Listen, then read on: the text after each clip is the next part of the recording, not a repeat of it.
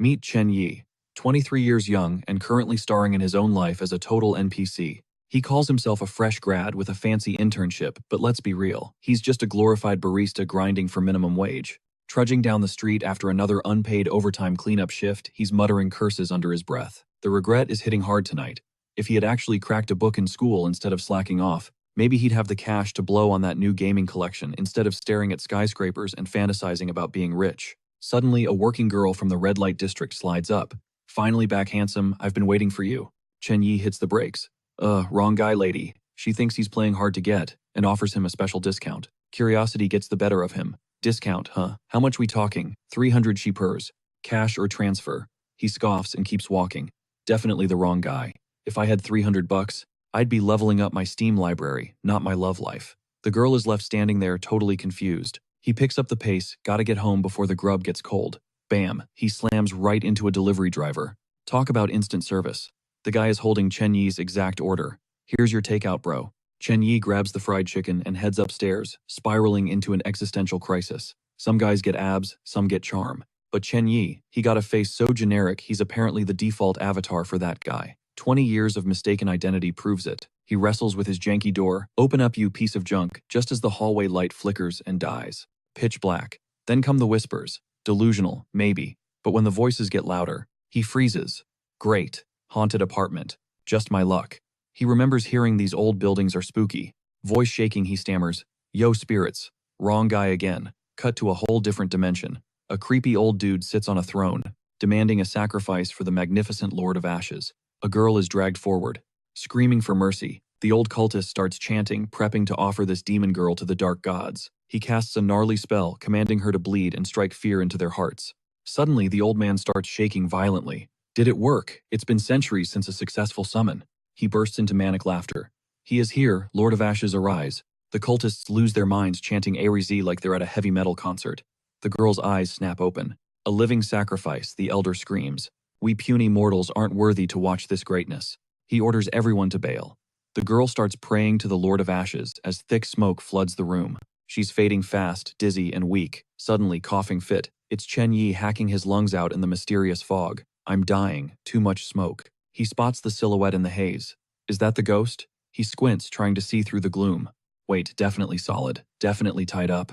Okay, pretty girls usually aren't ghosts, he mutters, reaching for the ropes. You can't be that bad. She's burning up, totally drenched in sweat. He taps her cheek. Hey, you good? Wake up. Do we need a hospital? You look absolutely wrecked. Boom. She drops to her knees in worship. Lord of Ashes, Chen Yi sighs. Look, I know I have a generic face, but you definitely got the wrong guy. It happens all the time. She isn't hearing it. Mighty Lord, your vessel is magnificent, exactly like the legends. A true believer would never mistake you. Chen Yi pauses. This feels a little more complicated than just another case of mistaken identity. What exactly are you seeing here? She rattles off accolades mighty. Magnificent. He who shall not be named. Chen Yi whispers. You sure about that? She looks terrified, and then just drops to the floor unconscious. Did she just faint from fear? Or is she scamming me? He digs into his bag. He pours a cup of coffee from his thermos. Time out. I need caffeine to process this madness. Thank God for anime and video games. Any normal person would have lost their mind by now. Suddenly she peeks open, one eye. Aha, I knew you were faking it. But then it clicks. She's not a scammer. She's a stan. She truly believes he's an evil god. He did just cross dimensions. So maybe the villain aesthetic is part of the package. Chill out, he says. What's your name? She trembles, shocked that the white-hazed villain destroyer of worlds is actually speaking to a scrub like her. Ina, she squeaks. Chen Yi rolls his eyes internally. Destroyer of worlds. Bit dramatic for a guy who just wanted fried chicken. Anna. Simple. Punchy. Impossible to forget. He slides the steaming mug across the table toward her. Chill out, kid, he says, voice smooth. No need to look so terrified. It's yours. Go on, take a sip. To her, that dark liquid isn't caffeine, it's molten lava. Is this how the eldritch gods claim their tribute? By melting them from the inside out. Her fingers are shaking like leaves in a storm as she clutches the cup. I surrender my life to you, my lord. He blinks, confused. Whoa, who said anything about dying? He leans in, eyes narrowing. Who are you really, and why did you drag me here? Don't lie to me. I am merely the vessel, she whispers, head bowed. The lamb for the slaughter. My entire existence belongs to you. I would never deceive a god. He freezes. Sacrifice, wait back up. That sounds like cult talk. She spills the tea. This city is crawling with fanatics who just torched a living soul to call up the big bad, the Lord of Ashes. Shen Yi connects the dots. Great. They dialed the wrong number and got me instead. Mystery solved. He glances around. So is the ritual over. He locks eyes with her. Here is my absolute command. Live. Be happy. And poof, he fades into thin air. But the moment he's gone, the cult goons swarm her. Grab the girl. She still owes us. Drag her out, they bark. She was born for the altar. She's unfinished business. She should be honored to bleed for the cause. Tears stream down Anna's face, but she smiles. I will live happily, she vows. I will spread his glory for eternity. Generations will know his name. But inside, she's reeling. Why did the Chaos Cult get this reward? They've worshipped the Ash Lord forever. Yet, in thousands of years, he's basically ghosted them. Zero show-ups. A weird thought creeps in. Does the Supreme Dark God just have a thing for teenage girls? She shakes the blasphemy out of her head. I'm just a speck of dust. Who am I to guess a god's vibe? She clutches the cup, now filled with divine blood, tight against her chest. She steps into the downpour. But the rain, it sizzles and vanishes against her fire shield. His protection, she gasps. Even the fury of the elements can't touch the Ash Lord's chosen one. It's nothing like the orphanage. Back there, she was a prisoner. No unauthorized exits. This is her first solo run in the urban jungle. This freedom, this is the real gift. She wanders through Baranda, the crown jewel of Nolan. To her dazzled eyes, it's paradise on earth. She pauses in front of a looming structure. It radiates a strange energy, something special. Focus, Anna. She snaps out of it. Gotta get back to the church before they freak out. Meanwhile, zap, Shen Yi crashes into a random cafe. Where the hell? Thud. Lights out. He snaps awake. Morning sun smell of roasted beans. He scans the room. Definitely a coffee joint. But something feels off. The air, the gravity. He's definitely not in Kansas anymore. Still stuck in creepy church world. Then he spots the wall decor. Photos. Is that me? Before he can spiral, a customer walks in. One iced latte, please. He stares at the portrait again.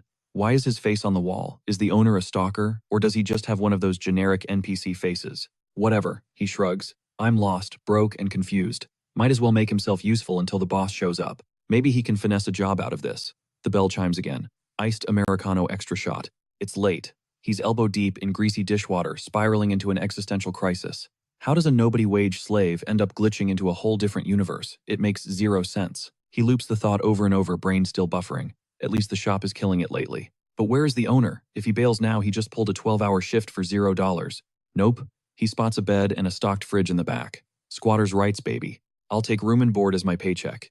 Meanwhile, the plot thickens. The cult drags Anna to Dr. Neon's creeping lair. Knock knock. The door creaks. Neon peeks out, eyes gleaming. Here for the procedure. He looks down. Ah, the little specimen.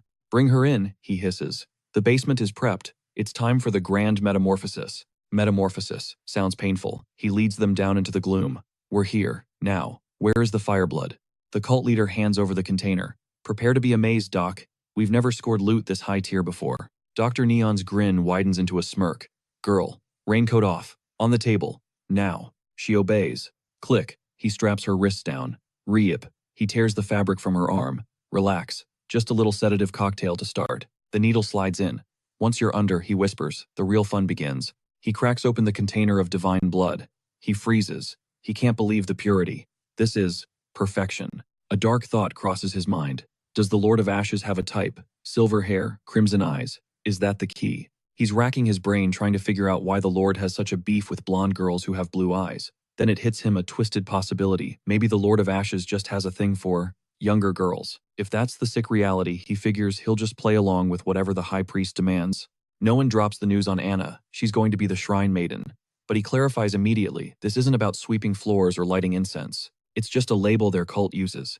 Every sect has their own weird method for picking a chosen one. In the Chaos Cult, a Shrine Maiden is forged by downing the blood of fire. It's a mutation process designed to gift the chosen one with insane supernatural abilities. He mentions that technically this little science project could be done back at the church, but she's here because the cult's investors are in the building. They want a front row seat to see the blood of fire in action. He rambles on. Human flesh is weak, dull, and destined to rot. It disgusts him. That's why everyone in the cult is dying to become a Shrine Maiden. You're the lucky one, he sneers. She's going to evolve past the human race faster than any of them. She'll be the very first Shrine Maiden. That, he decides, is the only briefing she gets. Let's get this party started, he says, signaling for the blood injection. Agony rips through her instantly. Her body convulses for a moment, goes limp, and then she lights out completely. Dr. Noen stares at her motionless body. We failed, he sighs. Looks like she wasn't the chosen one after all. Guess silver hair and red eyes aren't the golden ticket they thought. But then she starts mumbling, whispering that she has to live for the Lord of Ashes. Meanwhile, back at the cafe, our guy is sitting on the bed deep in thought. If he sticks around, maybe he'll cross paths with that kid again. But honestly, he wants zero part of this cult drama. Still, the way she was tied up screams dark arts. Suddenly, the floor beneath him starts to shake. Earthquake, he wonders. Then those chanting voices creep into his head again. Is this a new summoning track? Chen Yi wonders if a girl is involved this time. He smooths his hair ready for the teleport, but then realizes the pull has stopped. Instead, a weird burning sensation flares up in his chest. What is happening? He questions if that pretentious lord of something is messing with him again. Is the guy looking for payback? Then he realizes the heat in his chest has traveled down to his palm. He feels like he's holding a flamethrower. Thinking the coast is clear, he decides to test it out. He casts the spell, and whoosh, fire bursts from his hand. Crap, don't torch the house, he mutters, wrestling the flames down. It actually works. He summons it again, keeping it under tight control this time. He gulps at the implications. Can he shapeshift this stuff? He starts molding the fire like clay. It actually turns out pretty sick. The fire looks cool, but weirdly, he feels zero heat from it. He spots a stack of books nearby. Burning one tiny corner won't hurt, right? He flicks a flame at a page to singe it. Nothing. It doesn't work at all. He tries to crank up the heat, but the paper stays pristine. He chucks the book across the room. What kind of budget magic is this, he complains. Can't even burn a paperback. Total waste of time. Meanwhile, Dr. Noen exits the lab frustrated. Not as easy as I thought, he grumbles. Let's grab a blonde guy next time. He waves off the girl as a problem for later. But then Anna stumbles out and tells the doctor, I made it. Noen does a double take. Did it actually work? She's breathing, which means the experiment was a success. Anna realizes she beat the odds. Her survival rate must have been near zero. It has to be the mighty Lord of Ashes keeping her alive. She was born to serve him. She barks an order to the high priest to prepare the next ritual. Chen Yi is brewing a fresh cup for himself. Time to show him what's good, he mutters. It's been a full month since he got isekai'd here. The real owner vanished, and he hasn't stepped foot outside this coffee shop. It's not legally his, but he's the acting boss now. He has to admit running the place feels pretty sweet. But after 30 days of analyzing his life, the truth hits him. He wants to go home. Badly. The ground starts rumbling again. He hears the chanting voices and then silence. Is that it, he wonders. He locks up the shop. Time to crash. Lying in bed, he thinks about how he's been hearing these summons all month. He figures there are probably 7 different types of summoning spells. He can't keep living like this. He remembers the last time he got pulled, it was just that young girl he saw. But if he runs into a whole squad of cultists next time and they realize he's a total fraud, he is absolutely doomed. He's heard rumors about a high-ranking college called Baden Empire Academy. A fancy college means a library full of secrets. That's his ticket. Suddenly, another summoning wave hits. Here we go again, he sighs, recognizing the signature. It's the spell from that girl's cult. Zap. He teleports. Rewind 10 minutes. The Chaos Cult was just about to kick off their next ritual. The high priest drops the green light, artifacts are prepped, and the ritual begins. Instantly, the chanting kicks off. But honestly, he's skeptical. No way the Lord of Ashes just pops up on command. The high priest figures this is all just theater. A flashy light show to fleece wealthy donors into funding the cult. Sure, he remembers Anna claiming the Lord actually manifested before, but that's just talk. In his book, when a god descends, you don't get a polite visit, you get apocalyptic natural disasters. And checking the recent news, 0 cataclysms. Anna insists the shipment that just landed today is definitely the relic the high priest was hyped about. According to her, these artifacts are dripping with magical energy, so dangerous that demon patrols ban mortals from even touching them. Most are sealed shut. She reminds the doc that only deep-pocketed investors could source a sacrifice this rare. The high priest declares they're feeding this relic to the mighty Lord of Ashes. They cast the spell again, summoning the Destroyer of Worlds to manifest his physical form. Suddenly, whoosh, the candles die. A creepy silence descends. Wait, why did the sound of the rain outside just vanish? He knows the Lord of Ashes has only graced this world twice in 1,000 years. The odds of a second. Summoning happening back-to-back impossible. But then Anna points up, eyes wide.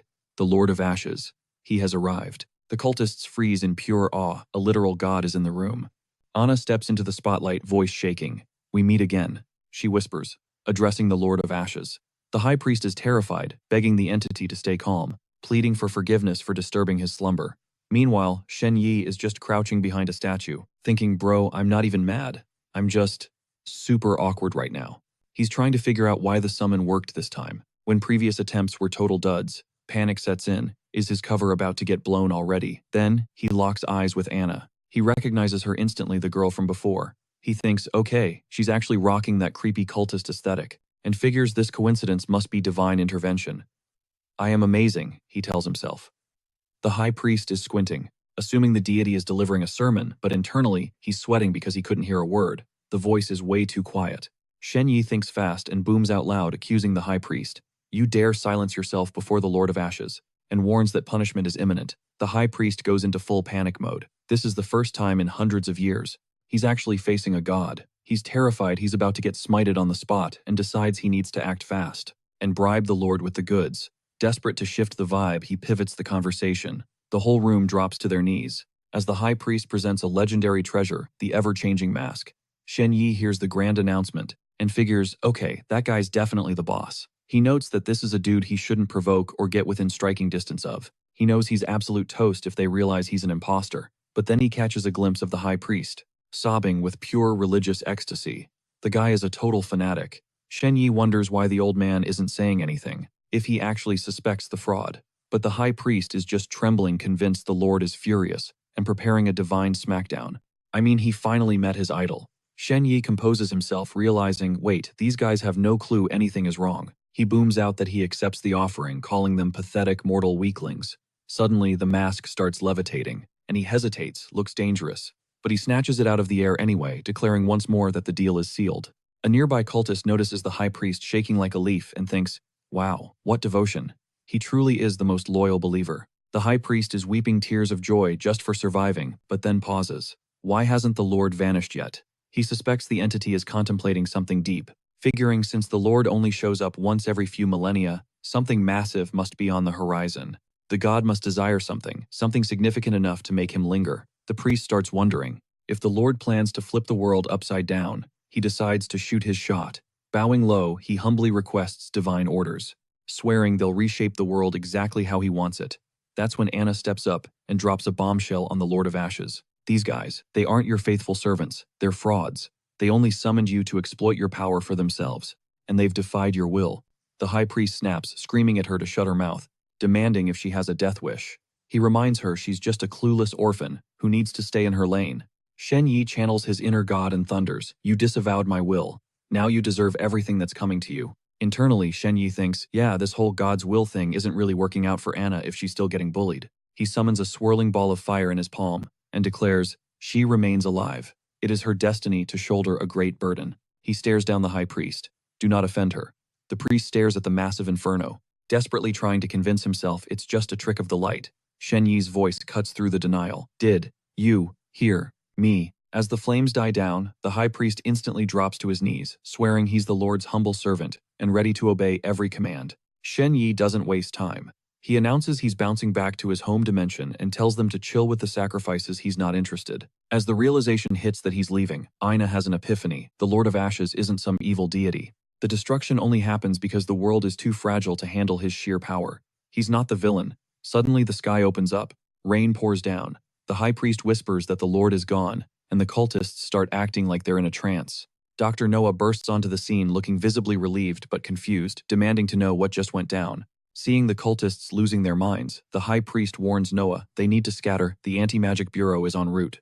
The commotion was too loud. Noah argues there are only a few investors here, but the unhinged elites among them are going to be a massive headache. He grabs the high priest by the collar, screaming for answers. The priest, frustrated, barks at the doctor to kneel. Noah freezes, wondering if the old man has finally snapped. Then panic sets in. He actually grabbed the high priest, a guy with a disaster-level danger rating. The priest ignores the disrespect and says he has an announcement for the whole cult. He claims it's critical, summoning Aina to step forward and stand by his side. The high priest proclaims Aina is the chosen one favored by their god. From this second on, everyone better show her some respect. He declares he'll personally guide them into a new era, executing a holy mission for the Lord of Ashes. Their goal, burn down the old world to build a new one. Aina cuts him off cold, stating flatly that she doesn't need his guidance. Cut to 1 week later. A customer sits in Shen Yi's cafe, muttering about sensing the Lord of Ashes energy. It's hot, twisted, heavy, and totally suffocating. He spots Shen Yi and sizes him up, just some kid running a coffee joint. He wonders who this guy really is. Shen Yi flashes a customer service smile and asks for his order. The guy hesitantly asks for a black coffee. As Shen Yi turns away, the customer realizes the scent clings to the descendants of the Lord of Ashes too, and starts questioning if Shen Yi is a threat he needs to eliminate. Behind the counter, Shen Yi is grumbling to himself. Finally, a paying customer, business has been dead, and he's borderline homeless. It's ironic he's the literal Lord of Ashes, yet he can't even pay rent. He's about to be starving on the streets. He wonders how his fanatical cultists would react to that reality. He drops the coffee at the table, and the customer notices the aura has vanished. Was Shen Yi not the source? The guy downs the coffee in one gulp. Shen Yi blinks, asking if that didn't burn his throat. The customer is surprised it's actual coffee, not some magic potion. Then his eyes lock onto a jar filled with paper cranes. He asks about them. The customer explains his daughter folded them. He told her to make a crane every time she had a wish and toss it in the jar. Their deal was simple whenever he had time. He'd pick one out and make it come true. But he missed his chance. Now the jar is the only piece of her left. She passed away years ago. He mentions someone advised him to bury the jar to stop the constant heartache, but he dug it back up because the pain of missing her was better than forgetting. Shen Yi offers some soft advice. Sometimes you have to let go. He admits he knows the sting of losing a loved one and spending nights staring at the ceiling. But living in the past is a trap. It destroys you, and the people you lost wouldn't want that. The customer shuts him down. Some memories aren't meant to fade. He vows to mourn his daughter until his last breath. He mutters under his breath that it doesn't matter if Shen Yi is a wizard, a cultist, or a fed from the bureau. The only way to stop him is to put him in the ground. Shen Yi shrugs, saying everyone has their own perspective, and apologizes if he overstepped. The customer relaxes slightly, figuring Shen Yi isn't trying to block his path. He muses that maybe fate brought them together and introduces himself as Baron Harriet. Shen Yi introduces himself and tells him to visit again. As Baron steps out the door, he mutters about the surname Shen. Is it an ancient lineage or something foreign? Suddenly, Shen Yi rushes out to stop him. Hey, you didn't pay for the coffee. Baron pays up, and Shen Yi flashes a grin, reminding him to come back soon. Baron pauses. Did this guy really just chase him down for a few bucks? He brushes it off, relieved that the mysterious shop owner isn't an enemy. But Baron's mission isn't over. He needs to find the god from the other dimension, and he needs to kill a descendant of the Lord of Ashes to use as a sacrifice. He decides that tonight is the night. He's going to break the ultimate taboo and summon the indecipherable god. He'll burn the world down if it means bringing his daughter back. Meanwhile, Shen Yi is chilling reading a book. He starts from page 223, which describes exactly that ritual. Imagine a titanic serpent, the Lord of Ashes, whose wings aren't feathers, but roaring hellfire incinerating his own worshippers in an eternal loop. This genderless entity doesn't care about desire. He just drops food like loot for his cultists reigning as the avatar of midnight. His power level, represented by the absolute void zero. They call him the god beyond this dimension, an entity perpetually away from keyboard in a deep slumber. Unlike the other fame-hungry deities, he couldn't care less about the mortal realm. Shen Yi figures if he'd seen this lore before, he would have brushed it off as some edgy world-building from a B-tier comic or fantasy novel. But this book, it's stingy with the details on the Lord of Ashes, leaving Shen Yi totally confused, so he ditches it for the other tome. He starts spamming the rituals listed inside, but freezes mid-motion. Flashback time, he suddenly remembers an obscure ceremony, packed with a laundry list of names. Before he got isekai'd here, his life was basically a compilation of epic fails. Career trash. Life, a mess. Even in video games, his RNG was absolutely rigged. That's when the intrusive thoughts won. He decided to channel main character energy and pull off a ritual to fix his cursed luck. He rushed home to grab that ancient family heirloom book. He had zero clue what the text meant. But desperate times call for desperate measures. He started grinding through the instructions. The mechanics were surprisingly simple. Step 1. Line up bright yellow talismans along the table edges. Step 2. Sign your name on one of the slips. Step 3. Copy the names from the book onto the rest. Spin the table like a roulette wheel and chant the incantation. Once the spell is cast, snatch your name paper back. Finally, delete the rest of the papers simultaneously. Next day, nothing. He camped in the storeroom all night for zero payoff. Shen Yi starts suspecting his transmigration is linked to that sketchy ritual and those creepy names. A cold chill of impending doom washes over him. He flicks a flame from his fingertip, wondering if he can hook someone with these embers. His fire manipulation leveled up after the second summon, but it's still nerfed non-lethal, basically just a fancy party trick for intimidation. Why is he still so weak? Even after hopping dimensions, all he got was a spooky flashlight ability and a garbage mask. The High Priest hyped this item up as legendary gear, but to Shen Yi, it looks like vendor trash. Is he equipping it wrong? He slaps the mask on, trying to trigger a transformation, but crickets. Frustrated, he tosses it on the floor. And that's when the magic happens. The mask starts liquefying, melting into the shadows. Sudden realization hits him like a truck. He scrambles for a mirror. If his theory holds water, merging the mask with the shadows should unlock a character customization menu.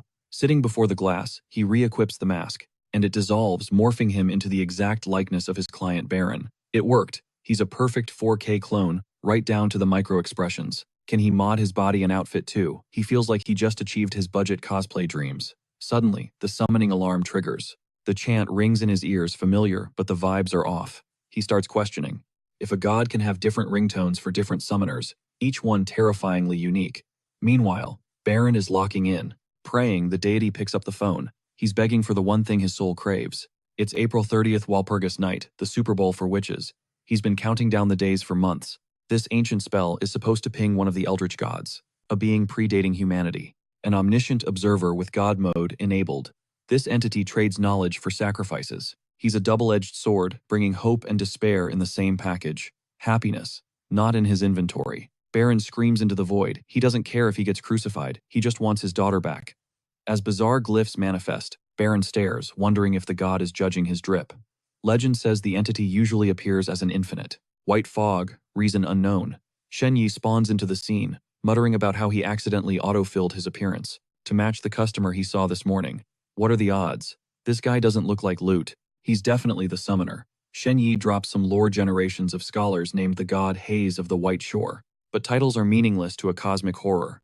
Baron nods, getting deep humans only see what they project onto the divine. Shen Yi plays along. Baron is convinced he passed the vibe check and satisfied the god with his offering. He begs for the res on his daughter, presenting the legendary item, the Flaming Seed of Chaos. Shen Yi analyzes the situation from their earlier interaction. Baron seems like a decent NPC, not a villain, but revealing his identity now would be suicide. Better to stay in character until the cutscene ends. He finds Baron surprisingly polite, and thank God for the auto-cleanup feature that massive corpse just deleted itself. No heavy lifting required. It feels like being swallowed whole by the void. Baron realizes he's standing in the presence of infinite power. Desperate, he begs the entity to resurrect his dead daughter. Shen Yi is internally screaming. He has zero clue who this Baron guy is, but he can sense the raw, suffocating grief radiating off the man.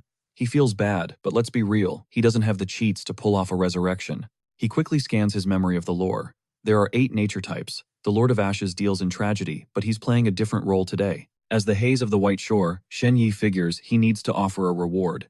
But what kind of loot does a cosmic entity drop? He recalls a line from the archives. Knowledge from the White Shore is beyond human comprehension. Perfect. He needs to drop something deep, abstract, and totally out of this world. And if Baron doesn't get it, Shen Yi can just gaslight him and say he lacks the wisdom to understand. Baron starts panicking at the silence, wondering if his offering was trash. Shen Yi finally speaks, declaring he will grant the wish with forbidden lore. He begins weaving a tale about the northern darkness, describing a legendary fish named Kun. This thing is massive, we're talking thousands of miles long. Absolute unit. It transforms into a bird named Peng, with a wingspan that blots out the sky. Shen Yi dubs this concept transcending bonds. He explains that the soul and body are separate entities. To truly free the soul, one must ditch the physical, material cage of this world. He emphasizes that this is forbidden knowledge, and the endgame isn't coming back to life.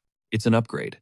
Those who grasp this truth achieve what mortals only dream of: an eternal, indestructible soul. He drops a warning. If this intel leaks, it won't just start wars, it'll flip the entire reality of the world upside down. With that mic drop, Shen Yi begins to fade away internally, praying the performance is over. Thank God he actually paid attention in lit class. Baron is left standing there, absolutely shook. He's convinced this transcending bonds theory is going to shatter society. He sees it as a terrifying karmic burden, unable to believe he brought this into existence. He thinks this must be Shen Yi's 4D chess move. The entity didn't just give him a resurrection spell. He handed over God-tier enlightenment. Shen Yi teleports back to his room, exhaling deeply. He handled that like a pro, no rookie mistakes this time. He checks the clock, 11 sharp. The ancient text was legit. It confirms that the Haze of the White Shore is an interdimensional deity representing the 11th hour. So no Lord of Ashes this run. He pulled the White Shore character instead. He wonders if this is going to be a recurring gacha pull. He notes the summon location was an old castle. Checking his phone, he confirms the summoner was Baron, and the mission objective was reviving his daughter. He has a photo of the scene, but without GPS coordinates. It's pretty useless right now. Still, he admits snapping that pic was a risky move that might jeopardize his cover. But intel is intel. He's actually kicking himself for not documenting the first 2 summons. Time for the loot check. He tries to activate his powers to see if he leveled up, But after straining himself, he realizes nothing. No upgrade. The flames are still at base level. Major bummer. At least the mask disguise is flawless. He looks at the seed Baron gave him. It's good the guy was considerate enough not to offer a whole cow. Shen Yi isn't exactly built to drag carcasses around. As a god, he finds the lizard vibe of the seed creepy. But if he wants to unlock the secrets of that unknown dimension, this item is key. He stashes the seed in a box and shoves it in a drawer. Later that night, while Shen Yi is out cold, the seed cracks open and morphs into a lizard. It creeps up and tries to wake him, but the guy is sleeping like a log. Terrified by Shen Yi's thunderous snoring, the lizard bails, wandering outside before shapeshifting into a cat. Meanwhile, enter George, one of the 7 elite Grade A investigators in Nolan. This guy is known for soloing crises that would wipe out squads. He's basically an idol to the rookies at the Anti-Magic Bureau, who whisper his nicknames with reverence: the legendary investigator, the strange killer, the undead raven. On a gloomy, rainy day, George is patrolling with his umbrella, roasting someone over his earpiece. He demands the other person stop rambling and get to the point. The voice on the line apologizes, blaming the adrenaline, and gives the "I'm just a human with one heart" excuse. The intel: a kid was spotted with a weird chalice, hanging around a specific area. But according to the background check, the shop owner, there is squeaky clean. Although the owner is annoyingly handsome, George still has to run the investigation by the book, following strict Anti-Magic Bureau protocols. George snaps his umbrella shut, staring at the shop. "Understood," he says. His internal monologue kicks in. This isn't a routine check. This case is classified top secret and serious as hell. Cut to another location. A girl sits in a dark room, her face obscured by the faint, colorless gloom. Suddenly, a bright light illuminates her features. She's been watching. She's been waiting.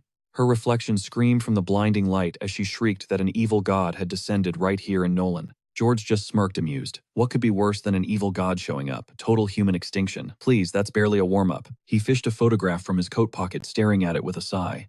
Damn shame. If the resolution wasn't absolute garbage, he might have actually seen a face. Instead, he was looking at a blurry girl with cascading gray hair. And of course, her back was turned, keeping her identity a total mystery. Pocketing the clue, he headed straight for Shen's coffee shop. He ordered a latte. Shen, who was busy wiping down the counter, nodded and said it'd be up in a heartbeat. "Take a load off," Shen added. George scanned the guy. Honestly, Shen looked like the definition of an NPC, totally ordinary. This guy clearly hadn't seen a ghost, let alone a god. George mentally filed this as another dead-end waste of his time.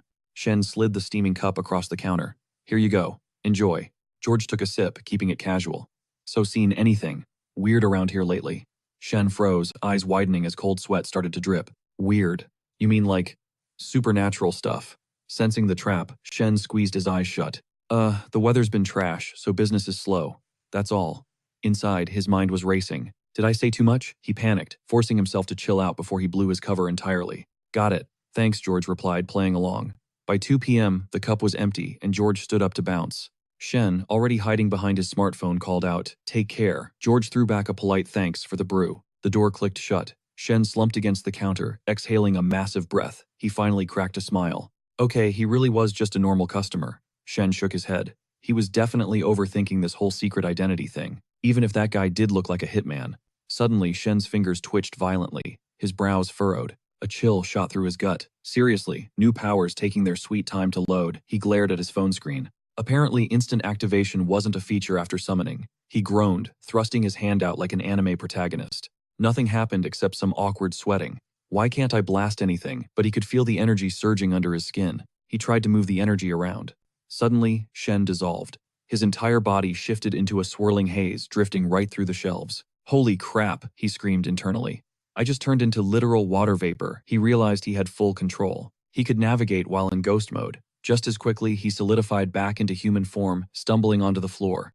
10 seconds, he muttered, surprised. Honestly, that's way more useful than shooting fire. Great for running away. Clack. The lock turned. George was standing there. He stepped back inside. Shen, fully solid now, but panicking, spun around. Forget something. His skin was still faintly glowing with a fiery hue. That was too close, Shen thought. 1 second earlier and I'd be busted. George didn't blink. I caught the scent of an evil god. I could feel it radiating from miles away. He described it as a power so dark it was absolutely suffocating. He stared at Shen. I totally underestimated this guy, George thought. Suddenly, he felt a flaming aura exploding from Shen's body. George's nerves snapped, tight sweat breaking out instantly. Why the hell did I come back in here? It was way more terrifying up close. George grit his teeth, fists clenching. The pressure of the evil god's scent. It was crushing the coffee shop.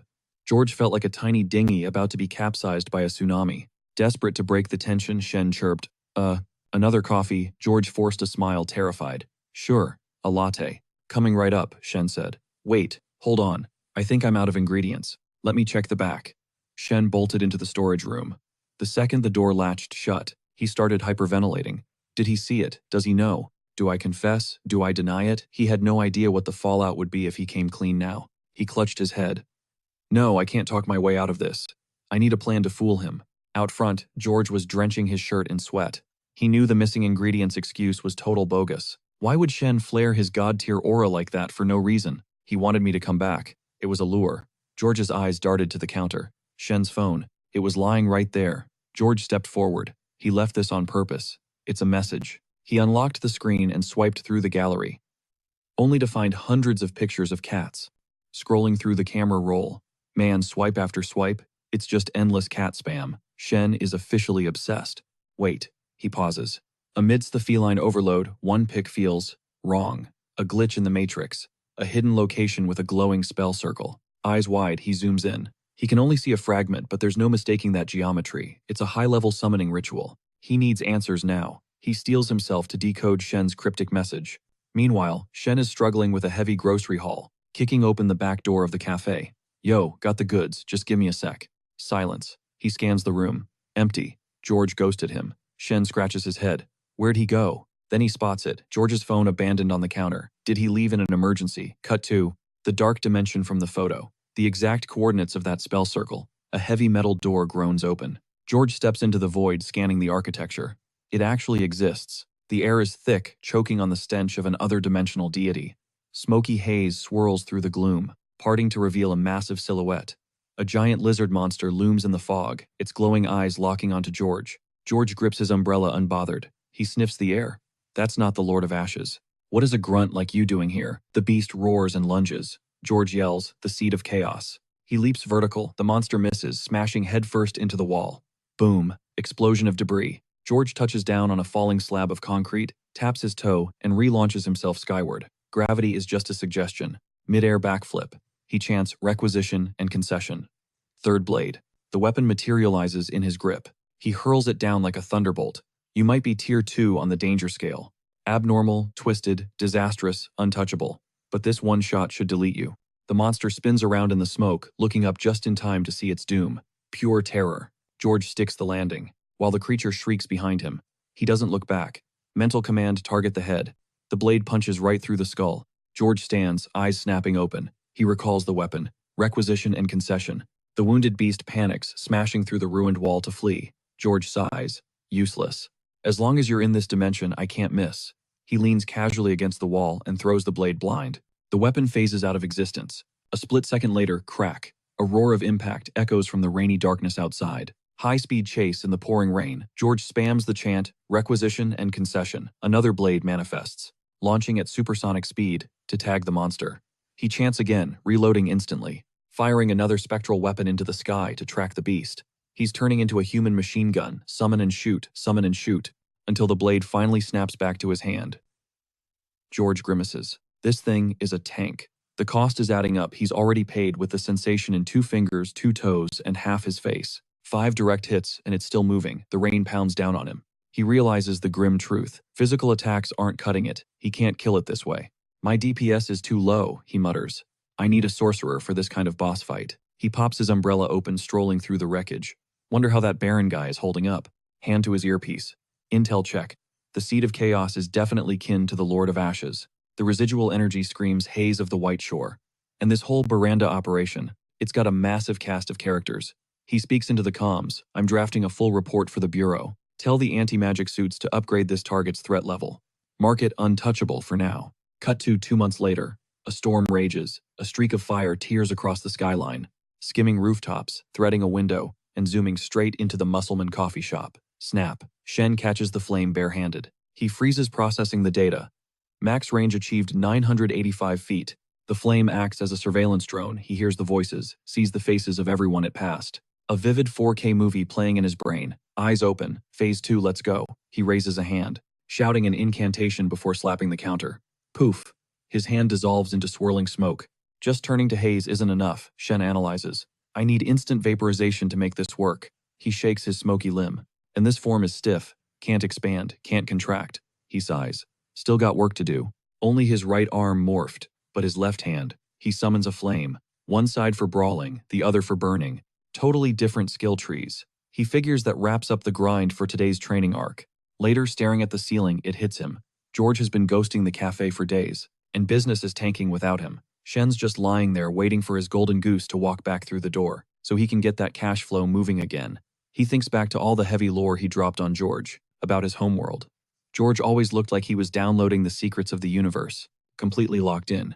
Shen figures it's clutch, having another powered-up ally in this realm. If his cover ever gets blown and the mob comes hunting, maybe George will have his back. He squeezes his eyes shut, manifesting that reality. Please don't let it be just wishful thinking. Boom. Suddenly, he's surrounded by flaming tunnels crashing down like meteors. Thud, thud. Shen stands there bewildered. Is this a dream? Is the whole world made of soot?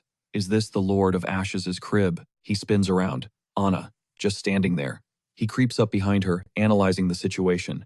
Is she the dreamer here? A wicked little intrusive thought sparks in his brain. If this is her headspace, he's basically a god here. He reaches out and squishes her cheeks like dough. They stand together watching the inferno. Shen senses the connection fading. This dream is on a timer. He's only seen this place once in 2 whole months. Super rare drop rate. What triggers this event? Whatever. Time to log out. He pats Anna's head. Peace out. Poof. Gone. Back in reality, Anna jolts awake screaming the Lord's name in pure terror. Flashback. She tried an astral projection ritual, right before crashing. She tried to ping the Lord of Ashes, and she thinks she actually got through. She winks, one eye shut, straining to check her own back. It's burning up like crazy. Why does it feel like lava? She twists around. Boom. A brand from the Lord himself. She is absolutely shook. Meanwhile, outside in the pouring rain, a figure in a black hooded robe is on the move. Inside the cafe, Shen is pacing a hole in the floor, muttering. He's never actually spoken to this girl, but he's seen her 3 times now. Every encounter has been a total glitch in the Matrix. Outside, the hooded figure stops dead. Time to go in. Shen is still monologuing. Honestly, better to keep it virtual. Thank God Anna and her cultist crew don't have his address. If they doxed him, his life would be a nightmare. Creak. The door swings open. The hooded figure steps in. It's Anna. Shen doesn't even look up from his prep. Welcome, she turns toward his voice. Shen looks up and his heart drops. Anna. Panic mode. Engage. This is bad. The shadow mask is stashed in the backroom drawer. He whips around, hiding his face. What can I get you? Anna pulls back, her wet hood confused. You are asking me, she says. Shen grinds his teeth so hard they might crack. How did she track him down? They've never exchanged a single word. The math isn't mathing. Do these cultists have GPS hacks? Prophecies? Some kind of cheat code? He needs to bluff fast. Still facing the wall, he drops his voice to a mysterious bass. So you finally arrived. Mental smirk. He's appeared as a god twice. She's got to be losing her mind right now, standing before her idol. She just stares at his back, totally lost. Who are you? Shen turns around, ready to perform. He acts shocked. Oh, what brings you here? But the air leaves the room. When Anna just replies flatly, I don't need anything. Shen strokes his chin, processing. Okay, she's not hostile. He did save her life twice after all. You look beat. How about a coffee, my treat? Whatever you want. She hesitates. I don't know much about coffee. He softens his tone. Vanilla latte it is. Sweet and simple. Perfect for someone your age. She rolls with the suggestion, but as she spins around to leave, her gut is screaming that this whole situation is totally sus. Who is this creepy adult, and does he seriously know her? While she's stressing, Shen just cracks a smug little smile. Aina was completely spaced out, her brain still buffering from that unexpected glimpse of her deity. She slumped into the chair, trying to figure out why the cafe reeked of that heavy, twisted aroma unique to the Lord of Ashes. It was suffocating, and honestly, it was ticking her off. She needed to know who this barista guy really was. Shen returned, sliding a vanilla latte onto the table, and casually noted that she was probably dying to know why he was hanging around. Aina shot him a look that was equal parts shock and confusion. Before dropping a bomb, she could literally feel the Lord of Ashes aura radiating from this very spot. Hearing that, Shen's eyes went dead, then did a full 360 roll. A smirk tugged at his lips. She still hadn't connected the dots. Internally, he admitted defeat. He definitely carried the scent, and had zero clue how to scrub it off, so the charade had to go on. He closed his eyes, resigning himself to the grind. There was no way he could just announce, hey, I'm the Lord of Ashes, straight to her face. Trying to maintain a divine persona while pulling espresso shots, 9 to 5, impossible. But since she was still guessing, he figured he could pivot. New role, the mysterious divine messenger. The guy on speed dial with God. Ina took a sip of the latte, cheeks flushing pink as she licked the foam from her lips, murmuring about how sweet and cold it was. Shen tossed a towel right over her head, telling her to dry off that soaking wet hair. Turning his back to her to prep the next brew maximum cool points, he declared that the Lord of Ashes sees everything. Suddenly, the door hinges screamed. George stumbled in, looking like he'd just walked out of a slaughterhouse, clothes drenched in fresh blood. Shen nearly jumped out of his skin, sweating buckets. Did George just survive a war zone? Then the realization hit him like a truck. Ina was still sitting right there, panic mode engaged. He had to keep these two apart at all costs. Still sweating profusely, he pointed toward the back room, plastering on a weird, strained smile as he ushered George to take a seat inside. George was floored. He thought Shen was playing 4D chess, marveling that the shop owner had seemingly predicted his arrival, and even prepped an interrogation room. He nodded and followed orders. George collapsed onto the sofa, while Shen took the chair opposite him. George wasted no time assuming Shen already knew he was a Fed from the Anti-Magic Bureau. Even though the brass called them defenders of civilization, George was real about it. He knew they were just cannon fodder, meat for the grinder on the front lines. Shen gave a sympathetic nod, saying that sounded rough while stealing a glance at the main room. Ina was aggressively drying her hair, the towel completely masking her face. Shen silently thanked every star in the sky that George hadn't clocked her, probably thinking she was just some random girl hiding from the rain. George cut to the chase. He needed a favor. Shen flashed his customer service smile, insisting he'd brew a coffee first, and they could talk business after. George wondered if caffeine was some weird ritual here, but didn't complain. Shen slipped out, shutting the door and peeking through the crack with a grin, whispering that George was definitely paying for that drink. Door secured, Shen leaned back and muttered, "What are the odds?" Realizing he had to extract one particular customer immediately, he ghosted up behind Ina and, lowering his voice to a whisper, asked if the cult was the reason she was here. Ina's face went blank as the brand on her back started burning up. She looked up at Shen, explaining that the cult was in dire straits, being hunted down by a Black Ops mission called Operation Hush Strike. She needed to summon the Lord of Ashes fast. Shen asked for details on Hush Strike, then immediately switched gears, assuring her to put her faith in the Lord to handle the mess. He moved with purpose, striking a pose right in front of her table, raising a hand like he was commanding the elements, and boomed. That fear was unnecessary. She just needed to trust the Lord's power, because their golden age was just around the corner. Ina pressed her lips together, breaking into a nervous sweat, replying that she didn't totally get it, but it sounded epic. Shen doubled down, promising the Lord of Ashes, had her back and guaranteed the win, suggesting she head home to lay low. She stood up, fully convinced. Once she was gone, Shen walked back to George with the coffee, apologizing for the delay and asking what the big favor was. George reached into his bloodstained jacket, pulled out a photo, and slammed it on the table. He was there to hunt down the girl in the picture. He suspected she was a cultist and warned that these fanatics had become a massive threat to the Order of Veranda, a threat the Bureau needed to liquidate. He handed the photo to Shen, and the moment Shen looked at it, his brain froze. His eyes rolled back into his head, screaming internally at the cosmic joke. Staring at the photo, Shen wondered why on earth he would help George hunt her down when he was literally her accomplice, trapped in a situation he couldn't explain to either side. He forced a nod, agreeing to help find her secretly, hoping he'd be the one to get to the girl first. George squinted at the photo. It was a total pixelated mess. You couldn't even tell if the kid was a guy or a girl. Plus, nobody ever mentioned spotting this mystery kid on the streets. Looks like coming to Shen was the money move. But everything has a price tag. Shen just flashed a cryptic smile and told him to mark it down as a favor. George crossed his arms, frowning hard enough to crack his face. He'd way rather drop a massive pile of cash than owe a debt to a sketchy enigma like Shen. Nah, he'd trade a rare relic instead to square the deal. He stood up, promising to slide through with a gift in a few days. Shen just kept smiling and waved him off. The door clicked shut. Alone, Shen gripped his hair, stressing out. He whispered that he was probably just tripping over nothing, but it felt like he was dead center in a downward spiral. Meanwhile, under the bright daylight, Yana perched on the rooftop, gazing at the lush greenery below. Baron showed up, calling her name. She spun around, answering with total respect. Baron stepped up, asking what was on her mind. Her face went beet red, lips pressed tight in nervous energy, and she tapped her index fingers together, classic shy move, before forcing a smile. She hoped the payout could be just a little fatter. She reminded him of her situation. She's got 8 siblings to feed, and that is not cheap. Avoiding eye contact, she mentioned her classmates got sent to the E.R. last time. This run felt way sketchier, so could he bump up her rate? Baron looked tragic, but admitted she had serious grit, and stayed active after the ritual despite having 0 talent. Still, he gave her the green light. Yana literally started jumping for joy.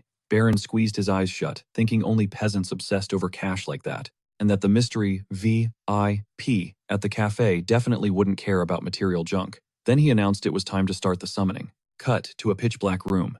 Baron sat in the center of a lightning circle and drove a blade straight into his palm. Crimson splattered, dripping onto the runes as he called out to the nameless, the indescribable, the unknown. He summoned the abyss, confessing his heart was overflowing with agony and despair, which he'd use as a bridge to connect. He was ready to commit ultimate good, or ultimate evil. He just prayed the entity would manifest in this dimension and grant his one true desire. Yana stood in the back, trembling like a leaf. She jammed her fingers into her ears, refusing to witness this nightmare.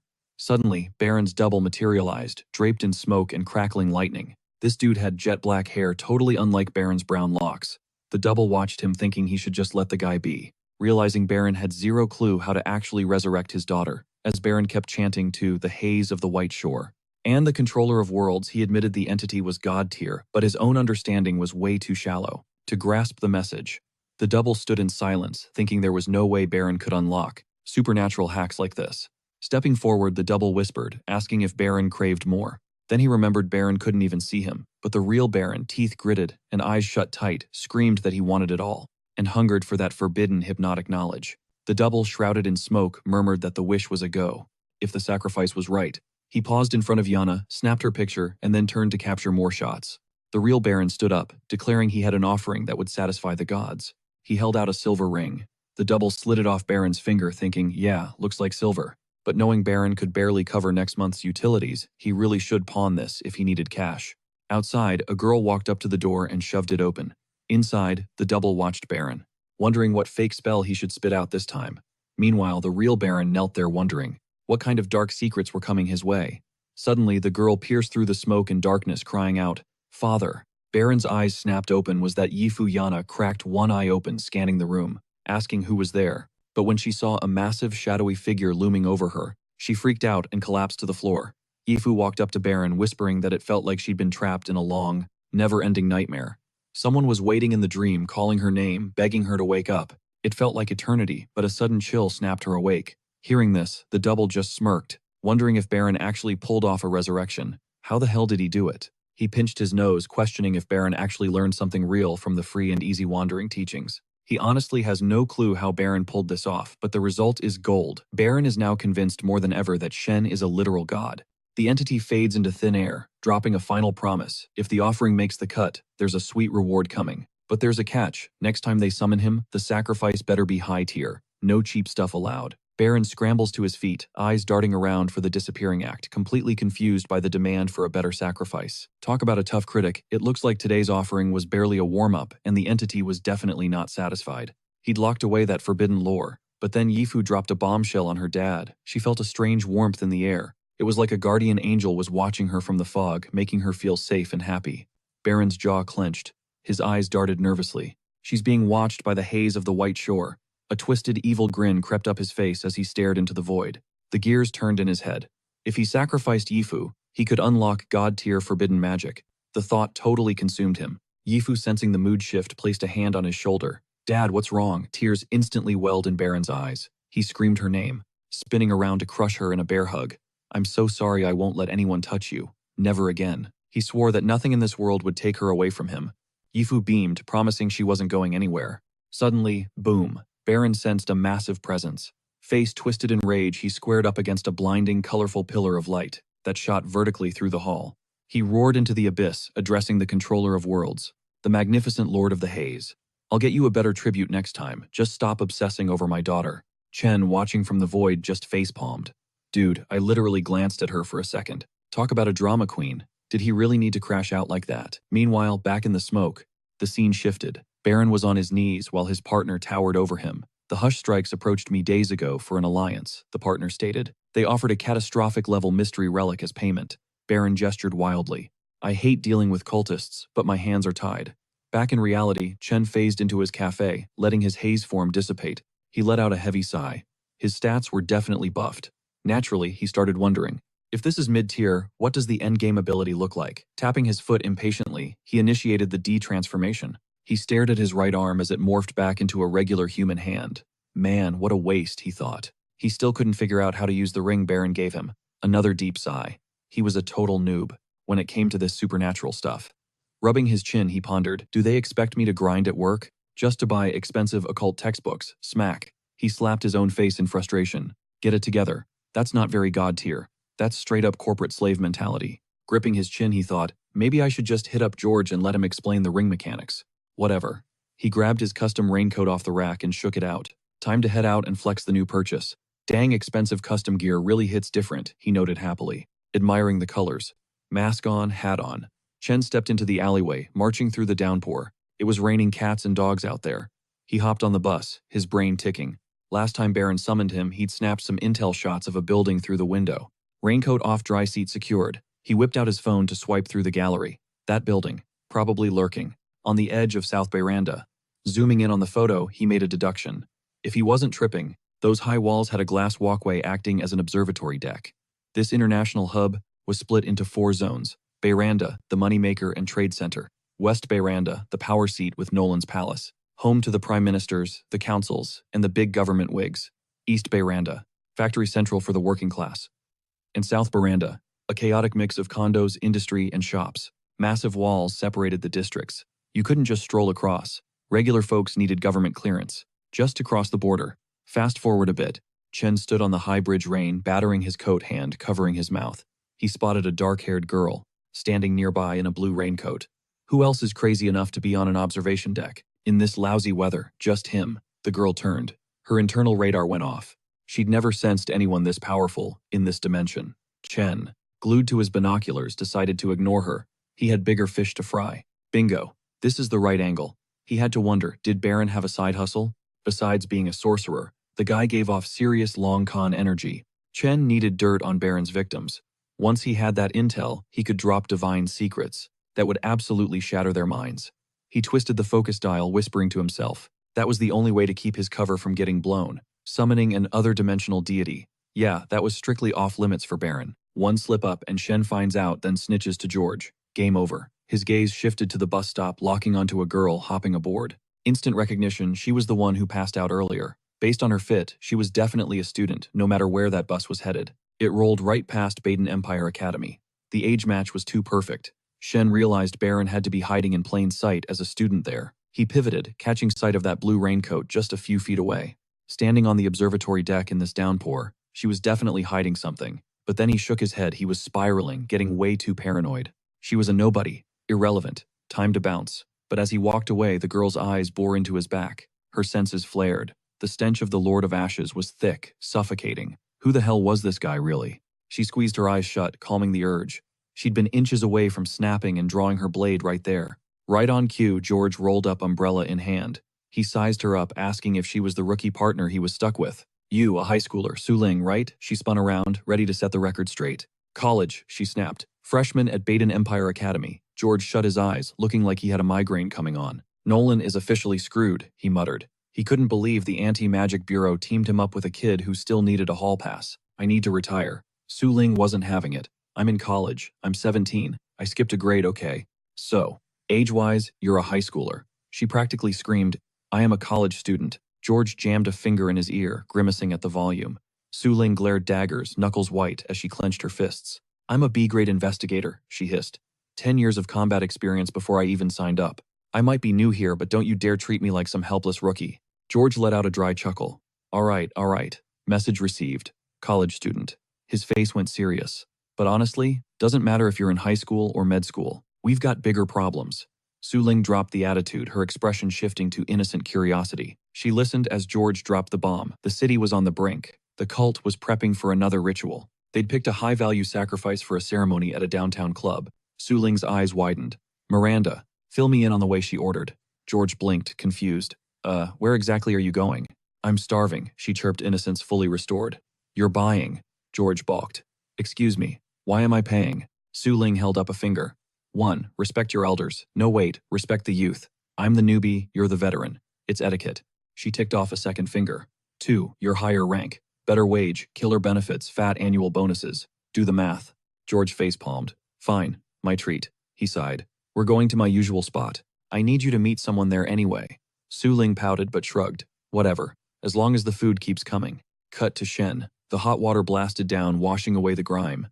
Man, that feels better, he muttered. Next, stop the library. Dark, smoky haze drifted off his hair as he scrubbed. He thought back to his last visit. Last time he bribed a guy to grab a book. This time he was just going to borrow the guy's face. Literally. George burst into the coffee shop. "Hello, anybody home?" Shen's voice floated out, irritated. "George, what are you doing here?" "We got a customer," George bellowed. Shen grabbed a towel, frantically covering up. He kicked the sliding door open, dripping wet. Su Ling had already ditched her raincoat, scanning the place. "Thought you said there was a guy here," she asked, unimpressed. "Door's unlocked," George replied. "He's around somewhere." Shen stepped into view, looking exasperated. "Seriously, George? In this downpour?" At the sound of his voice, Su Ling spun around. Shen flashed his best customer service smile. "You must really crave this coffee, old man." But Su Ling froze. That scent. Heavy. Oppressive. The Lord of Ashes was standing right in front of her. Her eyes locked onto him. Suddenly, she wasn't in a cafe. She was back there. A red book consumed by flames. Shen's manic evil laughter echoing. Fire ripping through a red-roofed house. A sword crackling with lightning plunged deep into something burning alive. The memory burned. Su Ling bit her lip, rage boiling over. If she could just end them all right now. Oblivious to her internal crisis, Shen tilted his head. "Does the Anti-Magic Bureau hire child labor now? Aren't you still in high school?" Su Ling's face went stone cold. She said nothing. George's warning played in her head. Just observe, he had told her on the way over. Don't engage. Just watch him. Remembering that moment, she scrunched her face tight, biting her lip to suppress a scream. Finally, she let out a furious huff and dropped the bomb that she was a college student. George barely held back a snort. Leaning in toward Shen, George whispered loud enough to hear freshman year. Basically still a high schooler. She's 17. Same difference. Su Ling just stared daggers at him, her expression deadpan and lethal. "All right, intro's over," George said, cutting the tension. "Let's get down to business." He brought up the person he needed Shen to track, but Shen just pointed at the counter. "Coffee first, intel later." "Fine. Another latte," George sighed in defeat. While Shen nodded, Su Ling was already burying her nose in the menu. Her eyes literally sparkled at the pictures. She started rattling off a feast mousse, cake chicken sandwich tiramisu, fresh cream cake, egg tarts, donuts, macarons. Then she dropped the mic. "Make it double. 2 of everything." Shen shrank back, looking up at this bottomless pit of a girl. And what kind of coffee do you want?" "I don't know, coffee. You pick," she shrugged. Shen smirked, accepting the challenge. "In that case, leave it to me. I'll whip up something you'll love." She nodded, and Shen spun around to start prep. Shen was mentally counting the profits, but George was sweating bullets. "You realize you're wasting food, right?" "Whatever I don't eat, I bag up," she shot back. George squeezed his eyes shut, pained. "Kid, you don't order a feast at a coffee shop. It's not filling and costs a fortune. Your treat." Remember, George went dead silent. She started ticking off fingers, listing his perks like a savage. "Grade A investigator. You make more than 99% of the population. Free housing. Full healthcare for the whole family tree. Tuition covered. Travel comped. Plus those fat mission bonuses." She leaned in. "Can't you just expense this to the bureau? We're on the clock finding Shen, aren't we?" George let out a heavy sigh. "The perks are great. If you live long enough to retire." He side-eyed her. "But you're grade B. Why are you so broke?" She shut her eyes, dodging the question. "I have expenses." Cut to the table, groaning under a mountain of pastries. While she inhaled the food like a vacuum, George sat at the next table, back turned to her facing Shen. So George lowered his voice. "Any leads on my request? I know Brenda is a total mess right now." "How much do you know?" Shen probed. "That's it. That's all we've got," George admitted. "If this goes south, we're talking about an other-dimensional god. Total unpredictability. Even if it's not evil, just its presence would fry a normal human's brain." George wiped sweat from his brow, eyes shut tight. Worst-case scenario. Shen just rolled his eyes, smirking. If the ritual is that big, how does the cult sacrifice a whole city without the entire world watching? Shen went quiet, thinking back to Anna's warning about a new sacrificial ritual. The Chaos Cult doesn't have the juice for that, he thought. Anna had mentioned they were being hunted. Hush strike. Shen's sweat dropped, testing George. "You know them." A chill ran down George's spine. This guy knows everything. "Yeah," he managed. Hush strike. They hit the Anti-Magic Bureau hard. Heavy casualties. No idea what their endgame is. But if they aren't trying to nuke the city with a sacrifice, they're tomorrow's problem. George slid a box across the table. "I owed you one.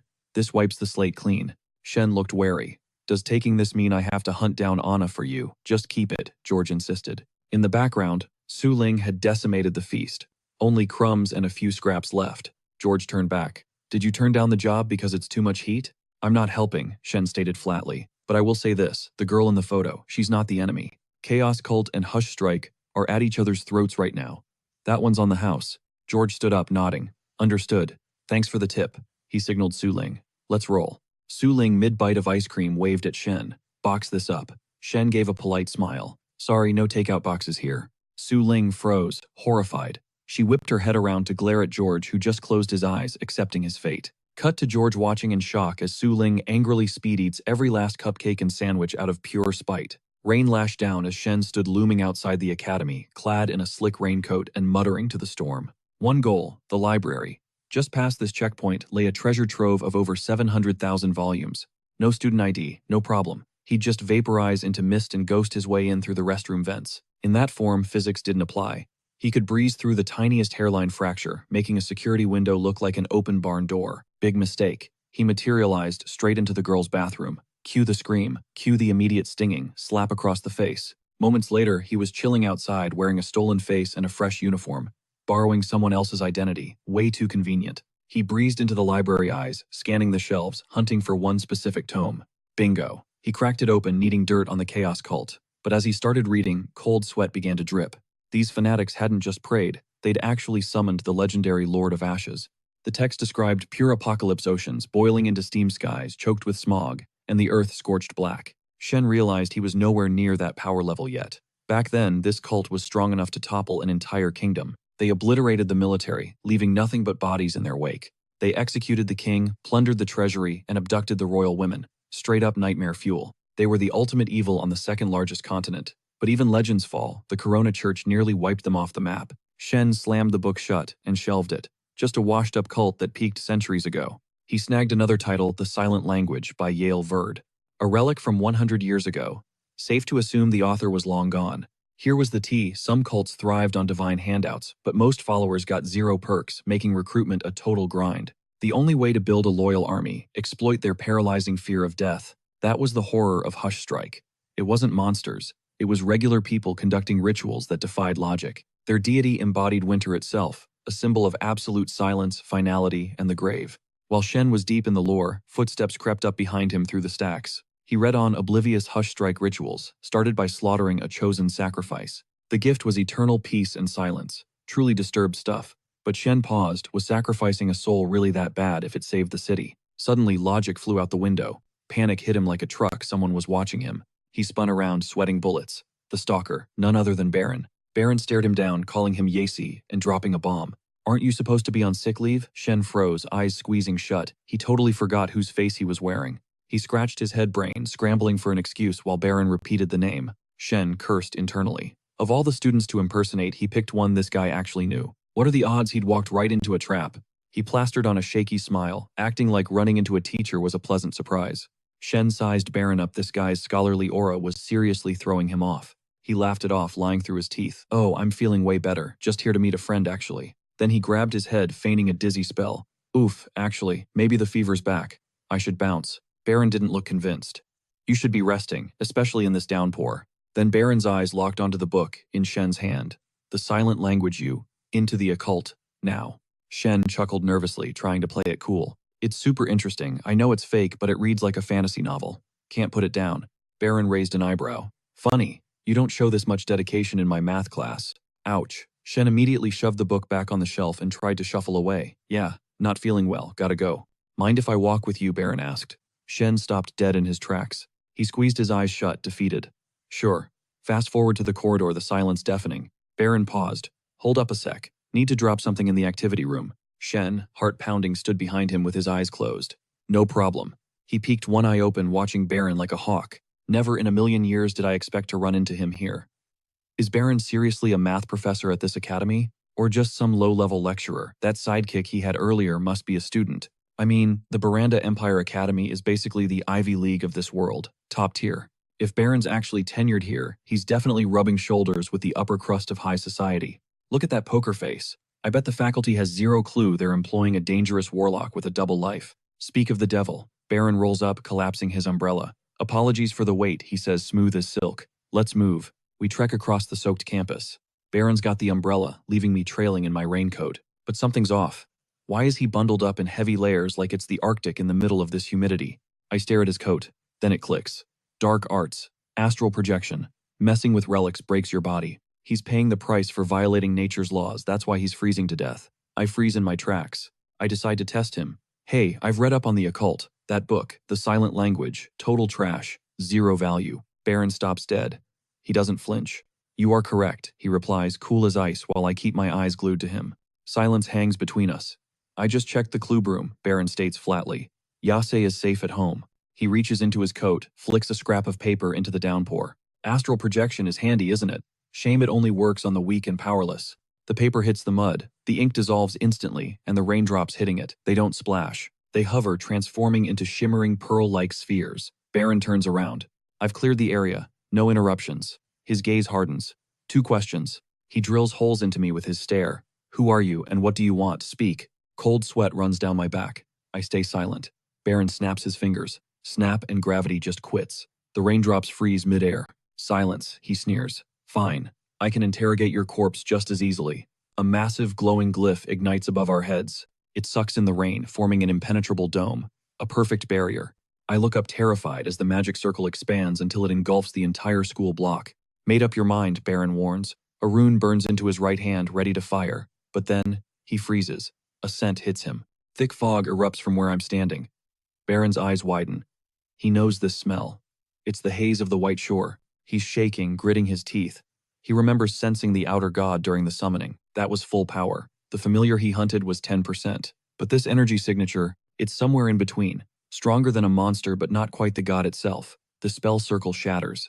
The rain crashes down again. I apologize, Baron stammers, panic rising. I joined Hush Strike temporarily. I thought you were with the Anti-Magic Bureau. It was just a test. I didn't mean any harm. Hidden in the mist, I repeat his words back to him. You sensed the god simply because I shifted into this form. It all makes sense now. Every time I toggle these god powers, I'm leaking divine energy like a beacon. George, Anna, they all felt it. That's why Su Ling looked so terrified at the observatory. I deepen my voice, playing the part. I am the herald bound to serve the Great One. Tell me, why align yourself with Hush Strike? Baron drops to his knees. Only for the catastrophic class relic they promised. I intended to offer it as tribute to your magnificent god, he's shouting now, desperate. Even if I receive no divine knowledge, I beg of you, ask the Great One to look away from my daughter. Spare her. I close my eyes. Understood. The god has a new decree. Compile every scrap of intel on Hush Strike. Put it in the silent language. Baron hesitates. But why? My eyes flash with eldritch light. He flinches. He bows, his head defeated. It shall be done.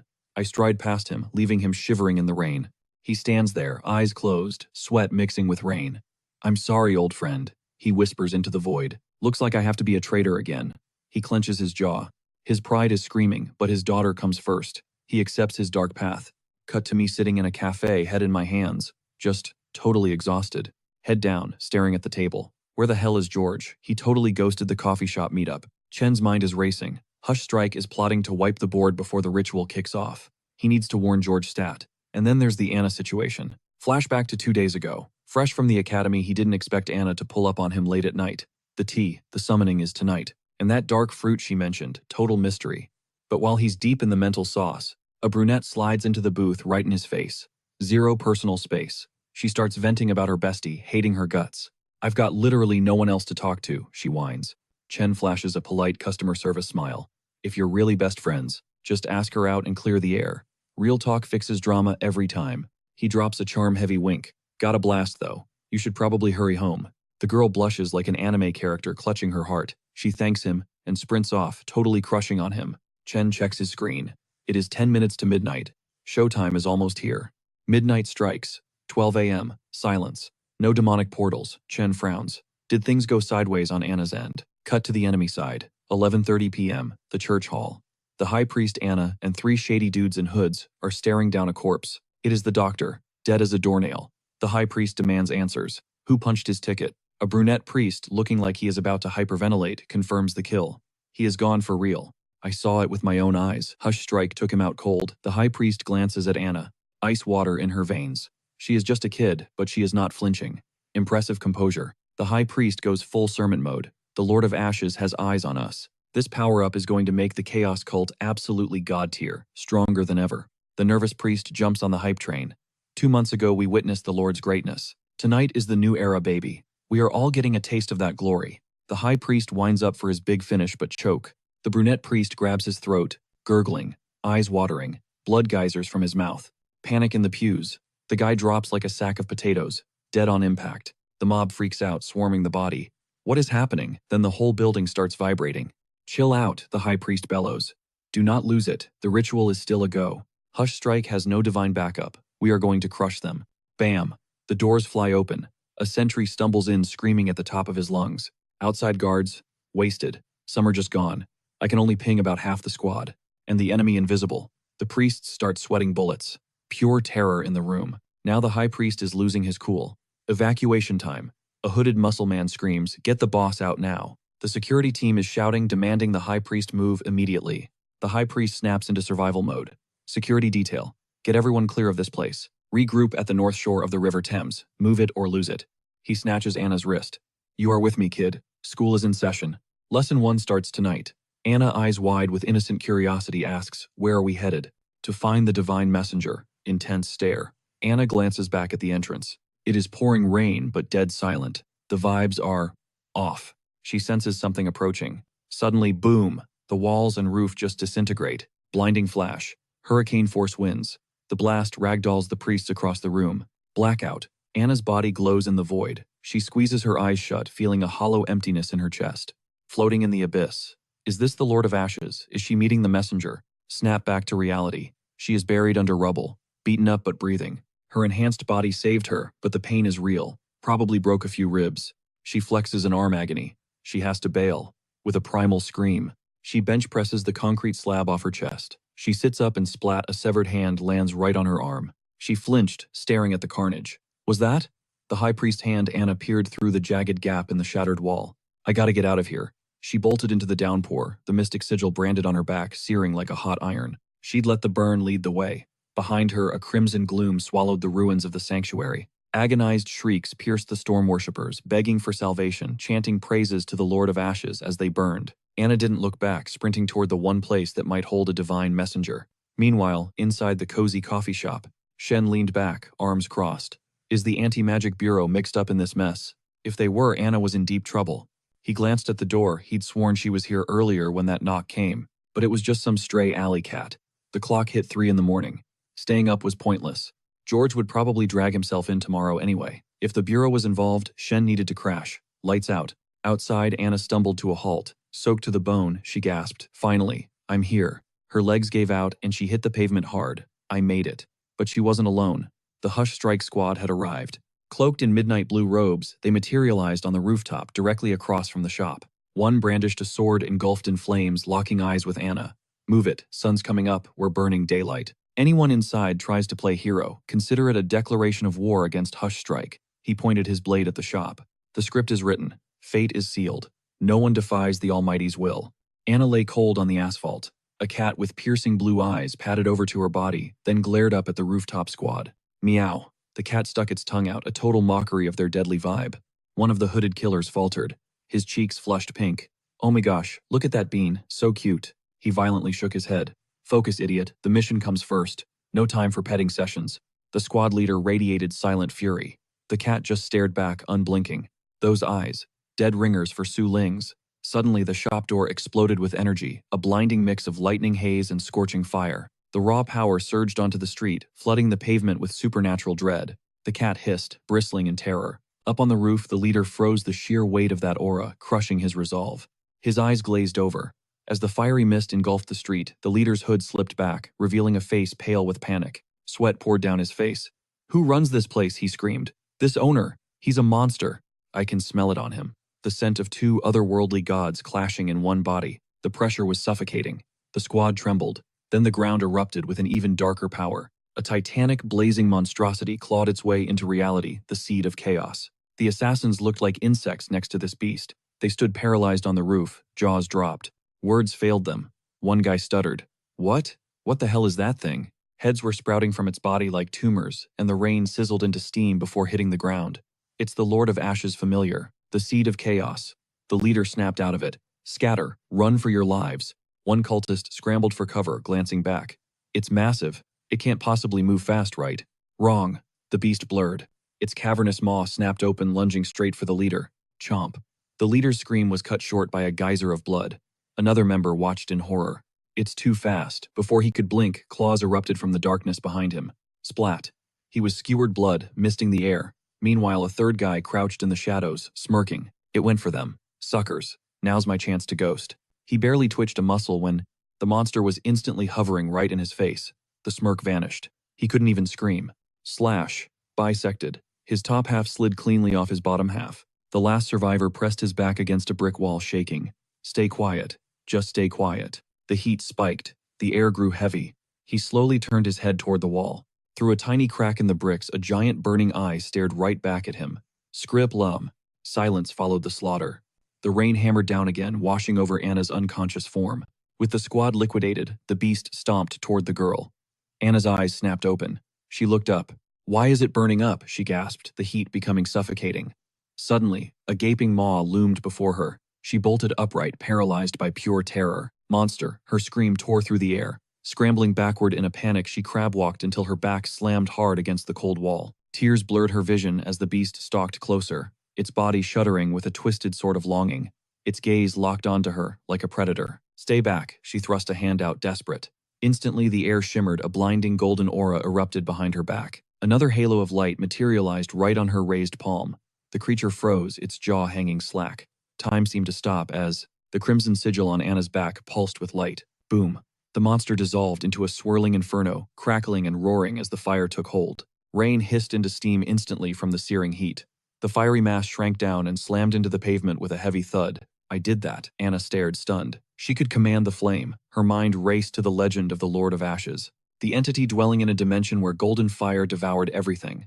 A realm ignited during the hour of the apocalypse. 20 massive worlds had already been reduced to ash and void, an endless hungry inferno, burning until the end and beginning of time, the eternal flame of ruin. But then Twist the monster, still wrapped in fire, reformed. It started regenerating at a terrifying speed, flesh knitting together amidst the crackling blaze. It wasn't over. Just a little longer, Anna told herself, gritting her teeth. She couldn't give up now. If she held on, she could incinerate this thing for good. But as the beast stepped forward, her vision went black. She collapsed. Stomp. The creature's claw crushed the ground, snuffing out the mystical fire. Standing in the rain, looking down at her, the monster's thoughts shifted. So this is the Lord of Ashes' chosen one. It noted her injuries. She was vulnerable. A sitting duck, without protection. Poof.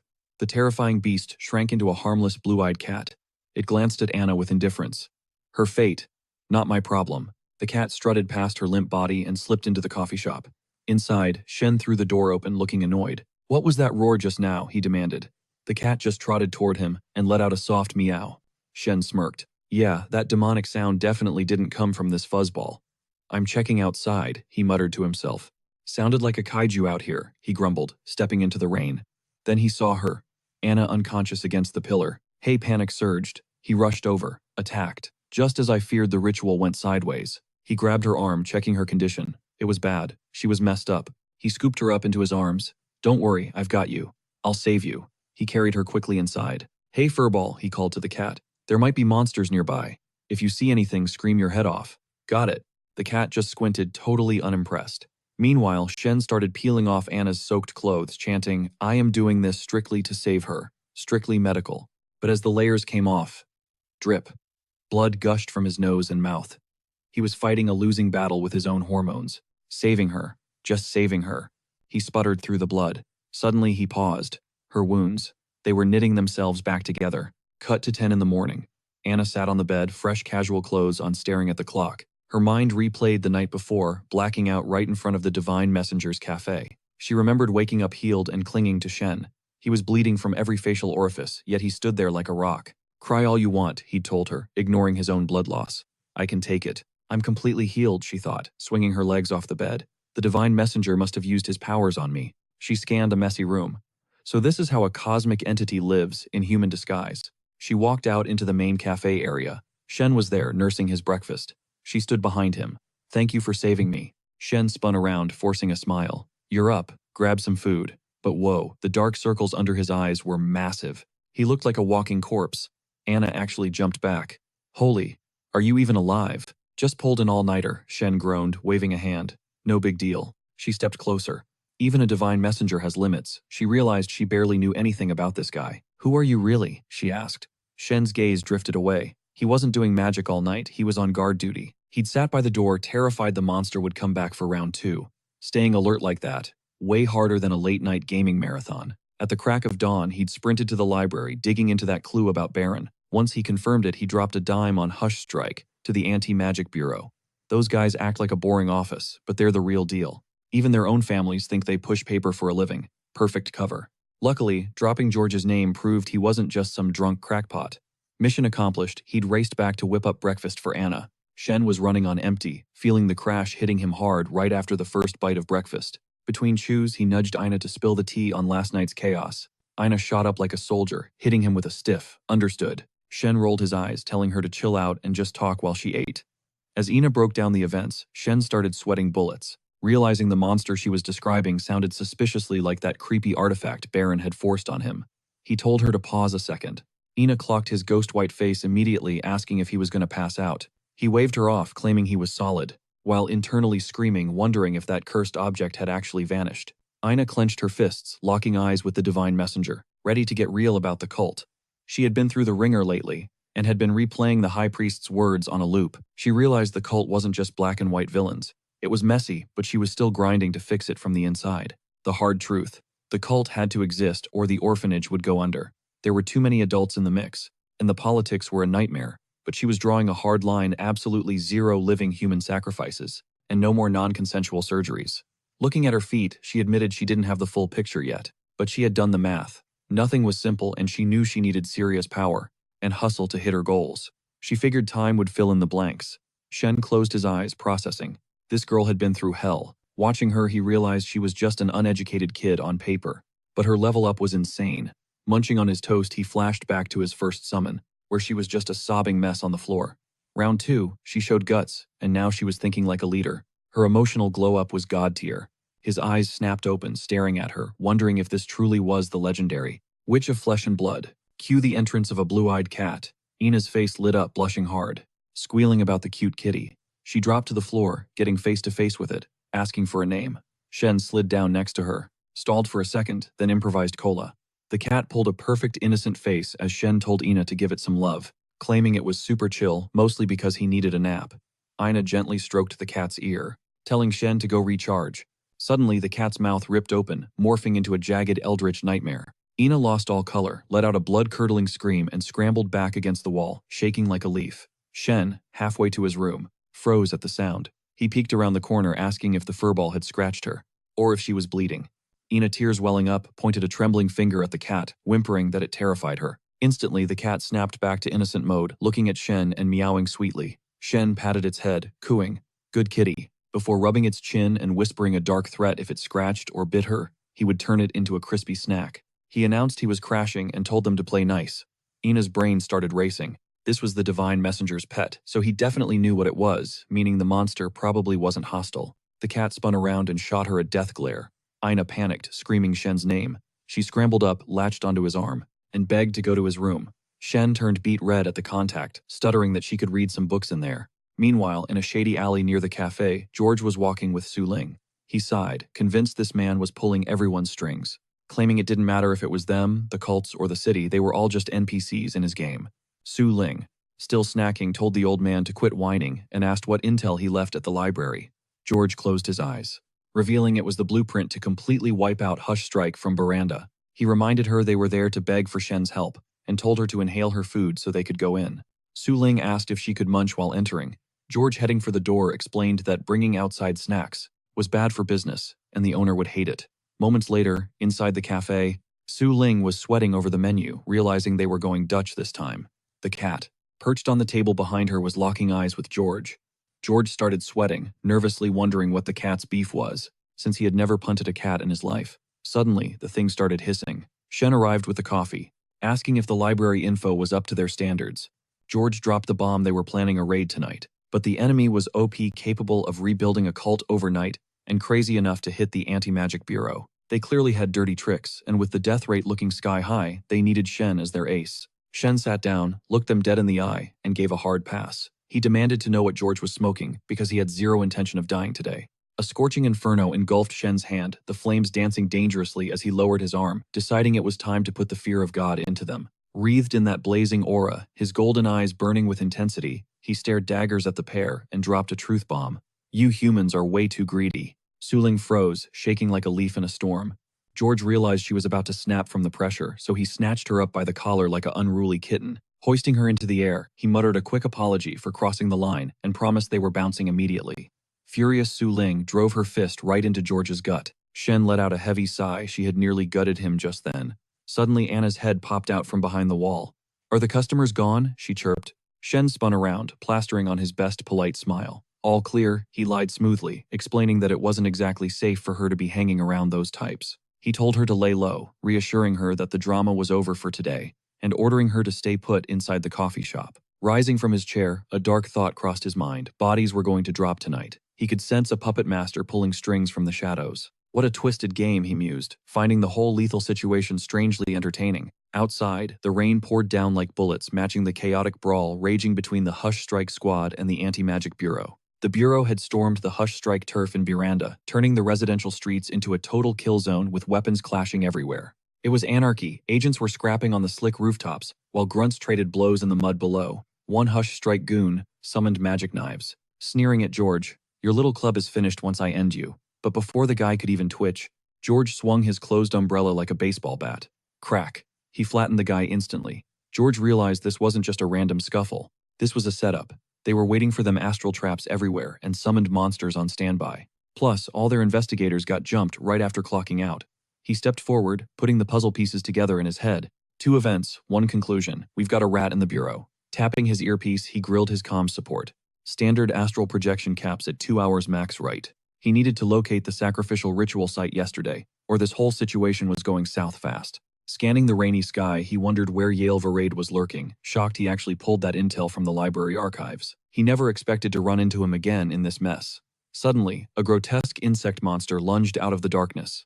Su Ling didn't flinch. She tapped the wall, then slashed her blade in a blur of steel, severing the beast's hand instantly. She stuck the landing, spun around, and her eyes started glowing with raw power. The monster shrieked and rushed her, but she was faster. Pointing her sword, she commanded drop. The creature slammed into the pavement like it weighed a ton, engulfed in a neon purple and blue magical field. Su Ling's eyes blazed as the monster's body detonated inside the energy cage. As the beast dissolved, the light faded. Su Ling grimaced. The cost of activating the Blade of Gaia was basically playing roulette with her bones. A sharp agony spiked in her ribs, probably a fracture, but she forced herself to keep moving. Suddenly, zap, a lightning bullet slammed into her chest. She didn't stop, barely registering the impact, knowing she had to push through. The shooter, a Hush Strike agent lurking by the wall, lowered his weapon. He looked confused, wondering why she wasn't dead on the floor. Su Ling stood tall, dusting herself off and explaining, "Perks of the Bureau Eldritch Blood Injection. It pushes the body to level 2. Your little toys can't hurt me." The man didn't talk. He just raised his longsword and charged. Su Ling sprinted to meet him. They ran past each other in a blur, swinging their blades with lethal intent. Steel clashed against steel with a deafening screech. They passed each other, backs turned. But Su Ling spun on her heel, launching into a mid-air strike at the guy's blind spot. He was too slow to turn. She slashed his arm open, gritting her teeth, her eyes burning with fury. She kept the pressure on, hacking away to finish him, when suddenly, the guy's body warped. A vile, gunky waxworm monster burst out of his mouth, total nightmare fuel. The monstrosity flopped onto the ground in front of her. She pointed her sword again, fall. The purple aura wrapped around it. But nothing happened. Not enough, Su Ling panic thought. Blood trickling from her lips, she screamed the command again with everything she had. Boom. A massive lightning bolt nuked the monster, obliterating it and shattering the concrete beneath. Smoke clearing, Su Ling clutched her shattered ribs. That was way too close. She whipped out a vial of K233 miracle blood for rapid healing and jammed it into her arm. Breathing heavy, she radioed, "George, problem handled. I'm clear." Path was clear. George shot her a knowing look, pointing out that even though they were partners, he knew she preferred the lone wolf playstyle, seeing as she ghosted him the second the battle popped off. Su Ling whipped around, cutting him dead. "I don't have time for your lectures," she snapped, insisting they hunt down the priest yesterday. George threw up a mock salute. "Aye aye, Captain Su Ling." Silently noting these rookies were trying way too hard to prove themselves, he stepped up, signaling the squad behind him. He addressed the team, thinking it was a damn shame Nolan's only S-tier hitter, Emery, was out of town on business. This raid would be a total cakewalk if that absolute beast was here to carry them. He realized Yale Varade was basically immortal, which meant there was only one win condition left on the table: finding an opening to unleash the second blade, absolute death. Meanwhile, inside the sanctuary, the priest clutched the faded cross, jagged shards of black crystal orbiting him like dark asteroids. He lounged on his throne, proclaiming that Buranda had become ground zero for a direct line to God. The Hush Strike cultists, decked out in matching blue hoods, stood like statues behind him, radiating creepy obedience. The priest ranted that the name would become everyone's name, and the voice would become the universal command. He rose, ascending a staircase of crackling lightning that materialized step by step beneath his feet. He started spouting titles, calling himself the Guide to Peace King of Praisers, the Eternal Peace Giver, Classic Savior Complex. Reaching the ceiling, he thrust the eternal faded cross upward, screaming prayers from the depths of his soul, begging for divine grace. Boom, blue lightning enveloped him, blasting him straight through the church roof, leaving him hovering in the storm rain, lashing against the eerie blue glow surrounding the cross. He prayed for eternal silence. Suddenly, a massive magic circle lit up the dark clouds and the entire anti-magic squad, except for George and Su Ling, dropped to the dirt, clutching their skulls in agony. George stared up at the swirling lightning, watching the sky tear open. It's starting, he gritted out. Only he and Su Ling were strong enough to tank the pressure and actually move. Then his eyes went wide. The sky wasn't just stormy, it was alive. Dark horrors started pouring out of the clouds like a nightmare. Meanwhile, at a chill coffee spot, Shen was passed out in a chair snoring away while his cat ignored him from a nearby table. Just a normal afternoon until, ping, notification, someone is summoning an other-dimensional god.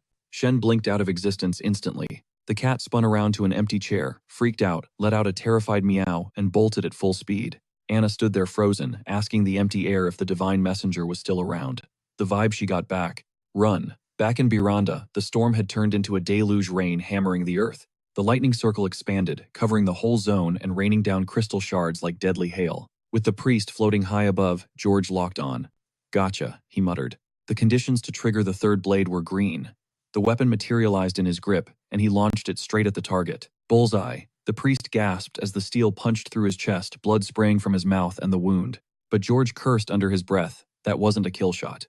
The range was too far to finish the job. The second blade absolute death was their ace, but it was a gamble, easy to miss, easier to parry. Su Ling gripped her sword ready to charge, but George yanked her back by her hair before she could suicide rush the enemy. Chill out, he barked. It's useless. We're too late. She started to snap back, furious, but then froze. Dead silence. George looked up. Shen had arrived, descending from the heavens like a literal deity, masked up and dressed like a dapper gentleman. George squinted. Was this the legendary Silence of the Striker? A skull mask. George wondered if this figure matched the lore described in the silent language. Meanwhile, Shen thought showtime. Then gravity hit. He gritted his teeth. Why wasn't he stopping? Panic mode set in. If I turn to mist before impact, I won't go splat. Suddenly, he stuck the landing on the magic circle. Safe. Before him, the priest knelt in total reverence on the lightning platform, clutching the cross and hailing Shen Guide to Peace, King of Praisers, provider of eternal peace. The priest offered up the eternal faded cross, begging this god to bless them with true eternal peace. Shen smirked internally.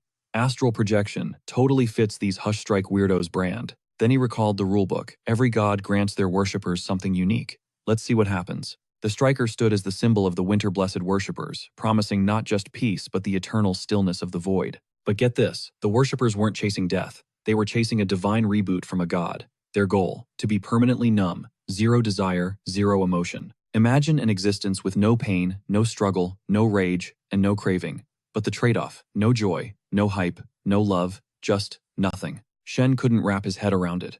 What's the point of existing if you don't actually live? The priest stared up at him, his face twisted into a grotesque mask of desperate hope. To Shen, the guy was just another tragic mortal. He accepted the offering, his mind drifting to the mechanics of the Fade Cross. The logic was simple. Once he accepted a sacrifice while cosplaying as a god, the loot became his by default, finders keepers. But visually, the scene was intense. Shen and the priest stood inside a small spell circle, while a massive complex formation loomed overhead, slicing through the storm and keeping the rain from touching them. Then Shen dropped the bomb. As for the priest's wish, denied. The old man froze absolute shock, shattering his expression. Shen was already calculating his exit.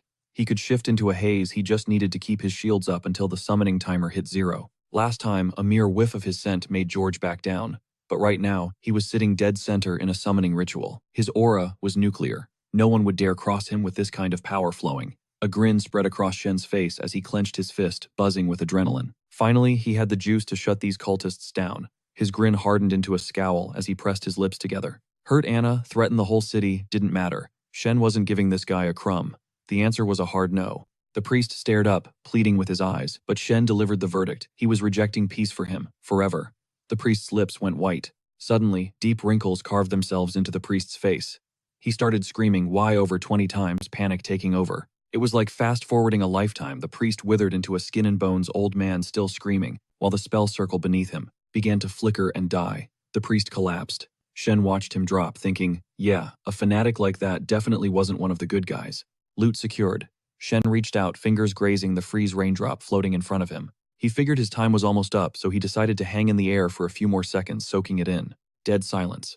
Then the falling priest shrieked at the sky, begging the mighty god from another dimension not to ghost him, pleading for that blessing of eternal peace. Shen ignored the noise, clenching his fist as he scanned the hall below. He needed to know if every single cultist was trapped inside. Thank God they were. Time's up, he whispered. Peace out. The freeze raindrop hung suspended in the sky as Shen vanished, the giant spell circle dissolving into nothingness above. Down on the ground, George called it.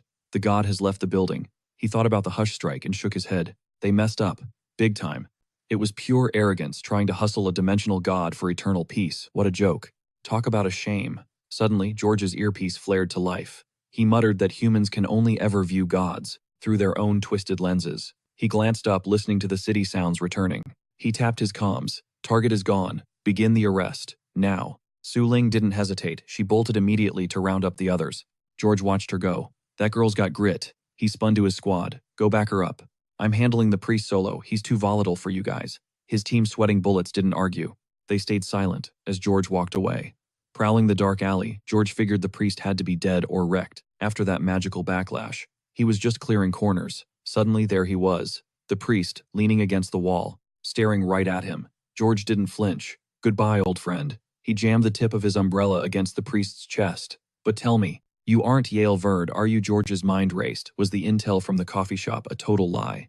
Meanwhile, Shen materialized back in his shop, still decked out in the same ritual costume. He crouched down in front of his cat, Cola. Guess I'm just like you, furball. No sleep for the wicked. He scratched her chin, while Cola looked at him like, where the heck did you come from? Shen grinned. I know. I've been swamped. Kept forgetting about you. He promised to make it up to her soon. Cola lost it, purring, rubbing against him, letting out a soft mew. Shen scooped her up, heart melting. She's so clingy today. Gotta buy her the premium wet food. Just then, the door opened.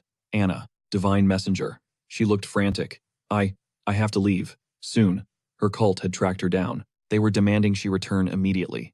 And the bombshell, the high priest, survived the attack. He claimed the cult needed her, that the children needed her. Shen stood there, clutching Cola, silence filling the room. Shen was fantasizing about finally crashing in his own bed, letting out a laugh as he playfully slapped Cola's leg. He casually mentioned Anna could crash for a few more days, but when she lit up with excitement, Shen instantly panicked. Dude only said that to be polite. Breaking into a nervous sweat, he averted his eyes, desperate to pivot. So, what's the game plan for the Chaos Cult? She didn't hesitate. I'm confronting the High Priest. We need a squad revolution, not just one person calling the shots. It's all about what the majority wants. Shen flashed a grin, nodding along. Now that's a solid vibe. He gave her the green light to return to base. Anna stepped up, getting emotional. Thanks for the save, and for looking out for me. Her expression tightened with resolve. Inner monologue activated. I'm gonna make the divine messenger famous worldwide. Everyone needs to witness his god-tier wisdom. A beat later, Shen yawned, totally drained. Alright, I'm cooked. Hitting the sheets. Out of nowhere, Clang the Fate Cross ricocheted off the wall, bounced and smack bullseyed Shen's toes. Shen let out a scream of pure rage. Behind him, Cola started sweating nervously as Shen snatched up the cursed artifact. I have zero clue how to use this thing. He needed to grind some supernatural lore, but the library's info was basically useless. Whatever, shelving that. Time to playtest his new abilities. He'd felt a weird shift when he returned. His left palm felt icy cool. Wait, brain blast. He slammed his fist on the desk. The coffee cup rattled and tipped over the edge. Shen's mind raced. Is this that same freeze frame glitch from the rain? Eyes locked on the falling cup, he shot his hand out. Freeze instantly, the mug hung, suspended in midair. Shen got hyped. It works, same power, but the effect was blink and you miss it fast. Meanwhile, Cola hissed, launching a full-on tackle. Shen whipped around, panic setting in. Yo, what the? Whatever mischief she was plotting, he shut it down instantly. Pointing a finger at Cola, he commanded freeze. The cat turned into a living statue, and Shen casually walked away. Momentum, however, doesn't care about magic. Cola slammed face first into the glass window. Bonk. As Shen turned to check on her, the cat sat there clutching her throbbing nose, eyes welling with tears. She shot him a glare, purely made of salt. Cola launched herself at him for round 2, but Shen just smirked.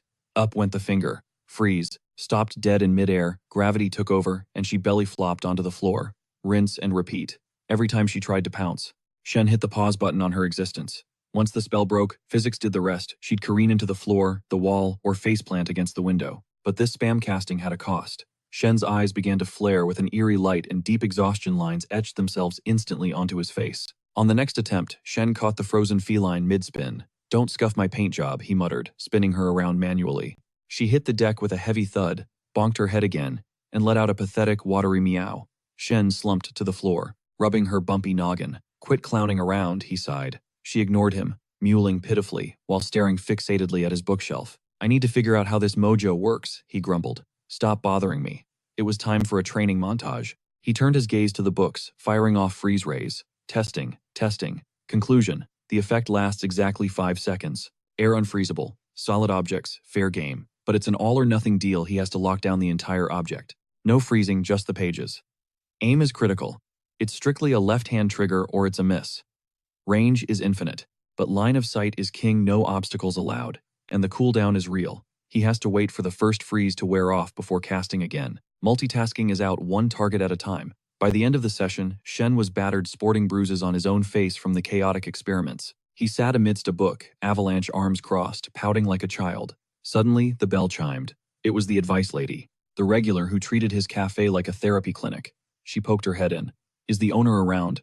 Panic reflex kicked in. Shen whipped his left hand at her. Freeze, her expression locked in surprise. Shen scrambled up, fixed his messy hair, wiped the stress off his face, and reset his posture to cool barista mode before the spell broke. "Is something troubling you again?" he asked smoothly. The freeze lifted. What just happened?" she stammered, disoriented. Shen stood there, casually waving his left hand with a customer service smile. "Have a seat. Coffee's on the house." She nodded, still confused. 1 hour later, she rushed past him, eyes red from crying but spirit lifted. "Thanks for everything, I gotta run." Shen waved goodbye from his chair. As the door clicked shut, he rubbed his stiff neck. "Did she see me adjust my shirt while she was frozen?" he mused. "If the environment shifts instantly, anyone with half a brain would glitch out. It's risky." Meanwhile, Cola hopped onto the table, staring him down. Shen smirked. "At least you're sharp." The cat just glared back, nursing her swollen, bumpy cheeks. Just then, the door swung open. George and Su Ling stepped in. "Hey boss," George took the lead. "Mind if we celebrate a win here?" Shen flashed a relaxed smile. "Be my guest. But I can't hang around." George offered to buy drinks, but Su Ling was acting sketchy, clutching a bag of outside snacks. She shuffled forward, guilt written all over her face. She knew the no outside food rule, so Shen asked what went down this time. George pulled up a chair, sitting directly across from him. "Nothing gets past you, huh? I wanted to chat about Yale Verd." He leaned in. Shen raised a brow. "Do you have to sit so far away? Distance is safety," Shen quipped, looking away. "What's your poison?" Latte George replied. Su Ling, practically building a fort out of her snack bag on the table, squeaked, "I'm trying the new flavor. Breath coffee." Shen's eyes narrowed on the package. "And the snacks." She started sweating bullets. I'm not ordering snacks. Not hungry," she stammered. Shen hit her with the death stare. She froze, figuratively terrified and sweating profusely under his gaze. "Why? Why are you looking at me like that?" Shen stood up abruptly. "I'll get the coffee. Wait here." As he walked away, George whispered, "Told you not to bring food inside." Su Ling let out a soul-crushing sigh. Facing Mr. Shen is more draining than fighting cultists, George chuckled. "He let me take the first shot earlier," Su Ling mused. "Was he?" Handing me the credit, she wondered aloud. "You're a B-rank investigator now," George replied. "You want that A-rank badge. You need the reps. You just lack experience, so I'm letting you grind XP. "Thanks for that," she smiled. George studied her for a second. "So, how did it feel, slapping the cuffs on them? I heard everyone reacts differently to their first big arrest." She hesitated. "It reminded me of my father." George softened. "His crimes aren't your burden, kid. Don't carry that guilt." Despite saving a ton of victims, she refused to take any credit. With a face completely void of emotion, she shut the conversation down cold. George didn't push it. Right then, Chen slid in with the coffee, clinking the cups down on the table before sinking into the chair opposite them. "All right," he said. "It's briefing time." He locked eyes with George. "You ready to spill the tea on Yale Verd? My sources say he was the high priest of Hush Strike." George's eyelids grew heavy, and he let out a sigh. "Yale. He's a walking nightmare. Years ago, him, another sorcerer, and me, we were the original squad. We were obsessed with hunting down cursed relics across the globe. Me and the other guy were just rookies back then.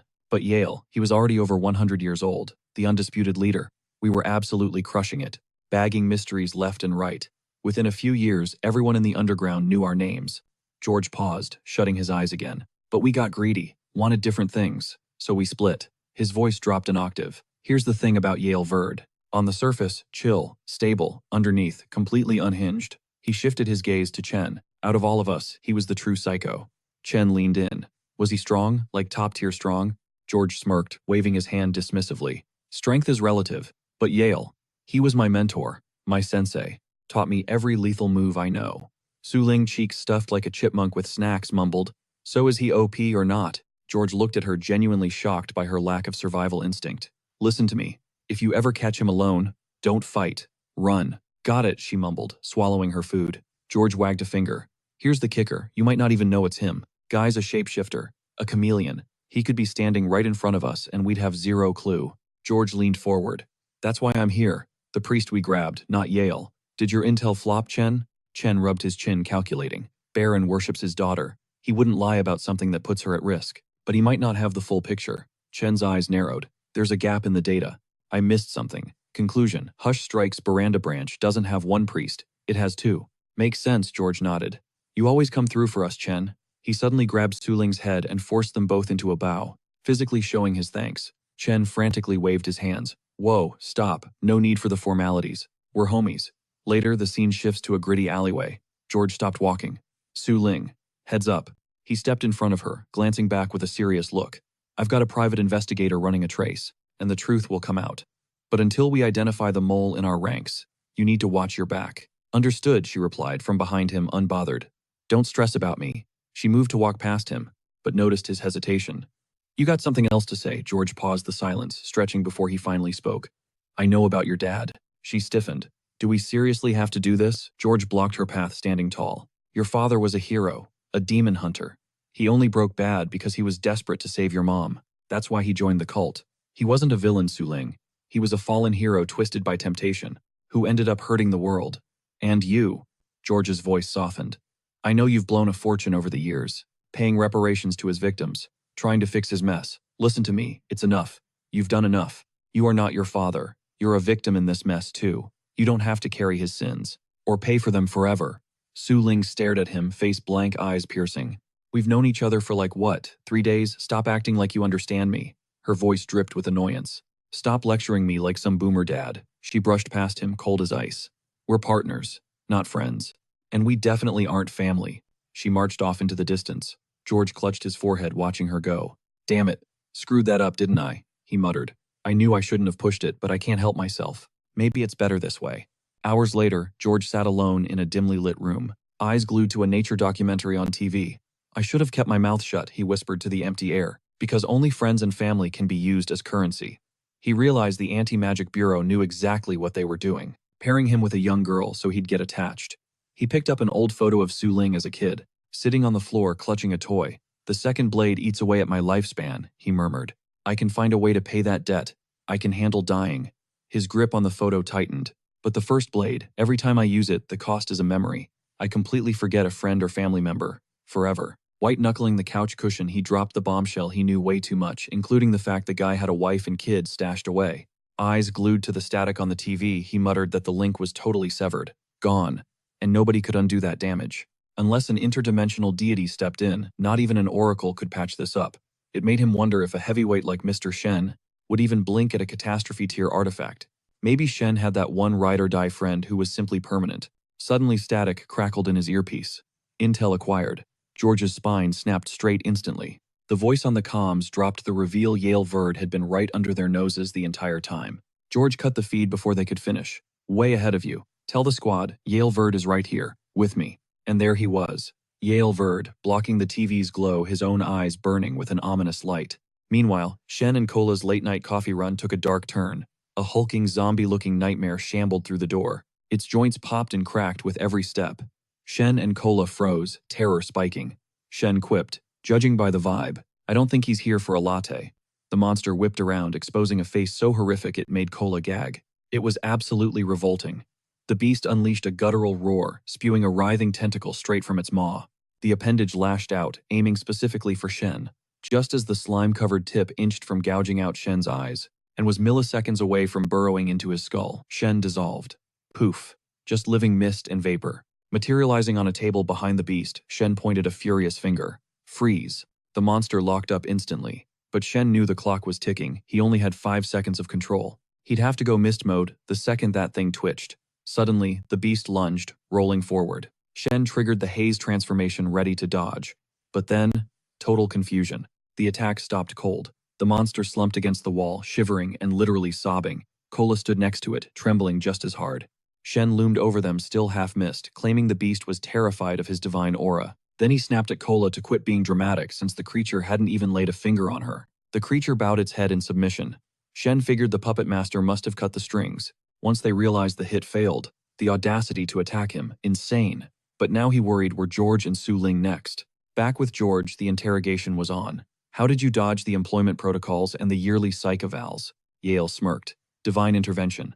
I was blessed by the striker over 1,000 years ago. George narrowed his eyes. If you're that powerful, you could have ghosted. Why come here? For a trip down memory lane? Yale waved it off, recalling an old question. Remember when I asked why you wanted to be a grinder investigator? When the pay implies zero benefits, you told me people don't always do what they want. They do what's necessary. I realized we're cut from the same cloth. It's a drag, sure, but I can't chill while I'm still breathing. Yale grinned and activated a twisted rank relic, kill shot target. He explained it was a magnet for any projectile or flying weapon, basically rendering George's arsenal useless. George shrugged off the handicap. I don't mind fighting barehanded, but comparing me to you, that I hate. George blurred into motion, dashing past Yale. He slashed his blade, mind racing. He knew Yale's type. There was definitely an ambush waiting outside. Staying put was suicide. George vaulted off the terrace, plummeting toward the street. Mid-air, he spotted them. Blue-hooded robes, the Hush Strike squad charging up a massive spell circle. Called it, George thought. He gripped his blade tight and deployed his umbrella behind him as a shield. The cultists triggered the circle, blasting a tsunami of lightning magic straight at him. George snapped the umbrella forward just in time. Boom! The lightning detonated against the shield. He stuck the landing and immediately sprinted, tearing through their ranks, blade swinging. One caster screamed, "Take him down," while charging another bolt. George shot him a glare that could kill, then flashed past, cutting him down in a single stroke. He spun his weapon, weaving through the mob like a whirlwind of steel. No time to play, he told himself. He had to move. But then Yale touched down. Holding a blade crackling with lightning magic, Yale declared, "Nowhere to run, George." George's eyes went wide. He was cornered. Yale ran a finger along the cold steel of his blade, flashing a twisted grin as he towered over George. He dropped the bomb. He was there to end George's life. And letting him walk away wasn't on the menu. George clapped back, saying he didn't see the issue with just letting him slide. Yale shut his eyes tight while George kept staring daggers at him. Suddenly, Yale snapped, screaming at the top of his lungs that Baron had stabbed him in the back. He claimed Baron was the biggest red flag from day one, the only guy sketchy enough to survive the chaos. According to him, Baron held a disaster-class relic and manipulated Yale into the scheme with a singular promise, resurrecting his dead daughter. Yale explained that Baron needed a heavyweight sorcerer to wipe Baranda off the map. Hearing this, George started sweating buckets, totally rattled. Why was Yale broadcasting this? Did he want the Anti-Magic Bureau to tune into their frequency? Yale confessed his original play was to smoke Baron right after the ritual, but the guy beat him to the punch. Then Yale dropped a hard truth. It looked like Baron didn't give a damn about bringing his daughter back after all. George threw a hand up, cutting him off. No way. Impossible. Baron worshipped that little girl. Yale's eyes began to glow with a demonic light. He smirked at George, suggesting that maybe, just maybe, Baron never trusted him. Or maybe he just saw him as trash. In a split second, Yale blurred into motion, launching a high-speed blade assault straight at George. George tapped his comms, screaming for Anna. He needed backup fast. He told her to pass a message to Su Ling, kill the vendetta. Tell her to quit the bureau, go ghost, live like a normal civilian, and just focus on school. Hearing the desperate plea, Yale slashed his blade through the air, mocking George. Was he drafting his last will and testament? He sneered that George didn't want his partner repeating his tragic history. George fired his weapon to deflect the strike, barely dodging the lethal blow. As his blade boomeranged back to his grip, George admitted the grim reality: A-rank investigators never get a happy ending. Yale smiled, his eyes rolling back in ecstasy. George was spot on. Then Yale triggered the trap, summoning a massive array of spell circles. His entire army materialized behind him, every soldier armed with even more magic circles. George stood dead silent, facing down the horde. Meanwhile, back at the coffee spot, Shen nursed his brew, unable to catch a wink of sleep. Too much drama lately. His mind drifted to the girl who'd left in tears, trying to piece together her exact words. It felt like something he used to care about, but the memory was fuzzy, slipping through his fingers. He looked around his shop, watching the flow of customers making small talk. Business was mid, not booming, not dead, just average. He wondered if this low-key vibe was the life he'd been chasing all along. Now the only crystal-clear memories were of his summoning. This weird world had become his reality, his home. He cracked a smile. Maybe it was for the best. He'd built a real squad here, with Anna, George, Su Ling, and Baron. Humans crave connection. Without this crew, he'd be drowning in loneliness. Just then, Su Ling walked in, head hanging low, radiating gloom. Shen locked eyes with her and said her name. He asked if George was with her. Su Ling dropped the hammer. He's gone. Shen froze, his world shattering. Su Ling slumped into the chair opposite him. Shen stared into nothingness, his eyes losing their light thinking. He'd always looked out for Anna since day one, but they weren't tight like that. His real friends, the regulars, the people who made his shop their second home, like the old guy who was always hanging out, just killing time. He thought about George, the guy who broke his back working for this city, and now he was dead. Shen stood up asking about the hit. Su Ling's lips trembled as she confirmed the nightmare. She swore she'd do whatever it took as long as she didn't have to sell her soul. Shen exploded, a terrifying aura erupting around him. "Someone help me avenge him," he roared, fists clenched tight. The air grew heavy with a monstrous, suffocating power as he declared war. Su Ling watched him, cold sweat running down her face. Shen turned to her, eyes glowing crimson with rage. "Tell me everything," he commanded. "Don't leave out a single detail." Meanwhile, over at Baranda's Thames port, dark clouds choked the sky, though the storm had broken a while ago. A figure stood there, waving a hand at the horizon. He noted the rain had stopped. This was the sea without light, that's what they called the oceans here. The further you got from land, the more the sunlight died, until the water was swallowed by total abyssal darkness. He mused that the only way to survive in this hellscape was to stay in the city. At least there. Someone was putting their life on the line to keep people safe. 1 hour ago, back at the cafe, Su Ling had laid out the map. Cross the glass plank road, breach the high walls, and head 10 miles southeast. That path leads straight to Baranda's Thames port, a major hub where ships constantly flow through the river. Under the cover of pitch-black darkness near the coast, the intel dropped. Yale murdered George in the burbs. Now he is beelining for the docks. The Anti-Magic Bureau is already mobilizing. Yale is running out of road. Escape is not just hard, it is looking impossible. Even if Shen sits this one out, she needs a guarantee. Zero chance of escape. Total checkmate. Replaying those words, Shen shifts forms. His body dissolves into living smoke. Yale is not going anywhere, he vows. The dark mist surges forward, creeping along the pavement like a predator. Then Shen, drenched in that suffocating aura, strides into the night. He is leaking the divine scent of the god on purpose, baiting the hook. Yale will not be able to resist, if the target is actually at the harbor.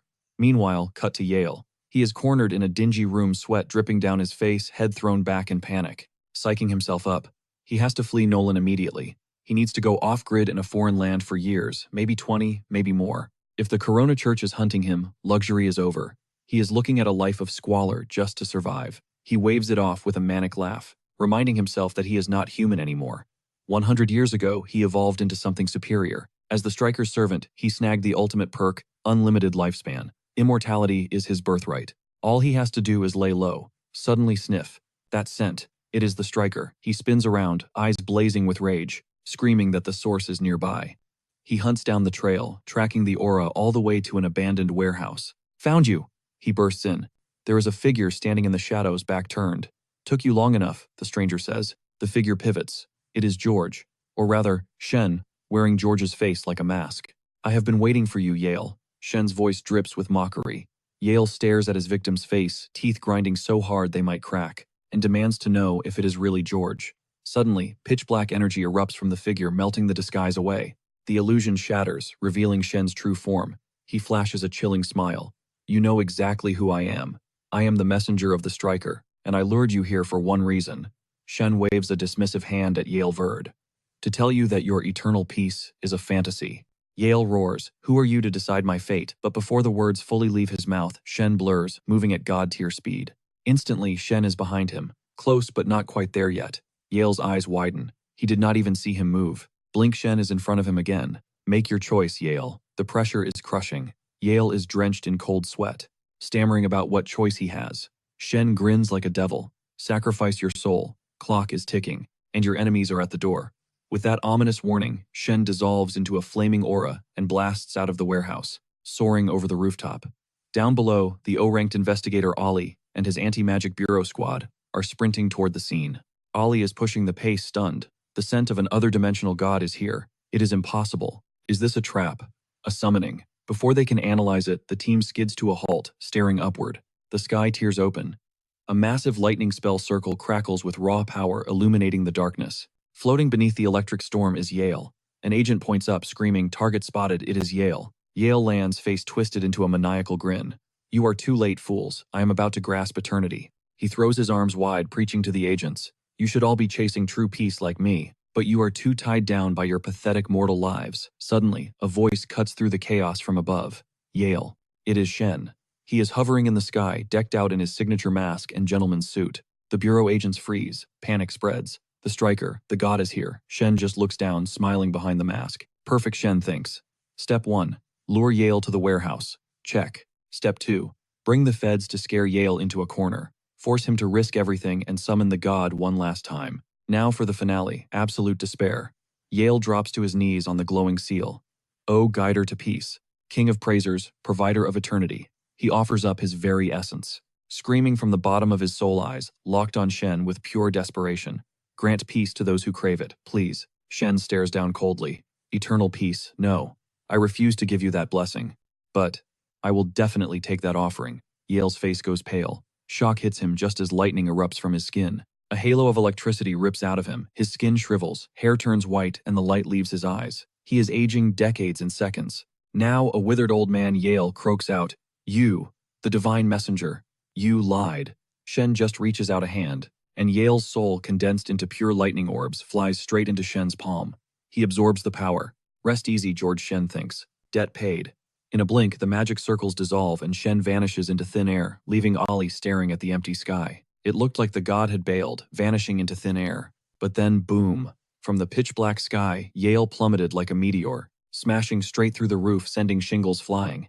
He didn't stop there. Gravity dragged him down through the wreckage, until he slammed into the floor. A massive slab of the ceiling followed, crushing him. The ground splintered under the impact, leaving Yale pinned like a bug under the debris. Ollie loomed over the wreckage, asking if Yale finally found that eternal peace he was so desperate for. An anti-magic agent stared at Yale's withered, rapidly aged corpse, eyes bulging, tears welling up, jaw on the floor. He definitely didn't find peace," the agent stammered. Flashback to the day George bit the dust. Chen slid a mysterious note to Su Ling with an address scribbled on it.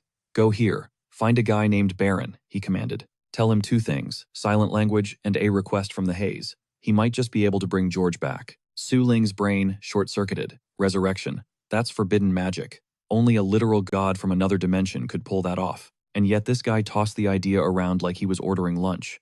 She stared at him, skepticism written all over her face. Chen caught her vibe. "Why the pale face? You scared or just don't want to get your hands dirty?" Su Ling spiraled. Resurrection was a capital crime in the eyes of the Corona Church and the Bureau. For an investigator, crossing that line was treason, right up there with summoning an eldritch horror. She clenched her fist until her knuckles turned white. Her expression went blank. This didn't violate her moral code. Letting an injustice slide was the real crime.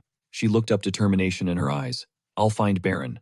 We're bringing George back." Chen nodded, impressed. "Just so you know," she added, "I can't promise Baron will pull it off, but I won't let Yale walk away." Cut to the cemetery. Somber vibes. The entire anti-magic squad, including the big boss minister, gathered around an open grave, piling up white flower bouquets. A senior official stood by the pit holding a holy text, chanting prayers to the first fire. "May the flame purge the filth from body and soul. Let them find truth. Let them find joy." He rambled on about the blessed kingdom and finding bliss in the holy realm, babbling about love from the light and the gods. Hard cut back to the coffee shop.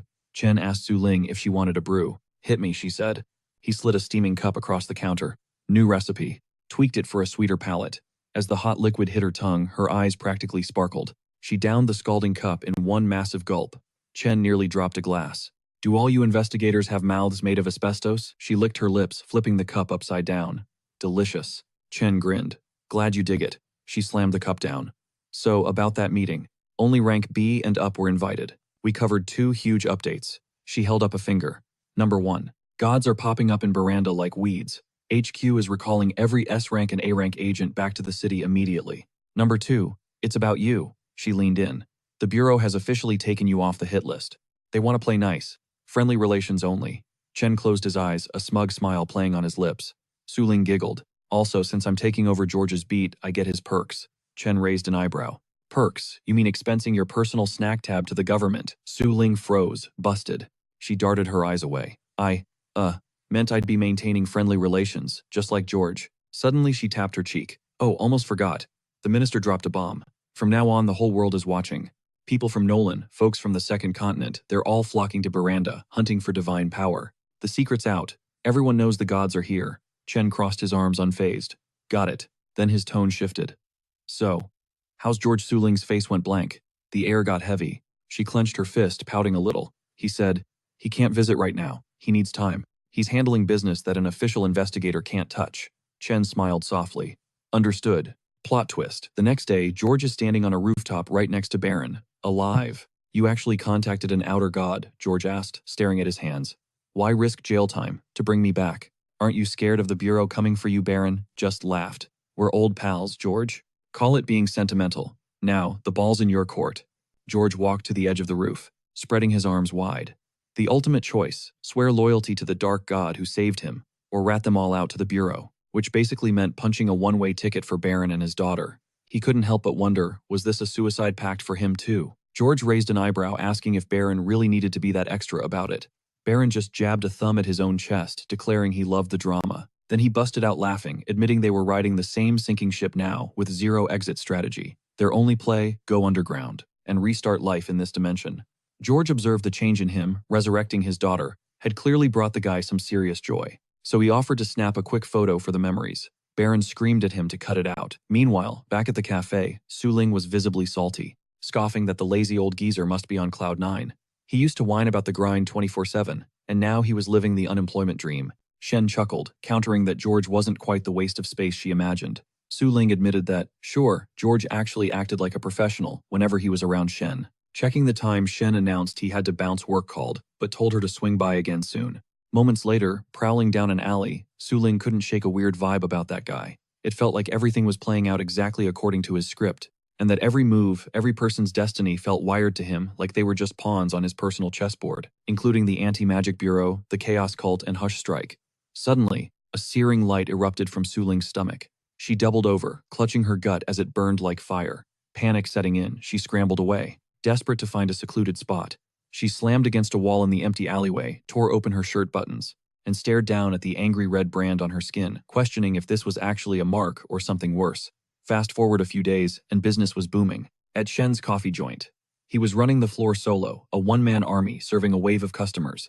Just as he promised a regular, their brew would be up in a sec. A familiar face popped up, the woman who'd asked for advice before. She waved, letting him know she was back for round two. Shen gestured for her to grab a seat. Later, chilling in his room, he jotted notes in his journal. The Hush Strike fiasco was officially 2 months in the rearview. He reflected on how the weather had been absolute perfection lately, which did wonders for foot traffic. Finally, he wasn't broke anymore. Tossing the Yale Soul lightning ball casually in the air, he smirked. At this rate, he'd need to hire a barista. No way could he handle this skyrocketing demand alone. His grip tightened around the crackling sphere. Ever since that last summoning trip, his time freeze capability had leveled up, adding a solid 10 seconds to the clock. He admitted to himself that back in his poverty days, he'd seriously considered abusing that power just to make a quick buck. As he squeezed harder, the ball expanded, unleashing a halo of electric current that rippled outward. It reminded him of Suling's intel. The Anti-Magic Bureau usually turned a blind eye to petty crimes. But he wasn't risking his rep on a gamble that they wouldn't flip the script on him. Suddenly, Shen's irises ignited with light, and a swirling blue aura enveloped his entire frame. The scene snapped to a memory of Yale preaching to his squad while clutching the floating Fade cross. Yale broke it down. Anyone rocking this cross on their body unlocked a god-tier shield. Not a physical barricade, but a conceptual barrier deleting all harm, curses, poisons. Spells, even diseases were null and void. But power like that has a price tag. The user would start hearing whispers and creepy voices gnawing at their mind until they spiraled into total unhinged madness.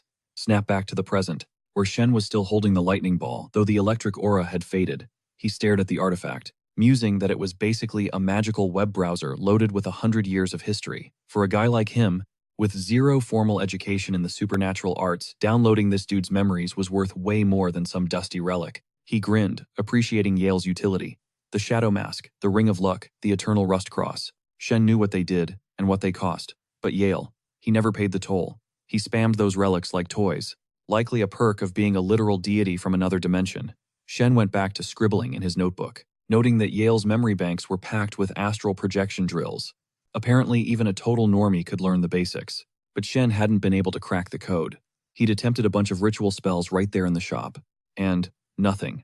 Zero results. He let out a frustrated sigh, wondering if he was just talentless trash. Suddenly, a deep rumble shook the room. A voice echoed from the void, chanting about the earth welcoming the world. Of the faceless kingdom, the stun of the colorless town, and the wielder of the ever-changing blade. Hearing the summons, Shen stood up and grabbed the face mask from the rack. The disembodied voice droned on, demanding the door be unsealed, pleading for acceptance, and promising to unleash true power. The mask slipped from Shen's fingers, clattering to the floor. He realized instantly it's starting again. The shadow mask lifted into the air, spinning violently around him. Standing in the eye of a hurricane, Shen realizes this isn't just a town, it's a massive kingdom, straight out of the source of God's lore. An endless sprawl of cities with zero horizon line governed by the god of Dimension 22. The symbol of the blade. Rumor has it any land this deity touches faces the exact same brutal game over screen. This god doesn't do blessings. Instead, he gears up every newbie in town with weapons and forces them into a deathmatch. Shen pulls a tiny knife from his pocket, staring at it. Seriously, how is he supposed to survive with this starter-level trash? Trapped in this infinite map, figuring out his survival odds, Shen suddenly spawns into the colorless world. He freezes in front of a massive structure. Is that the Baden Empire Academy? But the second, his fingers brush the wall. The reality glitches, rippling like disturbed water before morphing into a town. He stands before the colorless house, mind racing. It's super trippy seeing a building ripped from his own memories. What is this colorless town actually? He strokes his chin, analyzing the vibe. Someone is waiting for him in the library. Instinct kicks in. Dark smoke erupts around him, swapping his skin for something more lethal. Doesn't matter what's waiting, he's checking it out. Mask on, suit, crisp cane in hand, surrounded by shadowy fog. Shen smirks as he strides forward. Gotta admit, the Chaos Cult knows how to make some high-tier sacrificial loot. Prowling through the colorless library, Shen mutters that the target should be close. Suddenly, a figure floats into view. It's a woman hovering in midair. Shen stares. Silver white hair. Crimson eyes, pale skin. She looks exactly like a glow-up version of Anna, but the voice, totally different. The woman drifts down to the floor, bows elegantly, and introduces herself as the Oracle Girl, the one who woke up and summoned him to this sanctuary that welcomes everyone. She shoots him a playful wink. Hi there. Shen actually blushes, eyes rolling back in panic. What do you want? He stammers. She drops the lore. The light chaser wants a blade from her, but she swore an oath never to hand her stuff to mortals. Her workaround, she wants a blade from him to give the light chaser. In exchange, she'll hook him up with a reward. Shen nervously asks what the payout is. The lady grins, points a finger at him, and drops the punchline. A blade. She asks what he was expecting. Shen admits, yeah, figured as much. He stares at her, realizing something wild. This is the first time anyone has summoned him, and dared to talk to him this casually. Is she even human? Or is she straight up a succubus? While he's spiraling in his head, she asks if the reward feels a little light. If so, she adds, she'll throw in a spoiler about the future. But Shen is skeptical about this whole prophecy thing. The lady shuts her eyes. I am the Oracle after all. She summons a glass orb hovering over her palm. First up, she announces, I present the ever-changing blade. Shen nods. Deal. I accept. She tosses the orb. It glides through the air, and Shen snatches it. Looks like a simple silver glass ball. She leans in close. So where's mine? Shen flushes red, smiling awkwardly. Right, handing it over now. The locked blade flies out of Shen's pocket on its own, drifting straight toward the lady. She catches, it winks, and says thanks. Shen replies, you're welcome, while his brain screams, definitely a succubus. Deal done. She turns to leave, dropping the intel. The light chaser is hitting Miranda soon. He's hunting the god imposter, and he's ready to die to take that person out. Shen pauses. The god imposter. The guy faking divinity. Is that unforgivable to a believer? Is someone coming for me? She glances back at him. Here is the future I promised, she says. The god imposter is going to fail. Hard. I see his defeat clearly. He will succeed. He will win. He will hurt his enemies. He'll turn night into day. She looks up through the glass ceiling. And then he will fall from the sky. At the peak of his victory, his destruction will be live-streamed to the world. Countless eyes watching. Not a trace left behind. Total deletion. She turns back. You know who I'm talking about, right? Shen looks confused. What kind of riddle is that? Can't you just speak plain English? Suddenly, that same gray tornado starts swirling around him. He stands in the vortex, looking up. Okay, something massive is going down. As the wind roars, the Oracle's backstory downloads into his brain. 1,000 years ago, in a golden age, humanity got lost in greed. The kingdom raided everyone, becoming a superpower. The king's army was undefeated until a cult broke the seal on the Oracle Girl. They revealed her at the Capitol Plaza for all to see. Long silver hair, red eyes. She was mesmerizing. Everyone, men, women, kids, fell instantly obsessively in love with her. The crowd was a ticking time bomb of anxiety. The Oracle Girl took center stage at the Capitol Plaza, addressing the masses of the kingdom. She announced that the timeline of their future was about to be unspooled. Then she dropped a bombshell that rattled their souls. With a chilling smile, she unleashed a prophecy soaked in doom. She declared the kingdom was slated for total erasure. Every man, woman, child, and elder would face a tragic, violent end. Shock instantly morphed into blinding rage. The mob wasn't buying it. They screamed for blood, ready to hang her, burn her at the stake, drain her veins, and take her head. But just as the violence peaked, she vanished into thin air, leaving nothing behind but that cursed forecast. She was gone without a trace. Several decades flew by. The kingdom remained an unstoppable golden empire. Their military juggernaut dominated everything. On the second largest continent, they were untouchable until their own ego got too big for the room. They got greedy, craving VIP status even in the afterlife. So they summoned an extra-dimensional god. Big mistake. That was the beginning of the end. The entire empire was deleted in a heartbeat. All that swagger evaporated, leaving nothing but a haunting silence. The first oracle, the source, the prophet of prophecies, that's the legend the people whispered about. Her trademark look, flowing silver-white hair and piercing crimson eyes. Every medium, sorcerer and fortune-teller out there carries her DNA. They are all direct descendants of the OG oracle. Suddenly, the Yale soul ball warps Shen straight into Yale's secret workshop. Shen is looking around like, yo, why am I here? He figures this has to be the private stash. His loot goblin brain activates there must be tons of high-tier items here, to flip for cash later. He decides to investigate that after. Back in his room, clutching the Yale soul ball, he connects the dots. Anna has to be a descendant. He crushes the ball, confirmation secured. He clears his throat, ready to see what else is on the menu. But then the soul ball flares with bluish light, and boom, Shen is staring at a silver glass orb, sitting on the table right in front of him. He identifies it, the ever-changing blade, a disaster-class relic. It morphs based on the user's imagination. It's insanely OP, but the price tag, you lose a body part. Shen starts sweating bullets, listing the gruesome options. Maybe a finger, an ear, a patch of skin, or even an organ. And it's permanent. No healing magic can fix it. That is the ultimate horror story for a cost. He grips the silver orb, eyes closed, grinning like he won the lottery. He's been desperate for some offensive firepower. This is his survival tool. And the best part, the nasty side effects of his other relics don't apply to him. So this should be a free ride too. He squeezes the ball tight and yells, transform. Dark silver smoke explodes from his hand, swirling around him like a cloak. When it clears, Shen is decked out in a sharp suit and hat holding a cane, topped with the silver orb and wreathed in smoke. A cane, he muses. Part weapon, part fashion statement. Perfect for a gentleman like me. He gives the cane a smooth twirl, solid weight to it. 2. Just as predicted, 0 penalty. From here on out, he's going to spam these items to the max. He realizes a pattern every time he powers up. It links back to that extra-dimensional god. He wonders what loot Colorless Town holds. He's got attack covered, so he needs to tank up. Defense is the priority. 30 minutes later, Shen is straining, eyes shut, wondering where the power is, because he feels absolutely nothing. Frustrated, he heads to the door, grabbing the handle, muttering about needing coffee. Not sleeping till I crack this code. He grips the lock and snap. It crumbles. He stares at the broken hardware in his hand. Did I just, or is this door made of cardboard? He wonders if he's trapped, or if the door is just trash. He tries to nudge it with his foot. Crash. The whole thing caves in. Open up. He pauses. He barely put any effort into that kick. Is super strength the new upgrade? Or did his body fundamentally change? That explains why the cane felt so heavy earlier. Maybe it wasn't just the cane. He looks at the wreckage. Great. How much is this going to cost me? Defeated, he slumps into a chair at the coffee shop, clutching a knife. There go my savings, he sighs. But he has a theory. It can't just be a strength buff. My durability has to be leveled up too. He places the knife against his palm. Only one way to find out. He slices his hand and blood sprays everywhere. Suddenly, a lady walks in, sees him bleeding and thinks, is he self-harming? What a freak. But in her mind's eye, the reality is warped. She sees a demonic entity with glowing red eyes and a serpent tongue lapping up his own blood and cackling maniacally. She freezes, wondering if all high-tier beings are this twisted. She is absolutely terrified, sweat pouring down her face. Shen was fighting a losing battle against internal agony, practically screaming inside when he clocked the visitor. He choked back the pain and asked if she was a customer, motioning for her to take a load off. The woman, looking absolutely petrified, just nodded in silent agreement. Shen mentioned he was grabbing a cup for himself and asked for her order.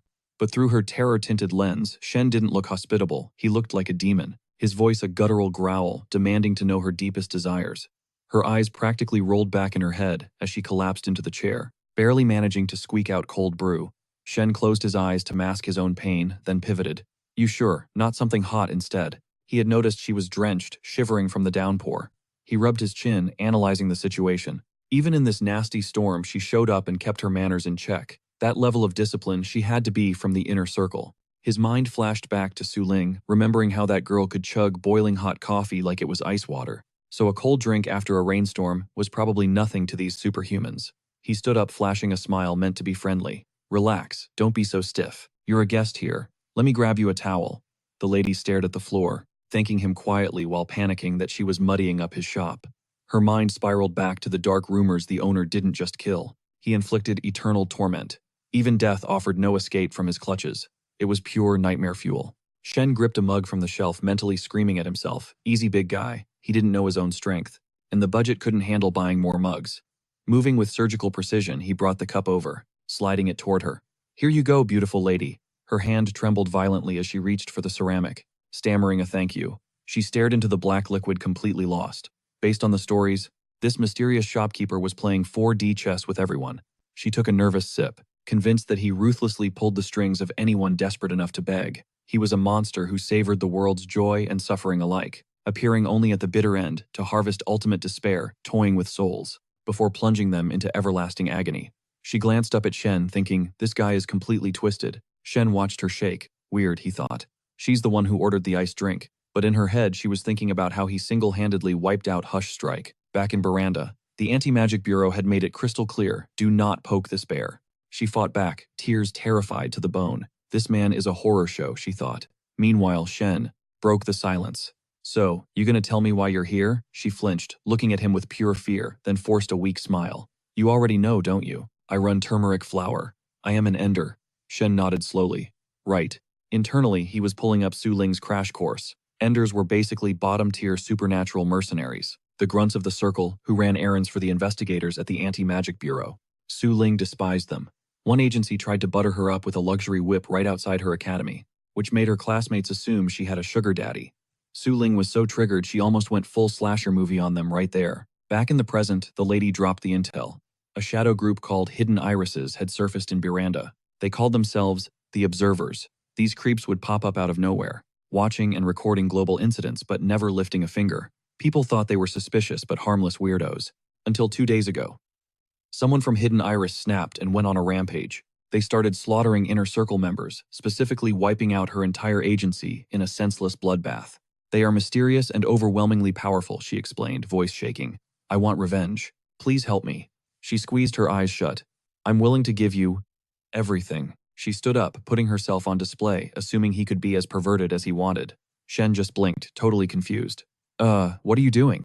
Her brain short-circuited. Does he only get off on self-harm? Is he seriously ignoring my hot body? Shen admitted the offer was tempting, but honestly, staying alive was priority number one. The lady flushed red, humiliated, while Shen added, Look, I don't want to get too involved. Not my circus, not my monkeys. I understand, she whispered, defeat washing over her. She stood to leave. Wait, Shen called out. There's an umbrella by the door. Take it. Just bring it back later. She nodded, grabbing the handle. Stepping out into the pouring rain, a realization hit her. I still have a shot. This was clearly a hint. He wouldn't lend a shop item, unless he was open to forming a connection. She smirked in the rain. If he didn't want my body, he must want something else. She needed bait, something that would actually hook him. Her eyes snapped open and she mused aloud.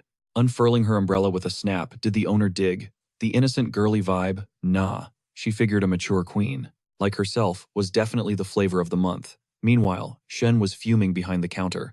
Apparently dine and dash was the new trend, and his wallet was feeling the burn. He glared at the ring on his finger, his last resort. The ring of luck. A double-edged sword, miracles by day, misery by night. But it wasn't instant. It needed 3 solid knocks to activate. He'd roll the dice tomorrow. If not, paying for that bedroom door repair would literally bankrupt him. The next day, dead silence. Shen leaned on his palm, bored out of his mind. 2 customers. 2 regulars. So much for the magic ring. He side-eyed the brunette lady, noticing she was radiating pure do-not-disturb energy. Note to self, steer clear unless she engages first. Then the middle-aged regular approached. Magnificent, he declared. Shen started to thank him, but the guy wasn't done. He pointed a finger, voice rising with passion. The acidity, it dances. It's playful, it unlocks the bright notes. Without it, dead water. Bland, soulless, no depth. Shen flushed, letting out a nervous laugh. Guess I just got lucky. It matches your palate. The man slid an envelope across the counter. I was planning to invest in you. Before he could finish, Shen snatched the envelope. Luck, who said luck? This is pure blood, sweat, and skill, baby. The man chuckled. Good. It's rare I find a spot worth saving. And I won't let this place fold. Then he dropped the bomb. My master, Lord Felix, is dining with Sir Frederick next week, so I'll be absent. Shen froze. Sir Frederick, the mega philanthropist, he needed to take this seriously. Like yesterday, he was already hyping up the next visit. The man left with a wave, but that night, Shen stared at the ceiling. Did Mr. Jonas actually drop that investment, or was he hallucinating? He could breathe easy for a bit. He wanted that billionaire lifestyle but figured that was only happening in dreamland. Eyelids grew heavy, and he drifted off, straight into the nightmare. The haze, the massive tunnels stabbing the earth, cracked walls. He wandered through the fog, calling out for Anna. But as he moved, a voice cut through the silence. Prayers of doom, endless bad omens. And the white haze villain. Shen's eyes lit up. Could it be? It was her, Anna, sitting in a dark circle chanting to the destroyer of worlds, and the Lord of Ashes, summoning him. Shen grinned, walked right up and playfully squished her cheeks together, while she kept chanting with her eyes shut. Looking at her, he realized she'd grown up a bit. She looked, oddly, like that succubus now. Suddenly, Anna's eyes snapped open. The mighty Lord of Ashes gazes upon me. Shen let go, frowning. Her eyes were dead, total NPC energy. He waved a hand in front of her face. Nothing. I sense your approach, she finally droned. Shen sighed. Great. The connection has serious lag. High ping in the dream realm. He paused. What do you desire? Anna looked buffered for a second, reminding him of the dial-up internet days before answering. I seek wisdom from the Lord of Ashes. What do you know? Of the hidden iris. Apparently, the investigation team had proof. This mysterious group was trying to summon an interdimensional god at Veranda. Shen smirked. That's it. He was expecting an apocalypse-level threat, but Anna continued. During prep, there was an accident. Members went insane, started slaughtering people in the inner circle, though they ignored outsiders. As the mist faded, Shen pondered the mechanics. He puffed out his chest, crossed his arms, and put on his expert face. Clearly, it's the prep work. For astral projection. Standard occult jargon. He had to maintain the image. He wasn't the same guy who fumbled Yale's soul ball anymore. Suddenly, Anna's voice spiked with panic. Even the cult members were almost wiped out. Shen patted her head, trying to look comforting, but internally he was roasting the connection speed. Seriously, astral communication running on 2G. Totally oblivious to the lag, Anna turned to the mighty Lord of Ashes. Boss, what's the play? Do we go on the offensive and hit the hidden iris first? Shen's brain went into overdrive. The hidden iris. Were those fanatics trying to farm materials to summon an extra-dimensional god? He narrowed his eyes, running a quick mental check. That god. The vibes were definitely off. Super sus. A deity that binges on history and devours the past. Yeah, hard pass. Shen decided to play the mysterious sensei card. Let time take its course. Fate will drop the answers right in your lap. Cue the dramatic exit. The tunnel started dissolving into a creeping white mist. Aina nodded, soaking up the cryptic wisdom like a sponge. Understood. Shen closed his eyes, hiding a satisfied smirk. Meeting in dreams was the ultimate cheat code, totally safe, zero risk. Or so he thought. Suddenly, a voice ripped through the void. Controller of everything. Overflowing with the world. Shen's eyes snapped open. Excuse me. Wait, did I not log out yet? The white fog thickened and the voice kept spamming titles. Enemy of the Ashes. Haze of the White Shore. Shen looked up, scanning the surroundings. Was he standing in the Haze's home turf now? The summoning kept coming relentless. Shen shrugged. Fine. He stepped forward into the mist. It's a dream, right? Can't get hurt in a lucid dream. He followed the smoke and found Baron on his knees, praying like his life depended on it. Shen stared. Yep, that was Baron. He rubbed his chin, flashing back to what George said. Apparently the guy had leveled up his energy recently, ever since his daughter got that resurrection upgrade. Shen stepped closer, looming over him. Let's see this new vibe check. Eyes shut tight, Baron spoke to the entity he thought was a god. I need guidance on the Salians. They want me to join the lightless dust. I pledged my soul to you. Can I really join another crew? Shen kept his poker-faced lips pressed in a flat line. Inside, he was screaming. Who on earth are the Salians? He vaguely recalled some ancient kingdom on the second continent, like thousands of years ancient. Are these their descendants? And lightless dust? Never heard of that guild. He let out a mental sigh. Whatever. If Baron wants a side hustle, who is Shen to stop him? Go for it. The dream cut to black. Snap back to reality. Shen was lying in his own bed. Am I actually back this time? He reached under his pillow and grabbed his phone. 4 a.m. Brutal. Since sleep was a lost cause, he decided to do a deep dive wiki session. He grabbed Yale's Soul Lightning Ball, basically a magical search engine, and sat up. The info downloaded instantly. Most noble of the Franks. The Salians. The name stuck. Apparently the Franks were a major race on the second continent back in the day. Typical aristocrat aesthetic, pale skin, hair in gold, silver, or brown, and piercing blue eyes. The Salians were the top-tier noble house, supposedly wiped out millennia ago. But plot twist, the royal bloodline survived.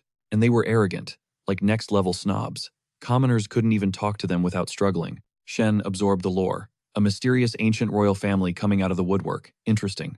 Next query, lightless dust. Turns out it's the most OP secretive sorcerer organization in the world, based on the second continent.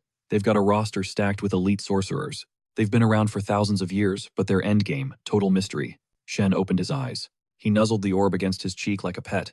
You're a lifesaver, little guy. Definitely keeping you in the inventory.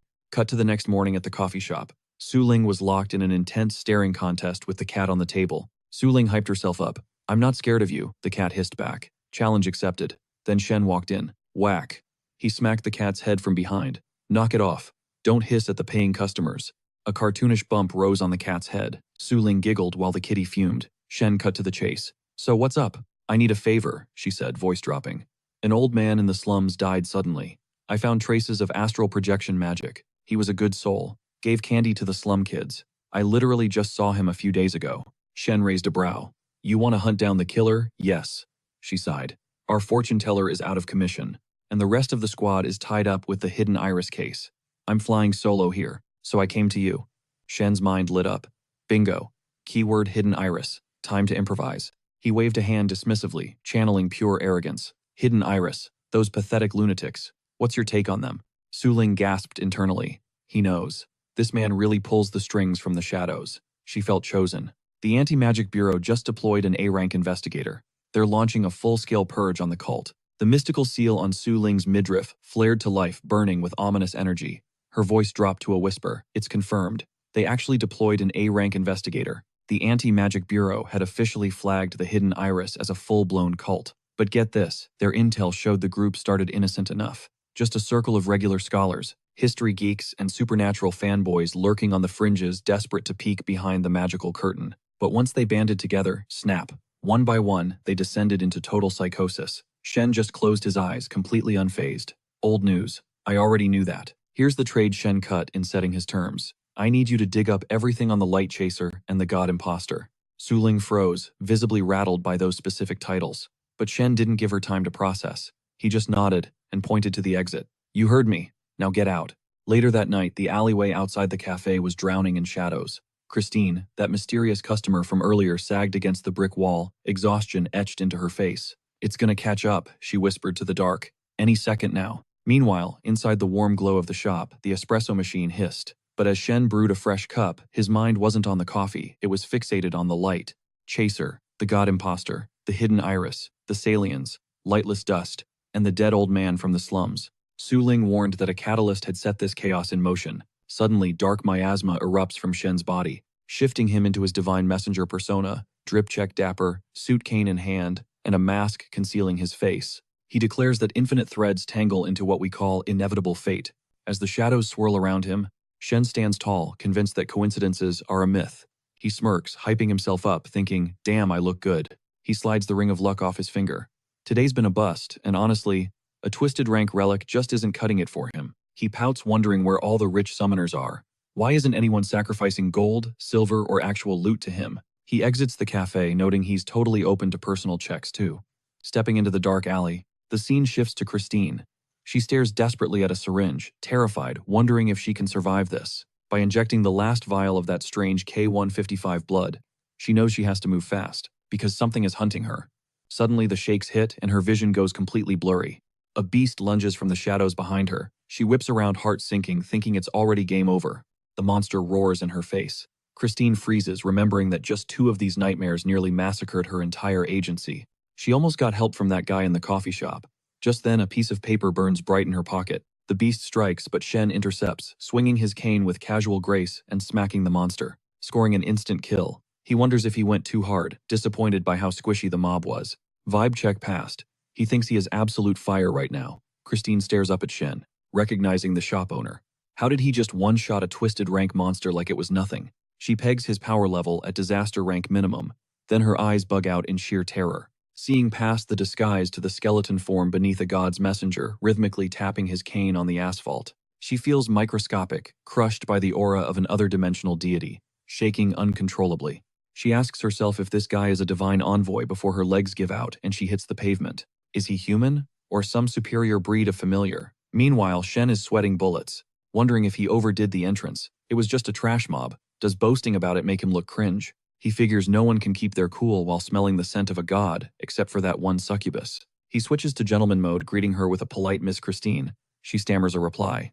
She hands him the glowing paper. It's the medical formula for dream sight, a tribute she prepared. She begs him to assist her and avenge her fallen squad, promising to lead him straight to the hidden iris's secret base, their lair. Sounds like a plan, Shen smirks. He notes that the monster from earlier was basically rabid. Stronger than a human, sure, but light work for someone like him. Christine stands and injects the serum. Shen declares it's time to go crash their party. Walking down the alley, Christine flashes back to the 10 colleagues. She lost the laughs, the tears, the dreams, the families, all shredded by monsters in a heartbeat. Now, only 3 members of Turmeric Flower remain. 1 retired to a normal life, and the last one is distant and beautiful. Christine never thought the agency's dark prophecy would get real. Seeing her zone out, Shen asks if she's good. I'm fine, she lies, sighing deep. Time to lock in and move forward. She glances at Shen, thinking, she needs to keep this VIP happy.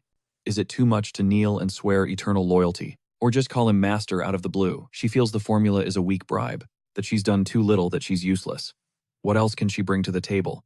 Her life savings, millions of yuan. They stop on a bridge overlooking the river. Is this the spot? Shen asks. Yes, she confirms. The lair is underwater, a repurposed secret agency safe house. The hidden iris started as nerds, scholars, history buffs, and supernatural fanboys. It was just a research club. But something changed. They suddenly gained powers and rebranded themselves as the Observers.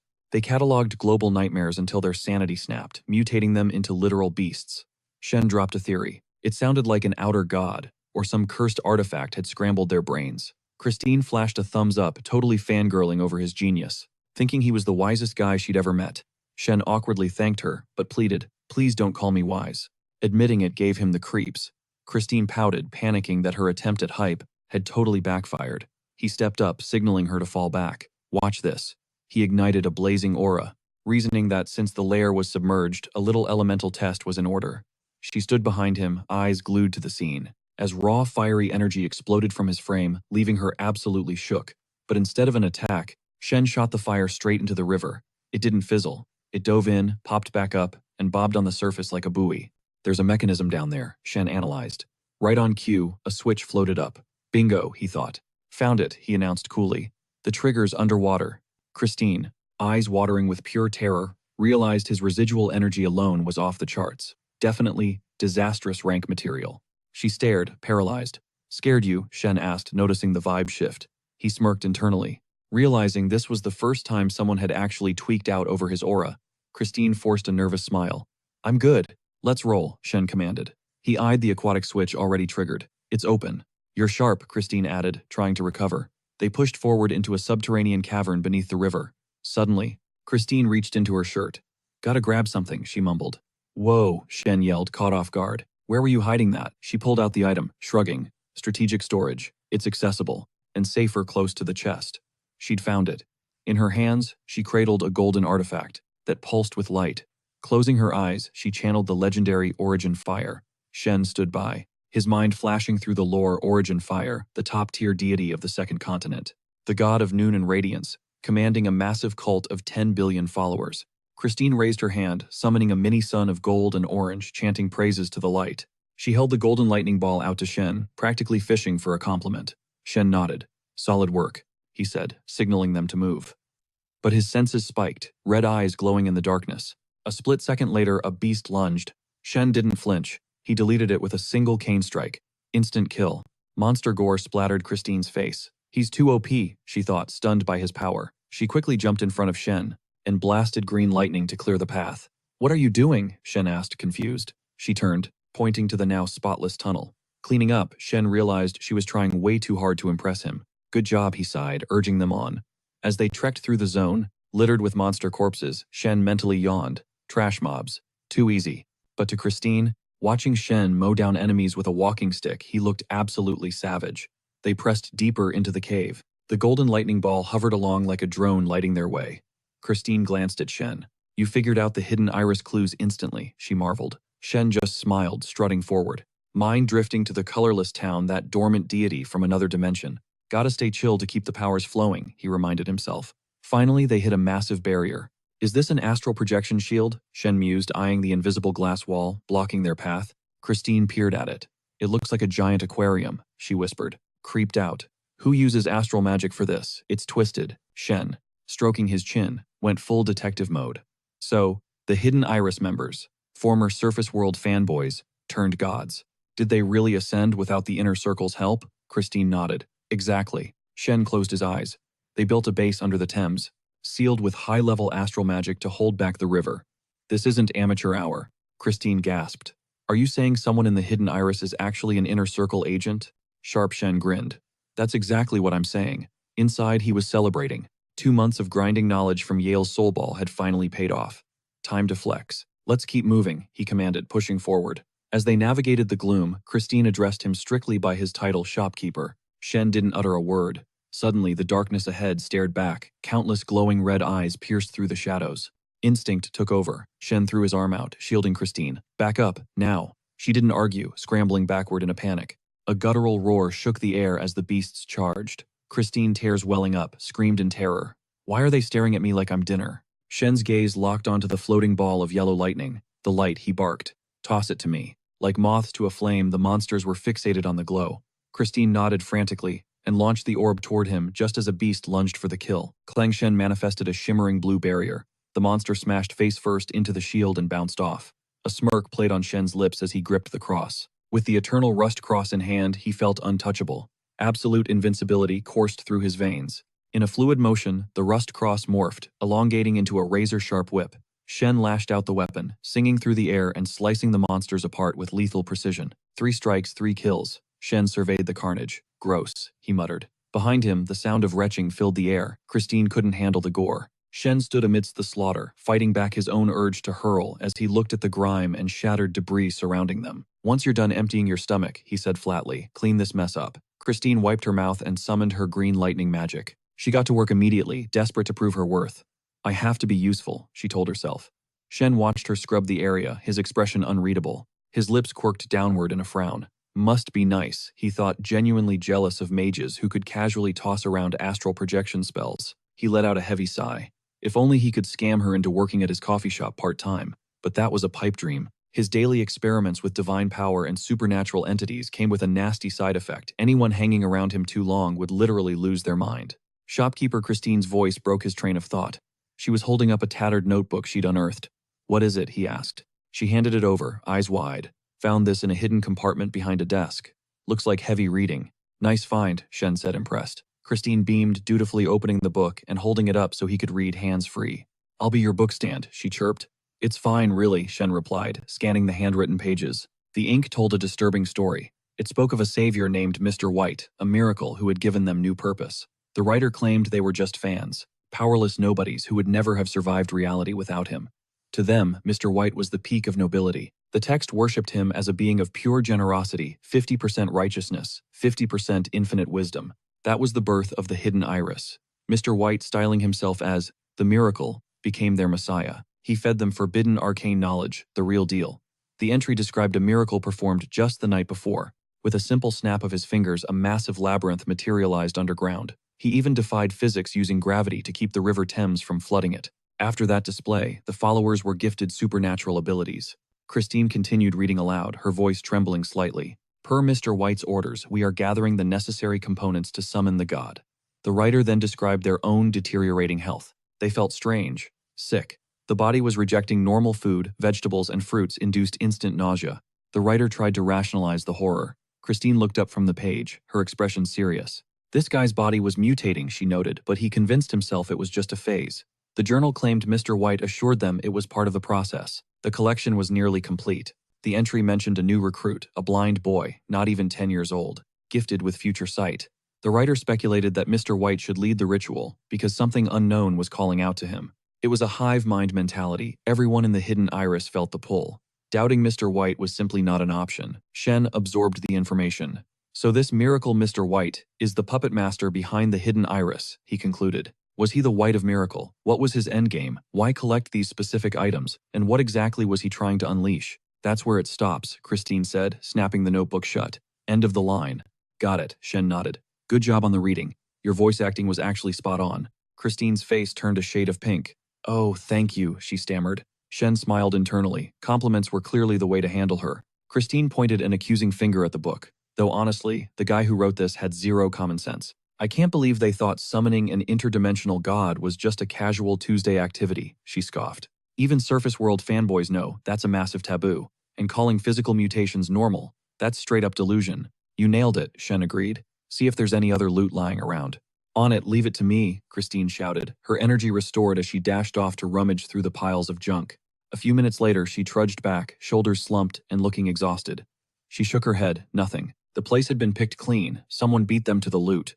But the notebook, safely tucked away in a secret stash, which is the only reason it survived the raid. Shen reassured her. You did good.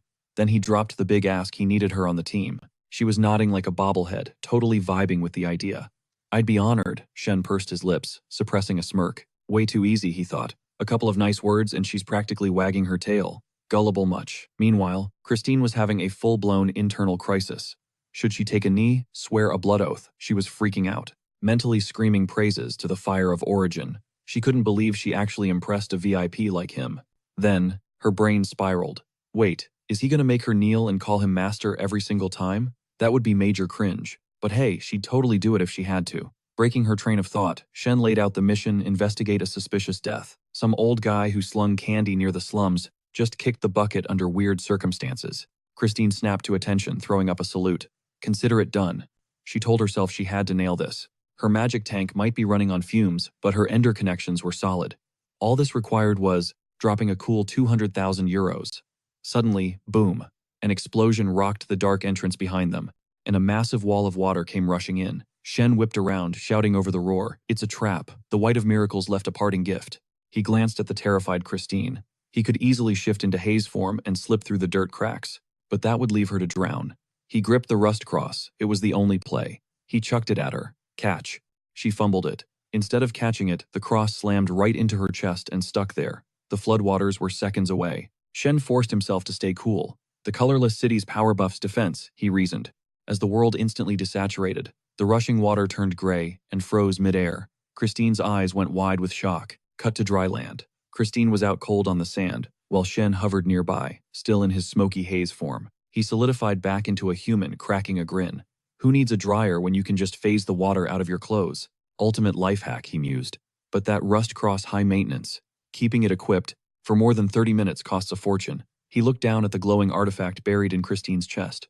Why is that thing still stuck? He reached out to yank it free just as her eyes fluttered open. Realizing his hand placement, she turned beet red and squeezed her eyes shut. While Shen popped the cross out, he shoved it in his pocket and gave a nervous cough. Oh good, you're finally awake. She sat up, flustered. Did I wake up at a weird time? Shen shouted back. What is wrong with your brain? I'm fine. Really, she stammered, thanking him for the save. Shen waved her off. Get going. And watch your back. Someone might already be targeting you. She nodded, grave expression returning. Understood. As she walked away, Shen watched her go. Hope she doesn't get herself killed. Suddenly, the ground started trembling, and blue lightning crackled across the dirt. The white haze emerged. He noticed Christine kept walking. She couldn't sense a thing. Here we go again, he thought, being summoned. It wasn't even 12 yet, but the timing felt intentional. Shen morphed into his Baron persona and took a seat inside the spell circle, bathed in that electric blue glow, manifesting in Baron's office hall. He closed his eyes. Yup, it's Baron. He glanced at the assistant nearby, the same girl who passes out every time she sees him. That's some serious loyalty to Baron. Actually, the assistant was whispering to Baron, totally shook. Is that really a god from another dimension? It is. Baron confirmed, cool as ice. Increase the offering. She nodded, terrified but obedient. Meanwhile, the real Baron took a knee, praying to the controller of everything. He was thinking back to the Corona Church's teachings. Before the Big Bang, the fire of origin nuked the water of spirituality, vaporizing it.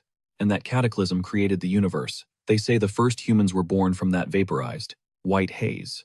True or not, the water of spirituality was legit, powerful stuff. Baron was convinced it could craft a genuine soul. He floated a small vial of the liquid toward Shen, and Shen snatched the offering out of the air. Eyeing the bottle, he remembered seeing files on this water of spirituality, back in Yale's soul orb. For most people, it was useless garbage. Only a handful of legends, in history, ever managed to make a soul with it. But Baron thought Shen was an interdimensional deity. Since humans couldn't use the water, maybe a god could. Smart play, Shen admitted. As he floated closer to the kneeling Baron, he noticed the guy's hair looked different. It was almost a shame. Shen was just a con artist, not a god. Rubbing his chin, he flashed back to their last meeting. Ina and Baron witnessed completely different dreamscapes, seeing things that didn't align with his own vision. History was repeating itself. Paranoia crept in, was constantly swapping identities, a rookie mistake. He shoved the doubt aside. Better safe than sorry. He let out a heavy sigh, realizing he'd already used the Wandering at Ease card last time. If he didn't drop some fresh wisdom right now, this entire charade would crumble. Time for the big guns, the equality of things. He looked Baron dead in the eye and spun the web. Nothing is not that. And nothing is not this. To the blind, it's invisible, but once you truly see, you know. Boom. Baron was floored. He couldn't believe he was hearing the legendary uniformity of everything, the holy grail of forbidden alchemy. This wasn't just philosophy. It was a cheat code for reality. Anyone who mastered this possessed the god-tier ability to deconstruct and rebuild existence itself. Baron instantly dropped to his knees, pledging eternal loyalty to the mighty haze of the White Shore. To him, this blessing was pure luck, and every command was destiny. The entity had just shown him how insignificant he truly was in the grand scheme. Then came the reveal. Baron had joined the Lightless Dust, and they were waiting for Shen to pass their trial. The mission, kill the Light Chaser, and the rewards would be massive. Shen's internal alarm bells rang. Was this the same Light Chaser the Oracle girl warned him about? She said a Light Chaser would hit Veranda and risk it all to delete the god imposter. A chilling thought hit Shen. Was he the imposter she was talking about? Playing it cool, he ordered Baron to head to the location where their paths first crossed, and to hunt down his messenger. With that mic drop, Shen and the white mist vanished into thin air. Baron whispered the destination to himself, the Baden Empire Academy, the exact spot the messenger of the haze first showed up. He glanced at his unconscious assistant on the ground, muttering a promise of payback. But right now the mission took priority. Meanwhile, Shen materialized back in reality on the sandy riverbank, wondering aloud if he was the glitch in the system, not the coffee shop. He scanned his surroundings, still at the river, but the summoning quake had shifted the coordinates. He stared at the lightning bottle in his hand, realizing he'd snagged another offering, but the real loot was the intel on the Light Chaser. Then, reality hit him like a truck. Wait a second. Cold sweat started beating on his forehead. As he pressed his lips together, he was in the middle of nowhere, miles away from the academy. Dead of night, 0 Uber drivers in sight. A wild idea popped up. Should he go mist mode and fly back? He quickly scrapped that his mana bar was too low for that kind of stunt. Then he remembered the bicycle he'd seen parked in an alley earlier. He started trekking back, and sure enough, there it was. Sorry, buddy, he thought, promising the universe he'd return it later. He jammed the lightning bottle into the keyhole, morphing it until it clicked, MacGyver style. While Shen was struggling, Baron used high-tier lightning magic to teleport straight to his living room. Yifu spotted him instantly, sprinting away from the maids and yelling, "Father!" She was a wreck, terrified because he was home so late. She buried her face in his chest, and Baron, softening, instantly patted her head and took the blame.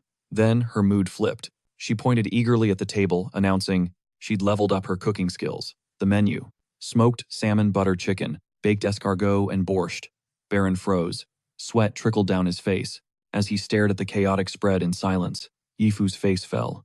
Do you hate it? Baron forced a laugh, swearing there was zero chance he wouldn't love it, pretending to be hyped for the taste test. Cut to Shen pedaling for his life down the highway, screaming at his legs to move faster. His veins were popping, eyes glazing over, lungs burning from the cardio, from hell. Contrast that with Baron laughing at the dinner table with his daughter, while Shen was out there fighting gravity and exhaustion. Later, Yifu, bundled up like a burrito in bed, asked the big question. When could she finally hang out in Veranda City? Baron sat by her side, back turned, eyes shut, promising her soon. But when his eyes snapped open, the warmth was gone. He silently vowed she would eventually return to a world that wasn't broken. He turned back, apologizing that duty called, and he had to bounce again. She gave him a brave smile, telling him it was cool. She needed to sleep anyway. Stay safe. Baron stood up, walked out, and silently cursed the cruel world he lived in, hoping his daughter would inherit a destiny far brighter than the shadows he walked in. Meanwhile, deep inside the dark library, Baron prowled through the silence completely alone. Suddenly, Chen, rocking Yale's face as a disguise, slipped in and called out to Baron from the shadows. Baron spun around, voice trembling as he asked if his timing was perfect.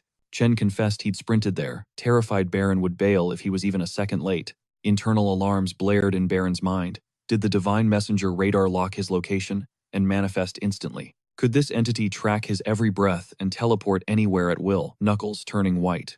Baron realized with a shiver just what kind of terrifying monster he was dealing with. Chen cut to the chase, demanding every scrap of intel. Regarding the Light Chaser, Baron nodded, spilling the tea. According to his sources, the Light Chaser was a top-tier worshipper of the Corona Church, with abilities ranked as absolute disasters. Plus, the guy wielded a relic of equal power, a weapon the church didn't just call mysterious, they revered it as a holy item. As one of only 10 existing holy worshippers, the Light Chaser had legendary clout. Recently, this powerhouse had surfaced in Baranda for unknown reasons. Chen narrowed his eyes, asking if the Light Chaser was hunting the god imposter, and if he'd go scorched earth to take them out. Baron blinked, totally thrown off, admitting this was the first time he'd heard of a god imposter, but agreed they couldn't sleep on the threat posed by the Light Chaser's target. Chen dropped the command locate and profile the Light Chaser, shadow him without flatlining him, and log every detail in a book just like before. Baron bowed low, accepting the Divine Messenger's orders. Eyes squeezed shut, sweat dripping down his neck. Baron remembered how the last intel drop ended up with George and led straight to Yale Verd getting deleted. Throughout that whole mess, the Divine Messenger never even stepped into the light, yet he had single-handedly dismantled a 1,000-year-old cult and forced a rogue investigator to bend the knee. Chen turned on his heel, tossing back a casual comment that he was hyped to see the results. As he walked away, Chen panicked internally. He had to hustle to return the rental bike. Back at the coffee shop, Chen stood behind the counter, legs wobbling like jelly, wondering if any other Divine Messenger in history had to suffer the indignity of pedaling a bicycle. His quads were screaming. He slammed his hand on the counter, calling the whole situation absolutely cringe. Overwhelmed, he sent a silent thank you to the universe.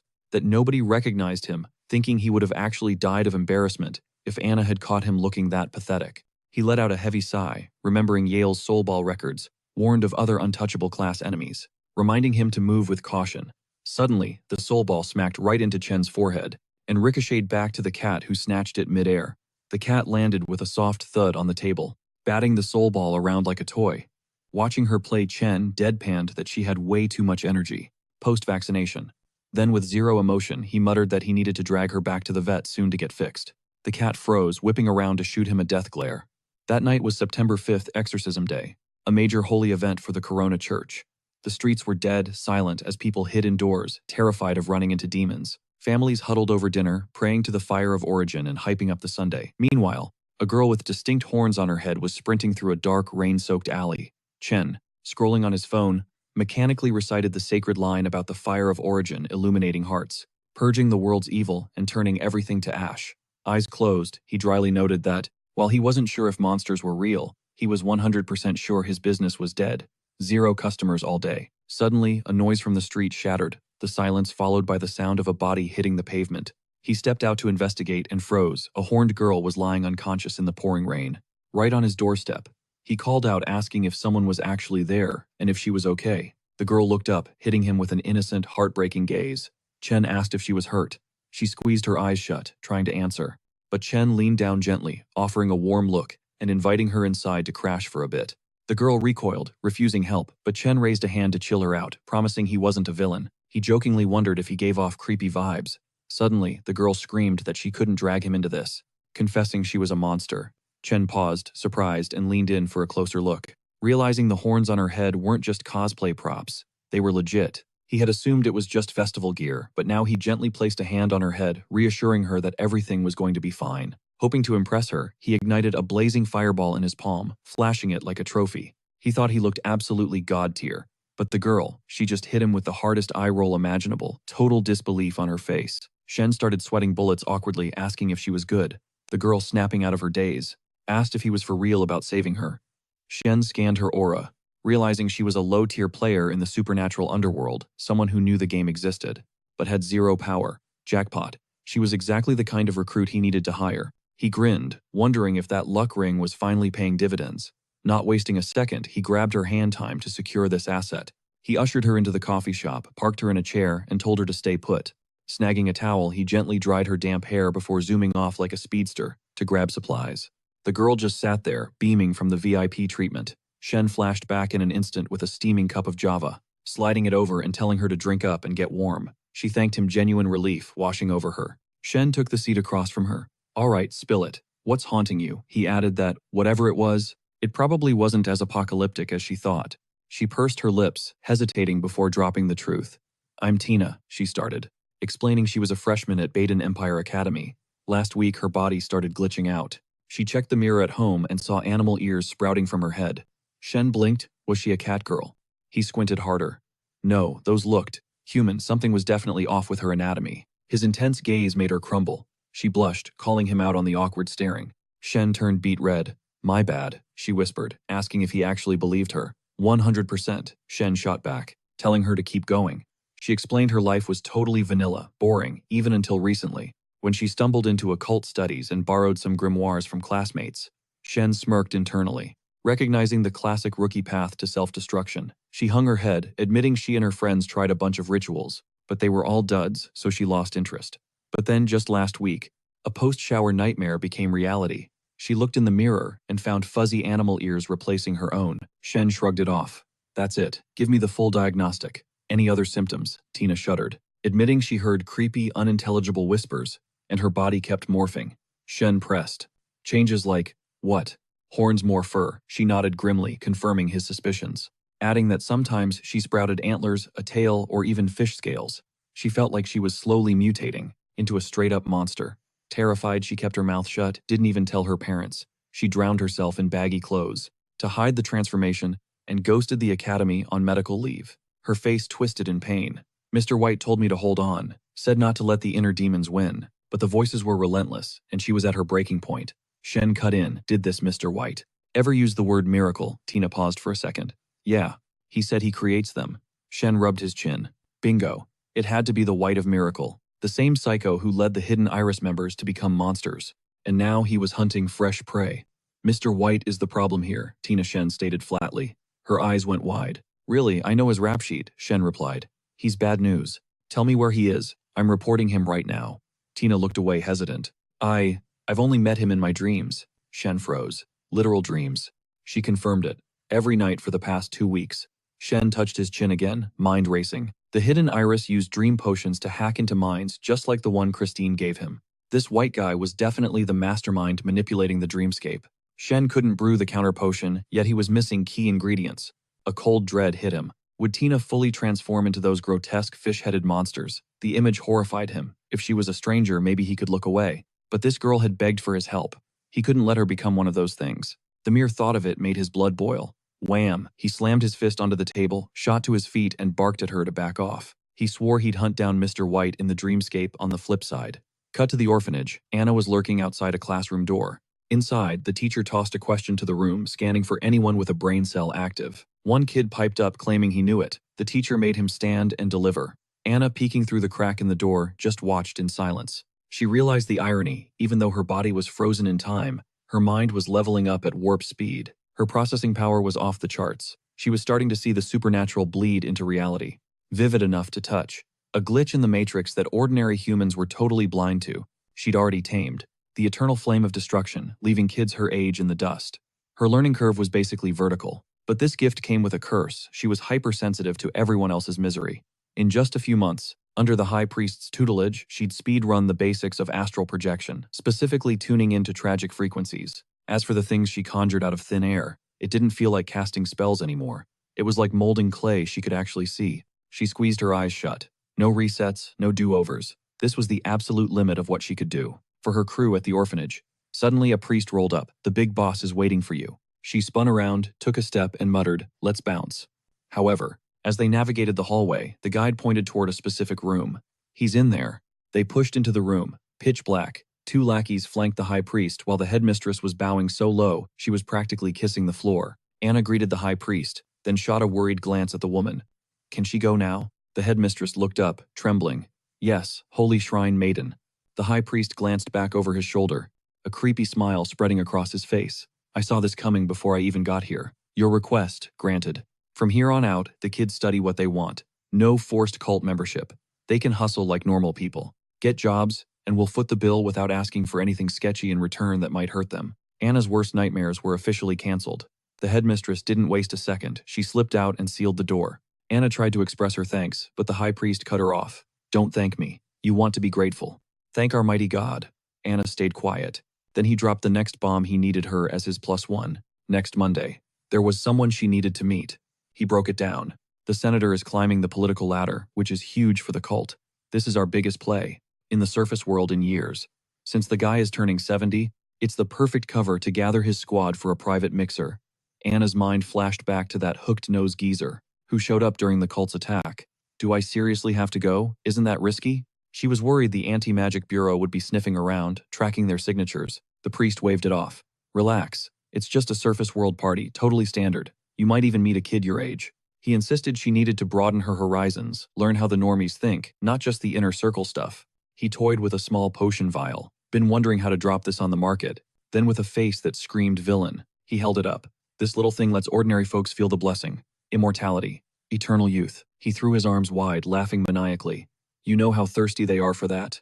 Cold sweat dripped down Anna's neck. Did you forget what I told you? The high priest smoothed it over. Of course not. I had my guys look into the hidden iris, but they chilled out. Followed God's will. No moves made. Then deadpan, he added. Though I didn't expect the Foundation to have their fingerprints on this. Anna paused. The Foundation. The global juggernaut, known as the Market Foundation. Compared to their chaos cult, those guys were absolute giants. Rumor was they secretly took cash from every government while staying totally independent. A supernatural superpower. I need to flag this to the Divine Messenger, she stated. I knew you would, the High Priest nodded. Right call. As Anna turned to leave, the High Priest watched her go. She can find the Divine Messenger. Because of the mark. That's God's GPS right there. He knew if he tried to slide into the messenger's DMs. Without an invite, it would be straight up disrespectful. After she left the High Priest, we open with some shady backstage politics. Someone just ordered the immediate cancellation of every appointment for Lord Felix. Yeah, the royal big shot with the medical empire. The excuse, he's indisposed. The priest taking the order is visibly shaking, eyes squeezed shut and sweat dripping down his face as he agrees. Meanwhile, back at Shen's place, Tina is dead asleep. She snaps awake, scanning the room in total panic. The demonic horns on her head, gone, vanished. She sits up, patting herself down to confirm nobody touched her while she was out cold. But then whoosh, massive wings burst from her back. Her face turns bright red, but here's the kicker. She actually feels disappointed. Her brain spirals as she wonders why that specific emotion is hitting her. She mentally slaps herself, asking girl, why are you having such thirsty thoughts about the handsome sorcerer? Flashback time. She remembers bowing to Shen, thanking him for saving her life when she was totally helpless. Back then, Shen was gripping the rust cross, that creepy artifact glowing with a sinister black thread attached to it. He was analyzing Tina, calculating that if her mutation was just a curse, the eternal rust cross would neutralize it. His plan was simple when the mutation spiked. He'd slap the cross on her until it subsided. Tina, unable to hold eye contact, blushed hard and looked away. Stammering, you're staring at me again. Caught off guard, Shen just cracked a reassuring smile. Get in bed. Rest, he commanded gently. I'm right here. If anything goes sideways, I'll handle it. Tina looked at him wide-eyed, asking if he was for real. Shen smirked internally, thinking this girl was kind of a weirdo nerd. But suddenly the vibe shifted. Her horns started shrinking, vanishing into her skull. She groaned, feeling absolutely awful. Shen didn't hesitate, he yelled, put the cross on, now.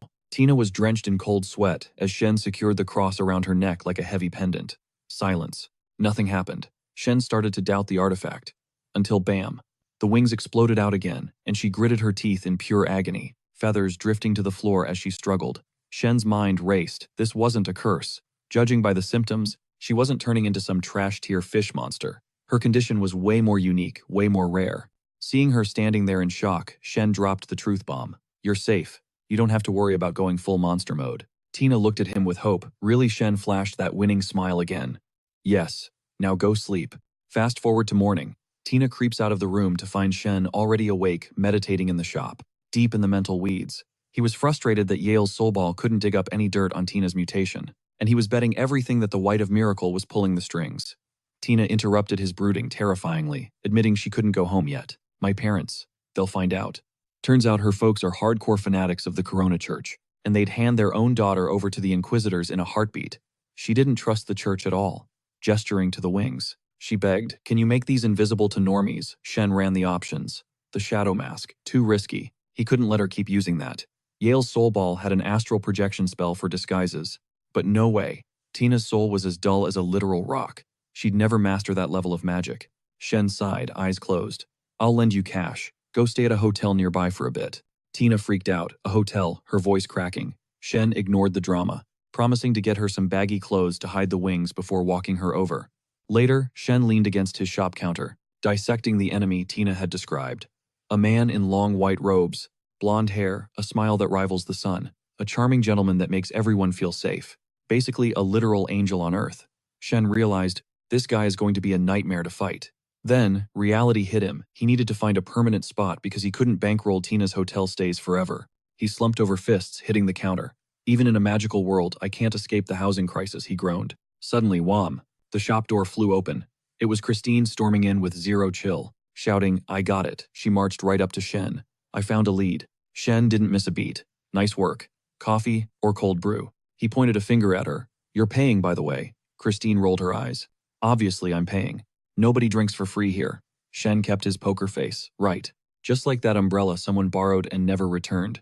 Christine scoffed. Wow, those people sound awful. Shen slid a fresh cup onto the table. Here's your order. Christine took a sip and practically swooned. Praise the origin fire. This is divine. Shen sighed at her theatrics. Okay, drama queen. Forget the coffee review. Spill the intel. Christine instantly straightened up, ready to talk business. She dropped the bombshell immediately. The old candy vendor's death wasn't random. It was a hit linked directly to the Buet family. Specifically, a lethal astral spell. Chen just sat there, face like a stone wall, giving absolutely nothing away. Taking his silence for confirmation, she trembled. Master, did you already know all of this? She figured this whole investigation was just a pop quiz to test her skills. And based on his reaction, she barely passed. She needed to step up her game. The caster isn't just a grunt, she added, voice serious. They're linked straight to the Buet patriarch. Word on the street is Count Buet has been on death's door, locked away in a hospital for ages. But that's a lie. He was recently spotted hitting the links with his buddies, looking fresh as a daisy. Definitely the work of that astral spell. Chen processed the intel. The Buets, an ancient bloodline that supposedly ghosted the political scene years ago, pivoting to corporate power instead. Internally, Chen was shook. She dug all this up in just 10 hours. Source, he demanded coolly. She didn't flinch. I've got eyes everywhere. An Ender contact caught the whole thing live. Right near the slums. Chen closed his eyes, piecing it together. She looked like a modest servant on the surface. But underneath, she was basically a crime lord in the making. Good work, he said, keeping it brief. You've earned a reward. Her cheeks flushed pink. A reward. For humble me, Chen cut through the act immediately. Cut the polite act. Your face is practically glowing. He knew he couldn't keep bluffing his way through this whole omniscient mastermind gig forever. He needed to drop some real power to keep the upper hand. Relying on his minions' flashbacks wasn't a sustainable strategy. He gripped the silver orb, Yale's soul ball. The summoning ritual inside was safe, flashy, and the perfect carrot to dangle. Well, perfectly safe as long as she didn't botch the execution. He shot her a sharp look. Listen closely. Once you summon it, master it. But do not try to chat with it. No communication. Understood. Her eyes sparkled with intensity. Loud and clear, boss. Chen waved his hand, weaving haze magic into a glowing holographic interface. She reached out, fingers trembling as she touched the screen. The text scrolled, Girl of Tranquility. A striker's dependent straight from the depths of the underworld. The stats were broken. This thing could insta-kill a twisted rank entity, like it was swatting a fly.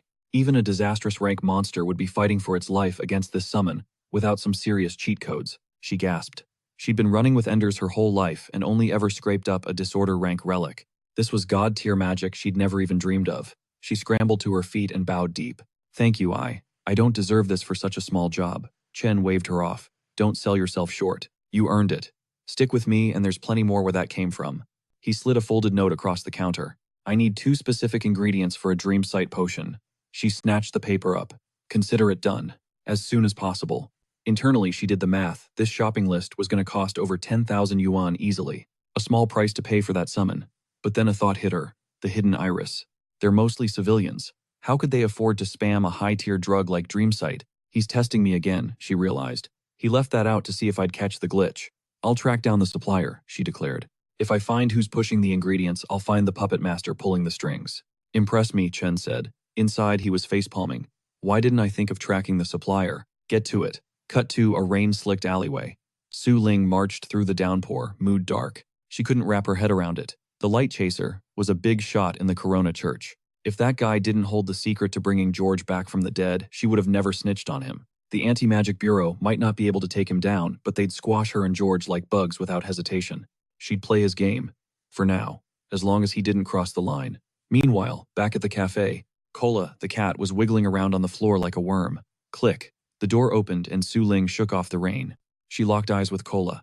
The glare was instant. The cat glared back with equal hate. Nemesis mode on. Chen leaned against the counter, flashing a relaxed smile. Long time no see. And look at that, you actually bought new clothes. He immediately pivoted, shooting a death glare at the cat. Don't you even think about hissing at the customer again. Cola froze. The cat started literally sweating, trembling like a leaf before letting out a pathetic, terrified meow. Su Ling brushed it off. I'm not scared of the cold, she quipped, but remember, I'm still just a regular college girl trying to survive the surface world. Freezing out there. Weird not to switch up the drip, Chen teased, checking if she was still down to devour the entire dessert menu. She shut him down instantly. Just black tea. The bureau's budget wasn't built for her sweet tooth binges. Chen slid the steaming cup of black tea across the wood, landing it perfectly in front of her. I've got the answer you wanted, he said, taking a seat. Internally, he was popping champagne. If Christine hadn't clutched up earlier with that info, he would have been sitting there looking like a total clown with zero intel. Su Ling stared him down. He gathered that intel way too fast. To her, he was a glitch in the system. An unreachable, uncontrollable anomaly just cosplaying as a coffee shop owner. Sure, he had the handsome human visuals, but the guy reeked of dimensional deities. He was basically the divine messenger of the Lord of Ashes. Current status, human-friendly. But he wasn't a brawler. No, this guy was a puppet master playing 4D chess with reality. He got a kick out of manipulating people. The Oracle reports even had a massive do not engage warning. Do not look at his timeline. Past, present, future, complete static. Any Oracle who tried to peek at his destiny ended up with a melted brain. And the sighting records glitches. His true form was a cosmic horror, massive and lethal. Experiments were off the table. The strategy was simple, play nice, and let him scratch that itch to manipulate humanity. Su Ling sipped her tea eyes shut, blocking out the world. She'd memorized the dossier. Conclusion: this man is absolutely not human. Lately, her dreams were haunted by dead silence and white voids. Probably a side effect of the mark he slapped on her. Chen cut the silence. So, did those books trigger an astral spell at the murder scene? The old man's death? Yes. Su Ling nodded, grateful. Okay, trade offer. I'll tell you everything about the light chaser. But on the god imposter, she had nothing. Chen smirked. The god imposter is exactly who the light chaser is hunting. Su Ling froze. Not even the bureau top brass knew the target's identity. How did a barista have higher clearance than her? She pushed past the shock to deliver the profile. Frederick Augustine, top 10 holy worshipper, Corona Church royalty with an ancient bloodline. He's been solo leveling the hidden iris mutation case. Didn't even call the bureau for backup. Chen's inner monologue screamed, bingo. Su Ling sighed, eyes still closed. 2 days on the beat, and he's got 0 leads. He's clueless. Too much justice warrior energy, not enough detective skills. Chen rubbed his chin. If she thought he was righteous, that just meant easy to scam. Also, Su Ling added the Foundation just touched down in Baranda. Don't know their endgame, but they're tight with the light chaser. Chen processed the data. The Foundation. That charity squad famous for cleaning up mutations and protecting ruins. He flashed his customer service smile. Got it. Enjoy the brew. He headed back to the counter, mind racing as the puzzle pieces finally clicked. Su Ling's intel was the missing link. The White of Miracle. That has to be the god imposter. Or at least the main villain here. Why else would the light chaser be sniffing around the hidden iris mutation was White's opening gambit. Tina was moved too, even if the trap hadn't sprung yet. Chen's eyes flashed with an eldritch glow. He smirked, thinking of White the prophecy's god imposter, who claimed to manufacture miracles. What was his play in Baranda? Chen was dying to find out. Cut to 3 a.m. Dead of night. Chen stood by the lightning-lit window, decked out in a black trench coat. Cola was snoozing on the table behind him. I'm heading out, he told the cat. Trash the furniture and you're grounded when I get back. He caught his reflection in the glass. He didn't look like the terrified guy who first isekai'd into this world. He'd learned the rules of the inner circle, the fear of the unknown. Gone. He had the confidence and the guts to step up and fix this messed up world. Flashback to 3 days ago, Christine handing him 2 small vials. Here are the potions you ordered. Shen hyped her up, dropping the mission details, lock eyes on the nearby Blue Hotel, and babysit a girl named Tina. Su Ling shut her eyes, channeling full ride-or-die energy, swearing she'd crush the assignment because Tina was apparently a big deal. Then she flipped the switch. Forget tomorrow, she's bouncing now. Shen just smirked, loving the hustle. She didn't even question the logic. She's just the ultimate minion wired for pure obedience. Shen whipped out his smartphone, scrolling through status updates. Looks like George ghosted them for the evil lands. That left Su Ling as his only reliable contact. Tina was a flight risk, so he had to patch this glitch fast. Cut to the present, the duo is strutting down a hotel hallway when Su Ling breaks the silence. Are we seriously doing the ritual here, she asked. Shen told her to just vibe and follow his lead, making her pout at his show-off attitude. Shen shot her a side-eye. Say what? She flashed. A nervous grin hit him with a nothing and pointed straight ahead. She started spiraling. Which room? Do we have a key? Should we knock? While she panicked, Shen dissolved into his shadow haze form. He literally glitched through the solid wood door. Su Ling's jaw dropped. She was shook. Click. The door swung open from the inside. Get in here. Su Ling glared at him, annoyed by the flex. Inside, Tina was face planted on the bed, drenched in a cold sweat. Shen stepped up, signaling it was time to prep the ritual. Su Ling gasped. Is she a fawn? Those things are basically mythical ultra-rares only found in legends or the Badlands. She wasn't born this way, Shen corrected. This was a mod installed by the god imposter, a twisted masterpiece from those fake deities. He sat on the floor, locking eyes with the sleeping girl. The goal, a factory reset to bring her original form back. Shen paused. Was he hearing voices again? Behind him, Su Ling was sweating buckets, realizing Tina might be the Light Chaser's next target. If the Light Chaser wants her deleted, this is about to become another clash of the titans. First it was Hush Strike, now the god imposter. It's giving major quiet word catastrophe vibes all over again. Another fake god drama. Shen flicked his finger, igniting a mystic flame. He figured the scent of an other-dimensional deity could mute the voices screaming in Tina's head. He spun around to check on his assistant. Su Ling was fuming, convinced he'd ghosted her presence again.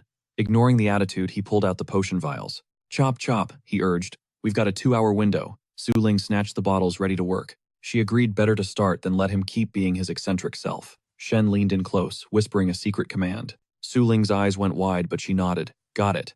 Suddenly a creepy mist started creeping against the glass window. Shen clocked the threat immediately. Outside, the fog was swallowing everything. A nightmare creature with Slenderman limbs and dual sickles was stalking the hotel. No face, just horror. Just a single massive eyeball where a face should be. It phased right through the locked front entrance like a glitch. The receptionist was out cold on the desk, unaware of the death mist rolling past her as the beast breached the lobby. It drifted down the hallway and slipped into the room. On the bed, Su Ling and Tina appeared to be fast asleep. Shen was the only one awake guarding Tina. The monster locked its giant eye on him and let out a guttural growl. It swung a massive sickle, aiming for the kill. Shen flared his blue mana aura, stood up and drew his cane like a sword. With one smooth motion, he parried and sliced clean through the monster's weapon. Called it, he muttered. The White of Miracle had planted a trap inside Tina, a nasty contingency plan. Classic villain move. Nobody operates without insurance. That's why he'd whispered to Su Ling earlier, something is watching us from the shadows. He had sent her into the dream world first so he could handle the trash in reality. But this was her first solo dream dive. He needed to wrap this up as soon as possible to back her up.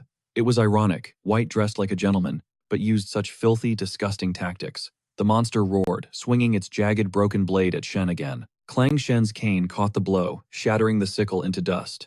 The monster actually looked confused. Your gear is trash, Shen taunted. He powered up his cane with blue energy and slashed across the beast's torso. The leg came off, then snapped right back on like a magnet. Shen's eyes flared. Freeze, he commanded. Frost lightning blasted through the creature, but it tanked the hit. The limb reattached instantly. 0 damage.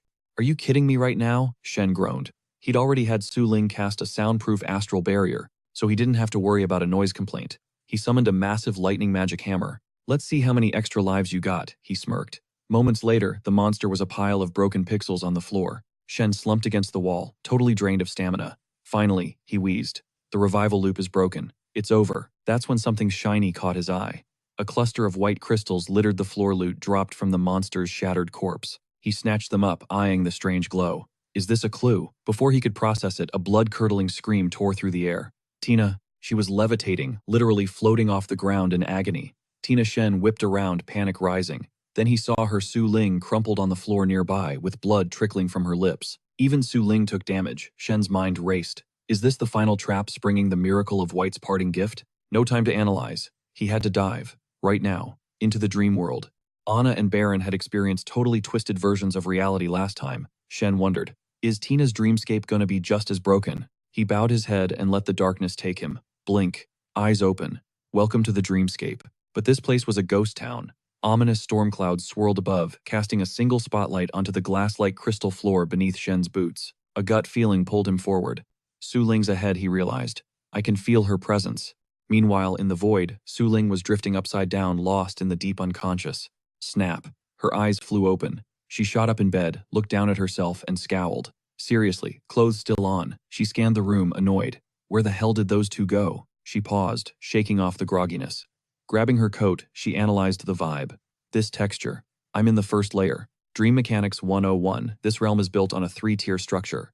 Layer 1, reality, pure data and knowledge. Layer 2, imagination where logic bends. and the deep end, primal, nothing but raw, unfiltered desire. Usually sleepers just glitch between these three zones at random. But the rumors were clear. If you dare to dive deeper than within the anima layer, you can crack open the gateway to the legendary soul dimension. Rumor has it that, if you dive deep enough into the primordial void, you'll breach the soul dimension. With that in mind, she pivots facing the glass and smashes right through it mid-air exit. Her internal monologue kicks in, the white of miracle. Total fraud. A god imposter. Mr. Shen's orders were clear, locate the target. She sticks the landing on a chimney, deciding right then and there, confirm the situation or just terminate him. She launches back into the sky, figuring that, if this imposter is lurking in Tina's nightmare, then Tina is the GPS. She touches down on a rooftop, realizing the dream logic implies she doesn't need a disguise here. She rips her coat open with her teeth, deciding looking good doesn't matter right now. She levitates the torn scrap, infusing it with a glowing azure aura. As it drifts down, it folds itself into a magic paper crane. Staring at the origami, she figures since she and Tina are holding hands, in real life their bond should hold strong in the dreamscape. Perched on the ledge, she locks eyes on the crane, zipping away, and tells herself, follow the bird, find the girl. She leaps to another skyscraper, analyzing the environment. Is this the reality layer? It screams family drama, a classic trap for people missing their loved ones, and a standard route for anyone with emotional baggage. Suddenly, the paper crane pulls a vanishing act, meaning Tina's consciousness isn't vibing with this layer.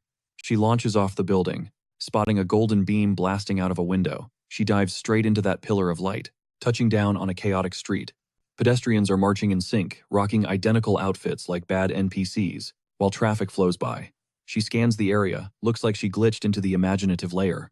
Out of nowhere, a massive beast wrapped in flames spawns in roaring with pure rage at Su Ling. Right then, the paper crane materializes near a bridge. The monster smashes a building, sending a slab of concrete crashing, exactly where Su Ling was standing a split second ago. The beast reaches out to crush her, but boom, a massive explosion erupts, leveling the surrounding architecture. The crane keeps gliding through the smoke while shrapnel flies everywhere. Su Ling dodges the blast zone, speeding ahead as the dream world starts spiraling like a blender, sucking her into a spinning vortex. She gets spat out into a completely different realm, featuring a fairy tale castle pixies and a literal Pegasus soaring above. She pauses. Is this a Disney movie? Is there a princess waiting in that tower? Then she clocks the horse again, confused, asking herself if that thing is actually a horse. Suddenly the creature dive bombs her at Mach speed, and she just stares deadpan, wondering what kind of cursed art style this is. Later, trekking through a forest, she notes the paper guide is gaining distance. After tailing it for a while, she hits a riverbank, stops on the sand and realizes Tina's imagination is built on pure innocence. Must have had a sweet childhood. Su Ling smirks, thinking way better than the mess I grew up in. The crane lands softly on the water, and Su Ling deduces Tina is likely trapped in the primal layer. Following the lead, she steps into the river. Time to go. Submerging herself, she teleports into a nightmare hellscape, crawling with serpentine monstrosities. Thunder crashes in a blackened sky. Tina is there, terrified, bound by shadow tentacles. Su Ling yells out, her name panicked. But then a blonde-haired guy creeps up from the shadows and welcomes her. She spins around. He smirks, claiming there's no need for shock. Because he's a miracle worker, he knows everything, even that she was coming. Su Ling analyzes him, maybe precognition, or divination hacks. But she doubts he can predict the moves of higher-tier beings, and there's no way he can foresee the actions of the one pulling the strings from beyond. The guy glares and raises a hand. Su Ling rips her magic blade from its sheath, charging in for the kill. He just snaps his fingers. Severed arm. Su Ling swings, but before the steel connects, her arm is sliced clean off. Blood sprays the air. The man grins like a demon. Get ready for the pain. Su Ling collapses, clutching her sword between her teeth, eyes burning with hate, screaming die through a clenched jaw. The man spreads his arms. Useless. I am invincible. I create miracles. The sword clatters from her mouth to her lap. She drops her head. Is this the end? She figured a game over here just meant respawning in the real world. The guy smirked, shutting that hope down, claiming if her mind flatlined here, her physical body would rot right along with it. Then that twisted grin returned. He wasn't looking to end her. He wanted a puppet total faithful submission. Her mental firewall was tough, but he wondered how long before she cracked. While he monologued, a wave of pure agony glitch-stomped Su Ling. Her eyes went wide, lights on nobody home. Her irises rolled back into white terror as she screamed, hair-defying gravity, while blood sprayed like a horror movie VFX shot. Amidst the shrieks, the man snapped, commanding her to kneel. Su Ling shot him a death glare that could kill, gritted her teeth and spat. In your wildest nightmares, he laughed. Glitch. Scene change, suddenly they're in the void. Obsidian sky above, crystal floor below. Back to square one, where Su Ling first spawned into this mess. He taunted her resilience, asking if he needed to crank the torture slider up to 11. Su Ling slumped on the floor. He snapped his fingers, barking revert. Silence. No reboot. Nothing changed. Even Su Ling stayed quiet in the standoff. She cracked one eye open, glancing up, lips trembling as she asked if he'd finally lowered the difficulty setting. Then shockwave. Her eyes went wide. The villain whipped around. Boom. Shen was standing there, decked out in a tux and face mask like a total boss. Seeing her savior, Su Ling's legs gave out. Shen wondered if he was late to the party. He'd heard her screams, and sprinted over. Fists clenched, he let his energy explode, a blinding blue-white aura radiating pure rage. That pressure wave knocked everything back.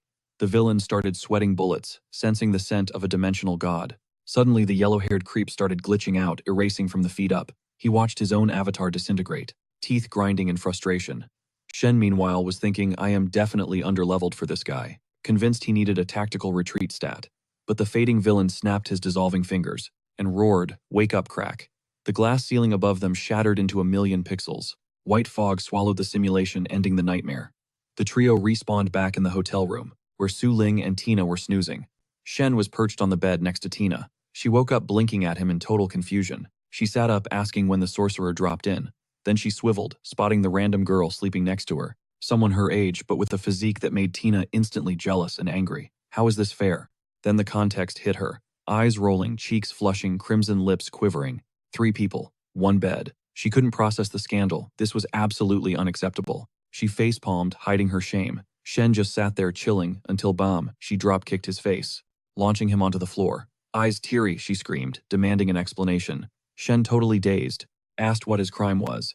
She pointed an accusing finger, yelling that he lured 2 girls to a hotel for some shady sleepover, implying he was trying to pull a fast one. Shen panicked, shouting, "No way." He sat up frantically, explaining. He was strictly there for the exorcism. Su Ling was just his assistant. They literally just dive-bombed her dreams to delete the demon inside her. He told her to run a system check if she didn't believe him.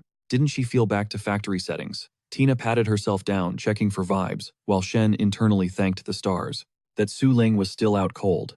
His reputation as a divine messenger would be toast if she saw him getting beat up by a client. Tina asked, "Wait, am I really cured?" Shen stood up, dusting off his drip, and confirmed yes.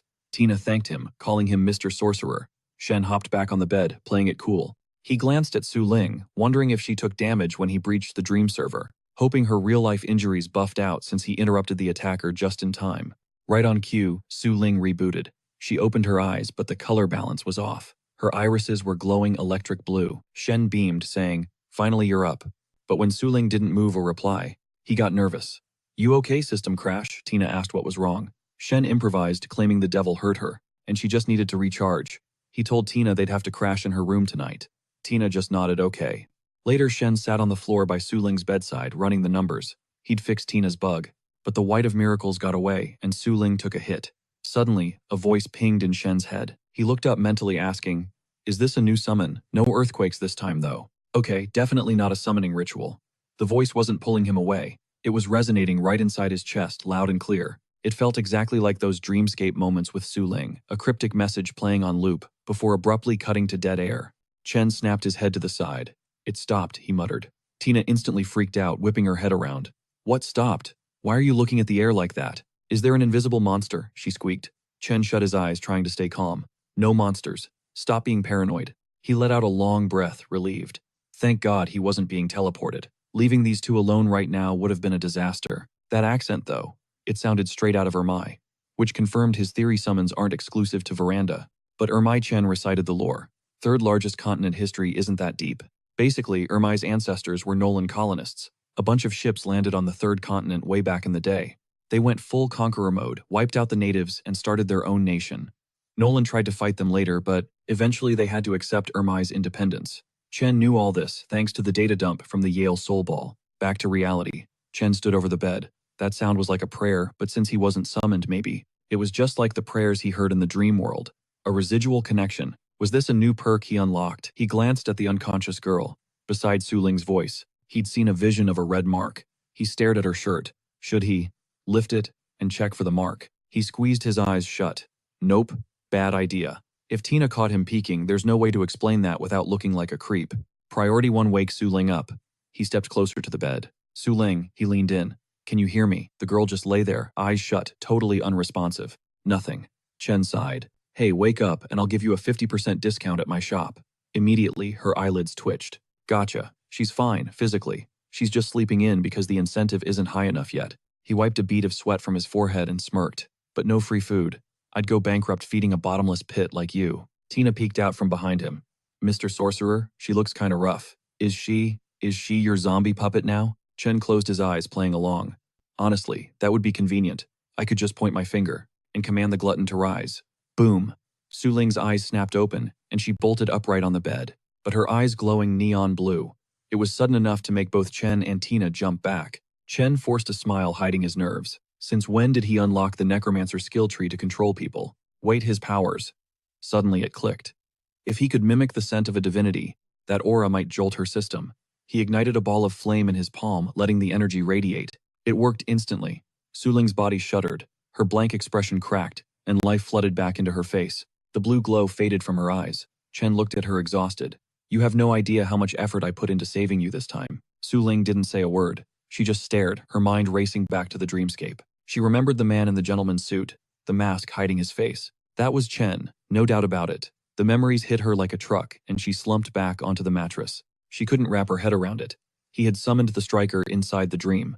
Chen asked what was wrong, but she was too deep in thought. Did he mess up the Hush Strike's influence in Veranda? Whose side is he actually on? He mimics God sense. He summons the striker. Who is this guy?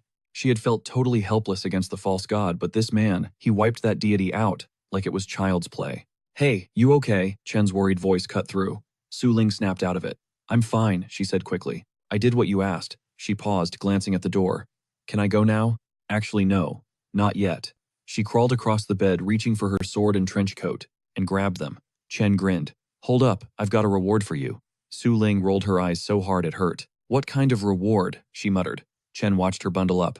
What are you doing? It's cold, she replied flatly. I'm taking my coat. A few seconds of awkward silence filled the room as the trio just stood there. Chen mused to himself. Knowledge is the ultimate currency. You teach one person a concept, and it evolves as they share experiences. It's a loop of gains. He passed the ritual knowledge to Christine, and now he just copy-pasted that lesson to Su Ling. Su Ling looked back at him, eyes calculating. Chen caught her staring and raised an eyebrow, wondering what was going through her head. Meanwhile, Su Ling was absolutely shook. That wasn't just magic. That was a high-tier astral art, a technique the hush-hush priests from Hush Strike would guard with their lives. Yet here he was, knowing it inside out, and teaching it to her like he was sharing a cookie recipe. While the two of them locked eyes in a heavy silence, Tina stood on the sidelines, totally lost in the sauce. She heard the words sure, but the meaning zero. She wondered if this was the real deal, like legit supernatural studies. Eyes sparkling, she turned to the sorcerer and asked if he could mentor her in these mystic arts too. Chen shot her a glance and smirked, hook, line, and sinker. He told her absolutely he could train her, but warned that greatness required serious grind. Oh, and there was a price tag attached. Tina's eyes widened, cheeks flushing pink as she looked away, her imagination running wild about what price meant. Chen barked at her, telling her to get her mind out of the gutter immediately. He clarified the deal he was taking, apprentices sure, but the gig required her to be his literal assistant, a sorcerer's apprentice, helping him out while she learned the ropes. Her cover disguising herself as a barista at his coffee spot. The condition: work hard, don't let the job mess with the training. Tina blinked, totally blindsided.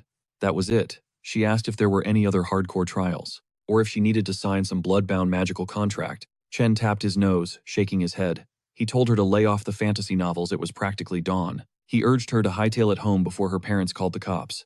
She nodded, replying with a quick, all right. She bowed respectfully to Chen, promising to report for duty at the shop in a few days.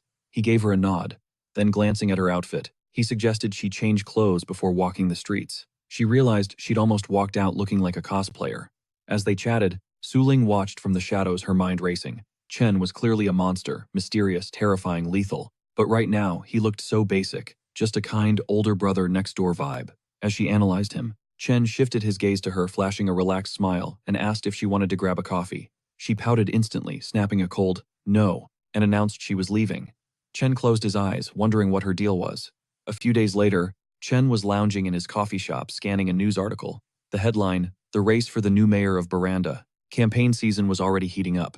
The frontrunner was the oldest candidate in the pack. Trailing in second place was a youngster, a guy who was only 30. Suddenly, Tina burst onto the scene. rocking the same apron and uniform Chen wore. She beamed and asked Mr. Sorcerer if she'd done a good job cleaning the place. Chen sighed, reminding her to just call him Sir when they were on the clock. She grinned, replying with, "You got it, Mr. Sorcerer." Chen cracked a smile, thinking he might as well let it slide.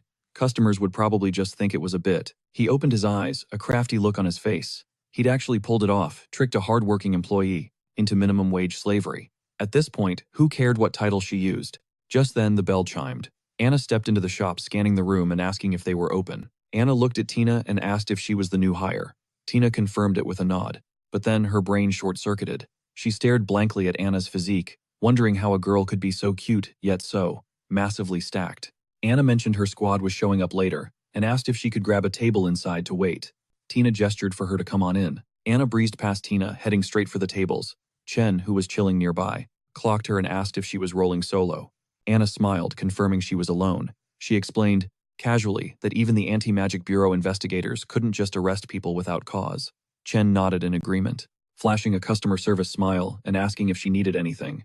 She took the seat directly across from him, dropping her voice. She relayed a message from the divine messenger, the mighty god, said to hold position. Things were shifting fast. Mr. John was running for office. Chen should know him. The guy was a fresh recruit to the cult. Chen froze internally, screaming, what the hell was happening? Even a literal political candidate was worshipping the Lord of Ashes now. He realized these cultists were way more capable than he gave them credit for. He broke into a nervous sweat, but kept the smirk, thinking about the irony his worshipper was out there running for mayor, while he, the god, was living in a dusty, basic rental property. He played it cool, replying that he understood and told her to carry on. Anna said, all right then, leaned in, pointing a finger as she dropped the real intel. They found something. The god imposter. It looked like the fake deity had escaped from the Market Foundation. One last detail she added was, tonight was the night they'd finally scrub their ledgers clean and fix that massive screw-up from a few months back. Chen dropped the heavy news, her sins, gone. Washed away by the Lord of Ashes himself. Anna's face lit up like a Christmas tree, blushing hard as she stammered about how awesome that was before excusing herself. Chen gave a simple nod. As Anna stood up to bounce, she spun around with one last request he needed to keep their little deal strictly confidential. She dipped her head in a quick bow, whispered an, all right, and vanished. Fast forward a bit and the clock hit 6:20 p.m. Time to summon Tina. She rolled up and stood at attention. Chen looked her over. Girl had the disguise game on lock. He told her the real training started tomorrow. He was about to drop some supernatural knowledge on her. Tina beamed, practically glowing with excitement. Chen dismissed her for the night. Tina ducked her head, chirped an all right, and promised to be back bright and early at 6 the next morning. Silence filled the room. Chen rubbed his chin deep in thought. The big question, what kind of divine swag should he drop on his cultists before the summoning? He muttered to himself he wasn't running a charity here. Nothing comes for free. Suddenly, a thought hit him. Why was he even asking? The ancient text was clear. The Lord of Ashes blesses his simps with food. But what kind of food? He considered bread, but no, way too basic for a cosmic horror entity. His eyes drifted to Kola, who was batting an apple around. Coffee was a no-go, but that apple, that could actually work. Apples are legendary golden apples, poison apples, total fantasy staples.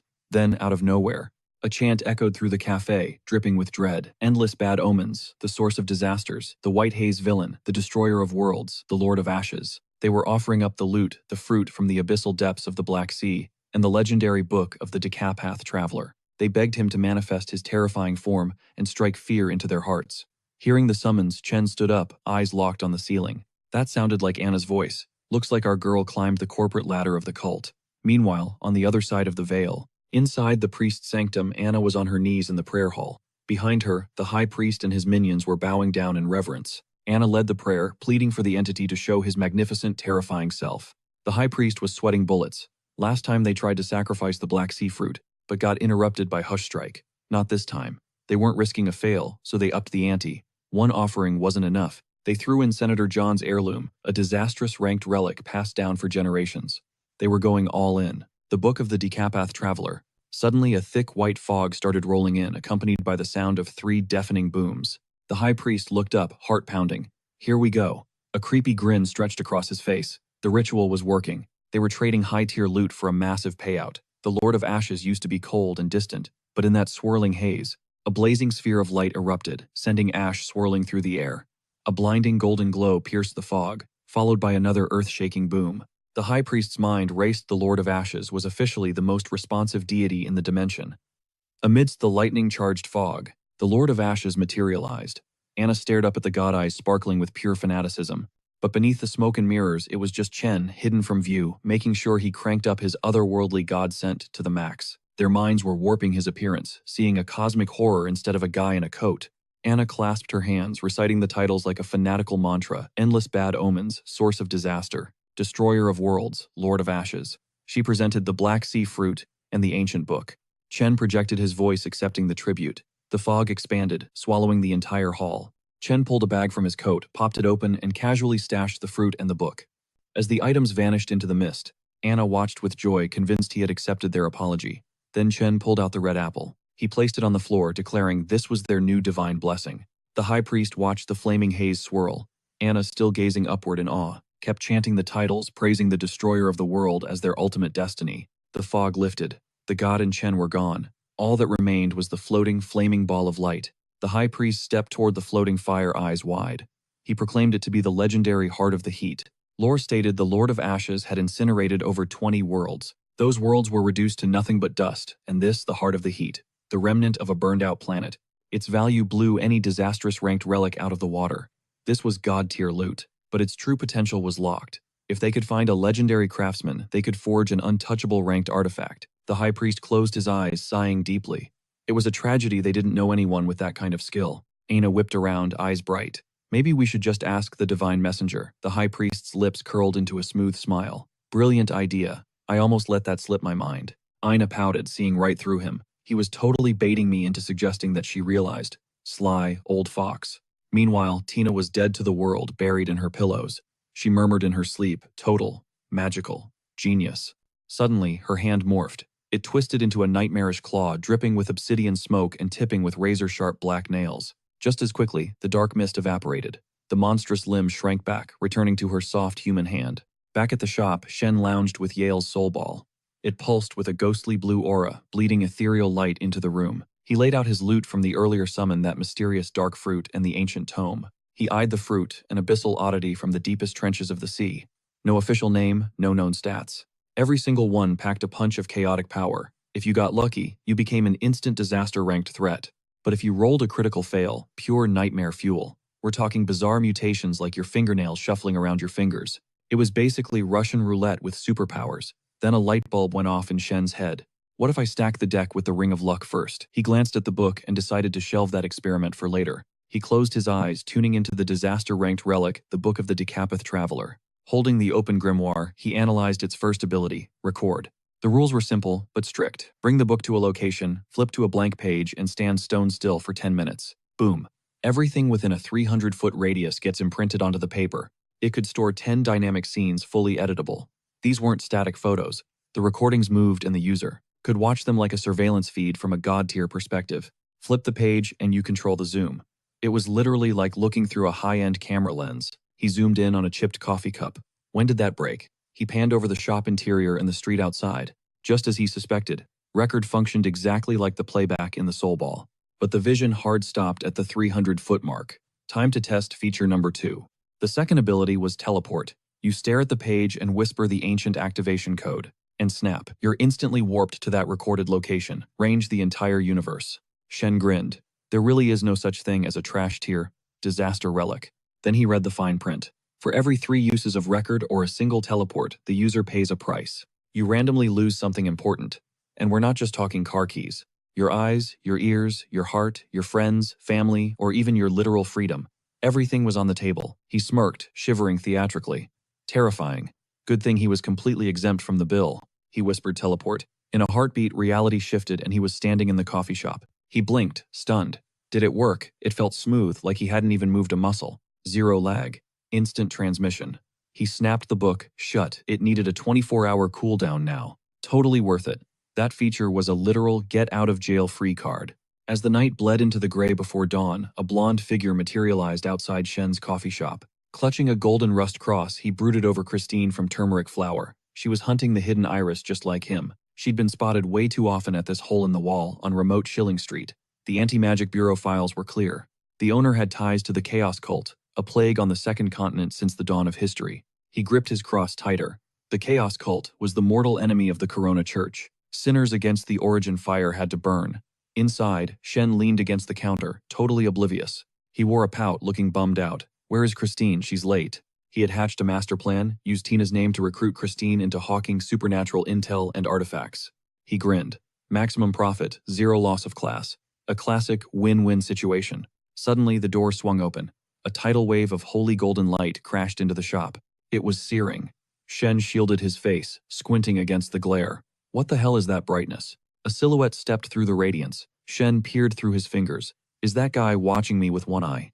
With hair shading one eye, he suddenly realized his aura had been bullying everyone in the room this whole time. He was actually shook that someone could withstand his pressure, and even make him flinch. Locking eyes with Shen, he mused on how the Chaos Cult had fallen off total weaklings after thousands of years. But the Anti-Magic Bureau files hyped this mysterious coffee shop owner as an absolute unit. So he figured he better test the waters before making any sudden moves. Just then, Tina popped up with a bubbly welcome, leaving the guy dripping sweat and mumbling an awkward, yeah. He honestly wondered if she just saw him as some random NPC. Eventually, he sank into a chair. Shen rolled up, asking for his order, while casually resting a hand on his chest. Noticing the intense gaze, Shen threw back a question. Why the stare? Is my fit messy or something? As Shen adjusted his shirt, the fabric parted to reveal the silver rose cross glinting against his skin. The man froze. That's the eternal rose cross. Insanely powerful, but the cost. Wearing it usually blasts voices into your skull until you spiral into madness. He couldn't process that Shen was rocking it 24/7 like it was cheap jewelry. Shen flashed a grin, suggesting he start with a cup of joe. The man shut his eyes tight. I don't drink coffee. Shen blinked. Who walks into a cafe and hates coffee, sweating a little at the awkwardness? Shen pivoted. Our tea slaps though. But the guy shut that down too. I don't like tea either. Throwing his arms wide, the man preached that the fire of origin forbade them from enjoying well anything. Then dropping the theatrics, he pointed a finger and demanded, just give me a glass of water. Shen kept a poker face searching his memory bank.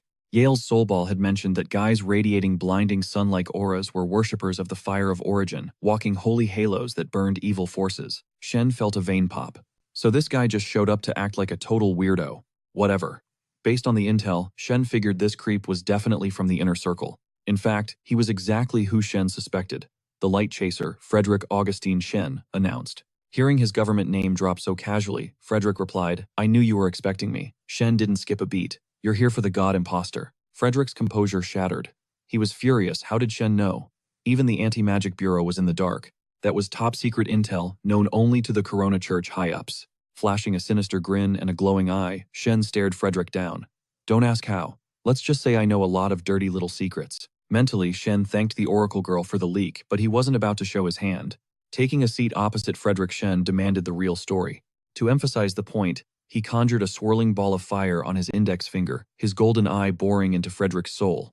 Speak. Witnessing the magic and hearing those words, Frederick felt his mind fracture. He flashed back to the dossiers, claiming the chess player reeked of ancient gods and seemed to serve the Lord of Ashes. He had pegged Shen as just a high-level lackey, but that assessment was dead wrong.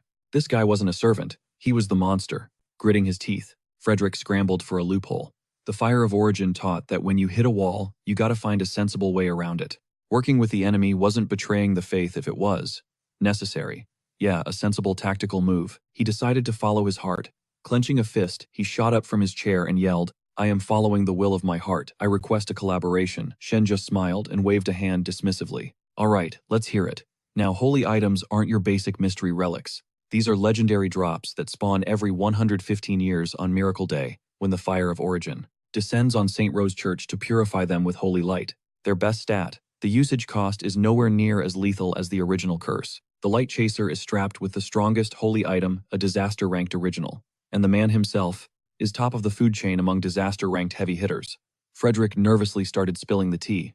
The god imposter is a gifted fugitive who broke out of the Market Foundation. His power, he can literally twist reality. He was locked down in the third level of the ruins but managed to escape from the third largest continent. He headed straight for the second largest continent with a single twisted ambition ascending to godhood. Sure, he was destined to crash and burn, but his methods, straight up blasphemy. Hearing this tea, Chen just sat there dead silent. Frederick ground his teeth, looking ready to explode. He swore he'd hunt down this god imposter and wipe him off the map permanently. It was the only way to save his deity's rep from total disgrace. Chen let out a heavy sigh, thinking, figures. Huge relief washed over him. He wasn't the imposter they were hunting. He had a hunch, but getting confirmation meant he was in the clear. Chen pursed his lips, rubbing his chin in thought. If he summoned his god, would it basically be summoning the same entity? A smirk played on his lips. Whether he's playing the role of an evil god or a righteous one, who cares? They're all divine beings at the end of the day. Meanwhile, Frederick was sweating bullets across the table. He explained he'd been digging into this imposter situation for days and finally dropped the bomb he needed Chen's help. Chen hit him with the most bored expression imaginable, looking away like he couldn't care less as he asked what Frederick was bringing to the table. "What's the payout?" he implied. Frederick immediately slammed a box down and raised his voice. The box of Corona. He hyped it up as an original twisted ranked relic used by the big guy upstairs to purify artifacts back on Miracle Day. Basically, it turns loot into holy gear. The only side effect, it leaves your mouth feeling like a desert. Frederick grinned, adding that if you feed it water and paper every 3 days, it spits out sunlight charms that roast evil spirits. Impressive, right? Chen just folded his arms, eyes closed, giving him the silent treatment. The awkwardness peaked. Frederick scrambled up and bolted for the door, desperate to leave. Chen watched him go with a puzzled look, while Frederick was practically grinding his teeth to dust as he made his exit. "Hey," Chen called out with a smirk, breaking the tension. "Order a coffee next time, yeah." Frederick just nodded, looking defeated. On his way out, Frederick spotted Cola, the cat strutting across the kitchen shelf. He blushed, "OMG, so cute," until the cat unleashed a demonic scream at him. Chen watched mentally as the guy nearly jumped out of his skin, tried to run, and then froze in terror at the sight of the furball. Cut to Christine, lounging in a meeting room buried in a mountain of snacks. Standing over her was a woman in a sharp suit, Faye Enro. "Do we really have to keep doing this?" Faye asked, looking stressed. "The inner circle is a death trap. We're rich enough to retire like yesterday." I know, Christine mumbled, spraying crumbs everywhere. "I get it, Faye." Faye sighed, sweat dropping. "Could you maybe not talk while chewing?" She watched her boss demolish the food, thinking, does she have a black hole in her stomach? She never eats like this at the agency. Christine finally wiped her face and got serious. "I'm working for him now. Quitting isn't an option unless I want a fate worse than death." Faye started to protest, but Christine shut it down. "Eyes closed," she explained. "The real villain is still out there. He is my only shot." She was determined to make turmeric flower a powerhouse again. "It's what everyone wants," she smiled. Faye teared up, cheeks flushing red. "Okay," she whispered softly. Christine stood up, announcing she was heading to the coffee shop. "I'll wait for you," Faye beamed. "Steak for dinner." Christine paused, patted Faye's head affectionately, and smiled. "Deal." Back at the shop, Christine walked in and froze. Chen was chilling in his chair, but Tina was standing right next to him. "Wait, I know her," Christine realized. "The girl I used to spy on." "Meet my apprentice," Chen said casually. "She helps out around here." Tina smiled, and Christine felt a sharp pang of jealousy as she sat down. "I need some quick cash," Chen said, sliding a small bottle across the table. "Sell this for me." It was the water of spirituality. "Careful though," he warned.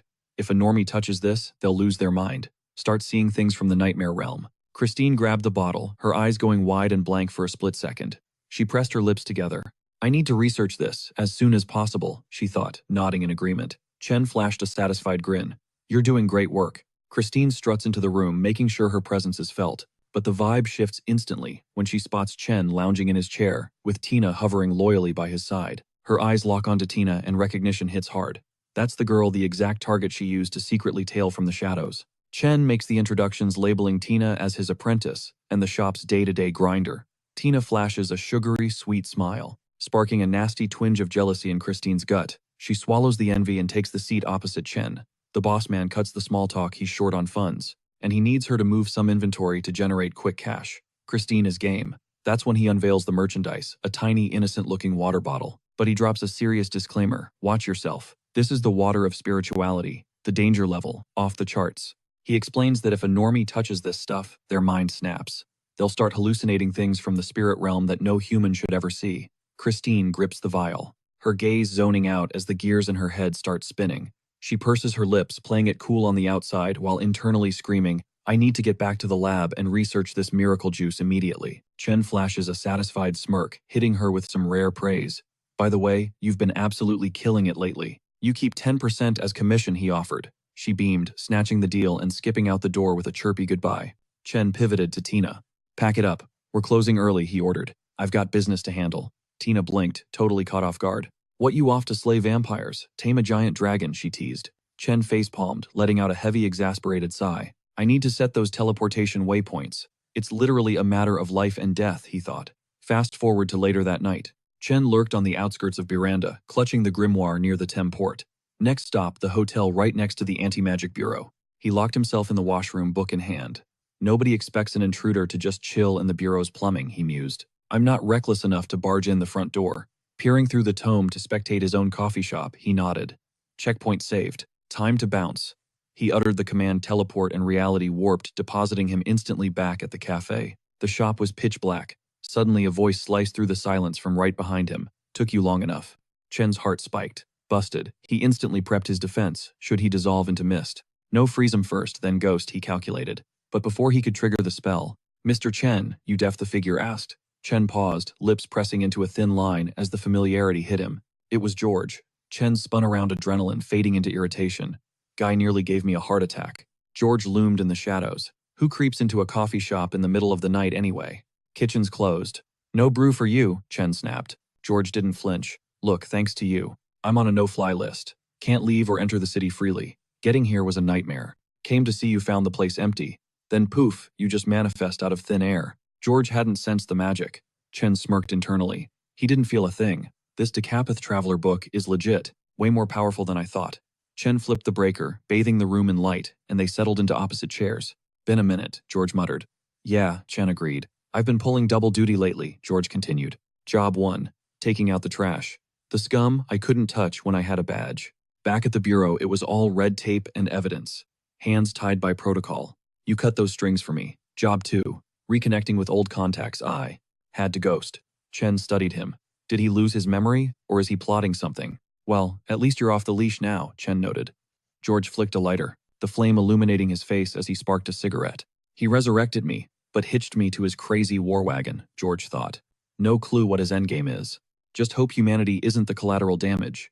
Smoke curled upward as he locked eyes with the shop owner. Looking at him, he's a demonic puppet, sure, but he feels more human than most people. That Baron jerk actually had skills. Haven't seen Su Ling around, George noted, which means nobody's here to stop me from lighting up. Hey Chen, cut in. No smoking inside. George flinched. Ah, my bad. He crushed the cherry and set the butt down. Listen, I stumbled onto something huge. Can't exactly run to the bureau with this. I need you to relay a message to Su Ling for me. Chen raised an eyebrow. Since when are we tight? He used to be so stiff. George grinned, reading his mind. Relax, we're homies now. That smirk makes me want to punch him, Chen thought. Fine, I'll get the word to her. George leaned in. There's this new cult popping up all over Miranda. Fanatics. They're worshipping something called the Lord of Miracles, or the White Sunday claims he's the ultimate savior. And the followers, just average Joes. No magic signatures, so the Bureau's ignoring it. Low priority. They're just monitoring the situation. They think it's just another scam. Chen closed his eyes. Classic, he thought. Even fake cults need watching here. In a world crawling with evil gods, unchecked worship is a one-way ticket to the apocalypse. George continued. So, I did some digging myself. This Lord of Miracles craze, it exploded overnight. Zero buildup. Totally unnatural. Like a switch flipped in their heads, Chen mused. Exactly, George nodded. A memory sparked Iris's hidden notebook mentioned this pattern. It's him again, Chen realized. The god imposter, Chen stated flatly. The who, George asked. This White Sun is a fugitive. Escaped from the Market Foundation ruins. And he's packing some serious supernatural heat. Dude's reality warping powers were straight up broken. He came to Nolan chasing godhood, and now he's touched down in Miranda to wreak havoc. But he's got heat on his tail. Frederick, that fanatic from the Corona Church, is already in the city hunting him down. Meanwhile, George is sweating bullets, forcing a nervous laugh, as he admits Shen is terrifyingly good at digging up intel. He figures telling Shen anything else is pointless, since the guy already knows everything. George hints that with all this data, Shen must be plotting something big. Shen just hits him with a cryptic smile and says, maybe we're chasing the same endgame. Shen clarifies he doesn't need George's help, he's handling this solo. No way is he letting some supernatural entity turn Miranda into a wasteland. George closes his eyes, genuinely shook by Shen's resolve. He stands up, needing an exit strategy, saying he's got to bounce. Before his nicotine cravings suffocate him, Shen tells him to stay safe, closing his own eyes, and promises to have a fresh brew ready for his next visit. Just as George is about to step out, he pauses, asking if Su Ling is doing okay. Shen, eyes still shut, drops a hint that someone hasn't given up on her yet. George mutters about maintaining the balance and asks Shen to watch over her. Shen gives the nod. Cut to the next morning at the cafe. Shen's reflecting on all the tactical warfare he's seen, thinking he never expected this level of drama to land on his doorstep. Right then, Su Ling walks in, greeting Mr. Chen with that innocent vibe. Shen switches to host mode, welcoming her, and taking her order. But here comes the plot twist. Aina walks in at the exact same moment. Su Ling clocks her immediately, mesmerized by this girl's platinum blonde hair and wine-red eyes. She's thinking this girl is dangerously cute, but those eyes hold a wisdom that doesn't match her age. Su Ling figures she must be some high-tier elite. Looking like a high schooler but radiating mature boss lady energy, Shen, holding a coffee cup, starts sweating profusely. As he stares at Ina, his internal monologue is screaming, "Why is she here?" Suddenly he realizes the disaster unfolding. On one side, an evil cult shrine maiden. On the other, an elite anti-magic bureau investigator. He's stuck in the middle. If Ina says hello, Su Ling will sense something is sus. Worse, Ina might blow her cover. Shen glances at Su Ling, thinking she's too naive to know the bureau is already tracking her betrayal. George already warned him the bureau can scan memories. Threatening Su Ling to stay quiet is useless, because the second the bureau reads her mind, Ina is getting locked up for life.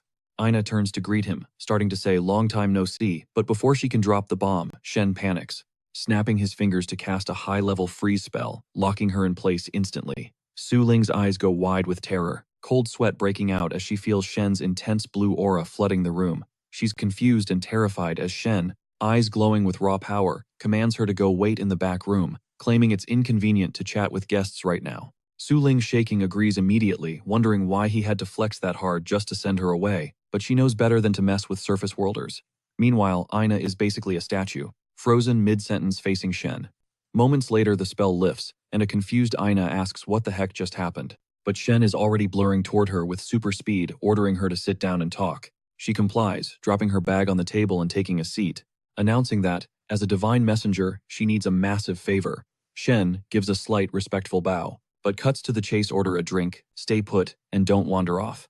She agrees, thinking that, compared to the stiff formal events the high priest drags her to this random coffee shop, is way more chill. She closes her eyes, smiling, feeling like she's finally in a safe space. Shen heads to the counter, glancing back to make sure Ina is distracted.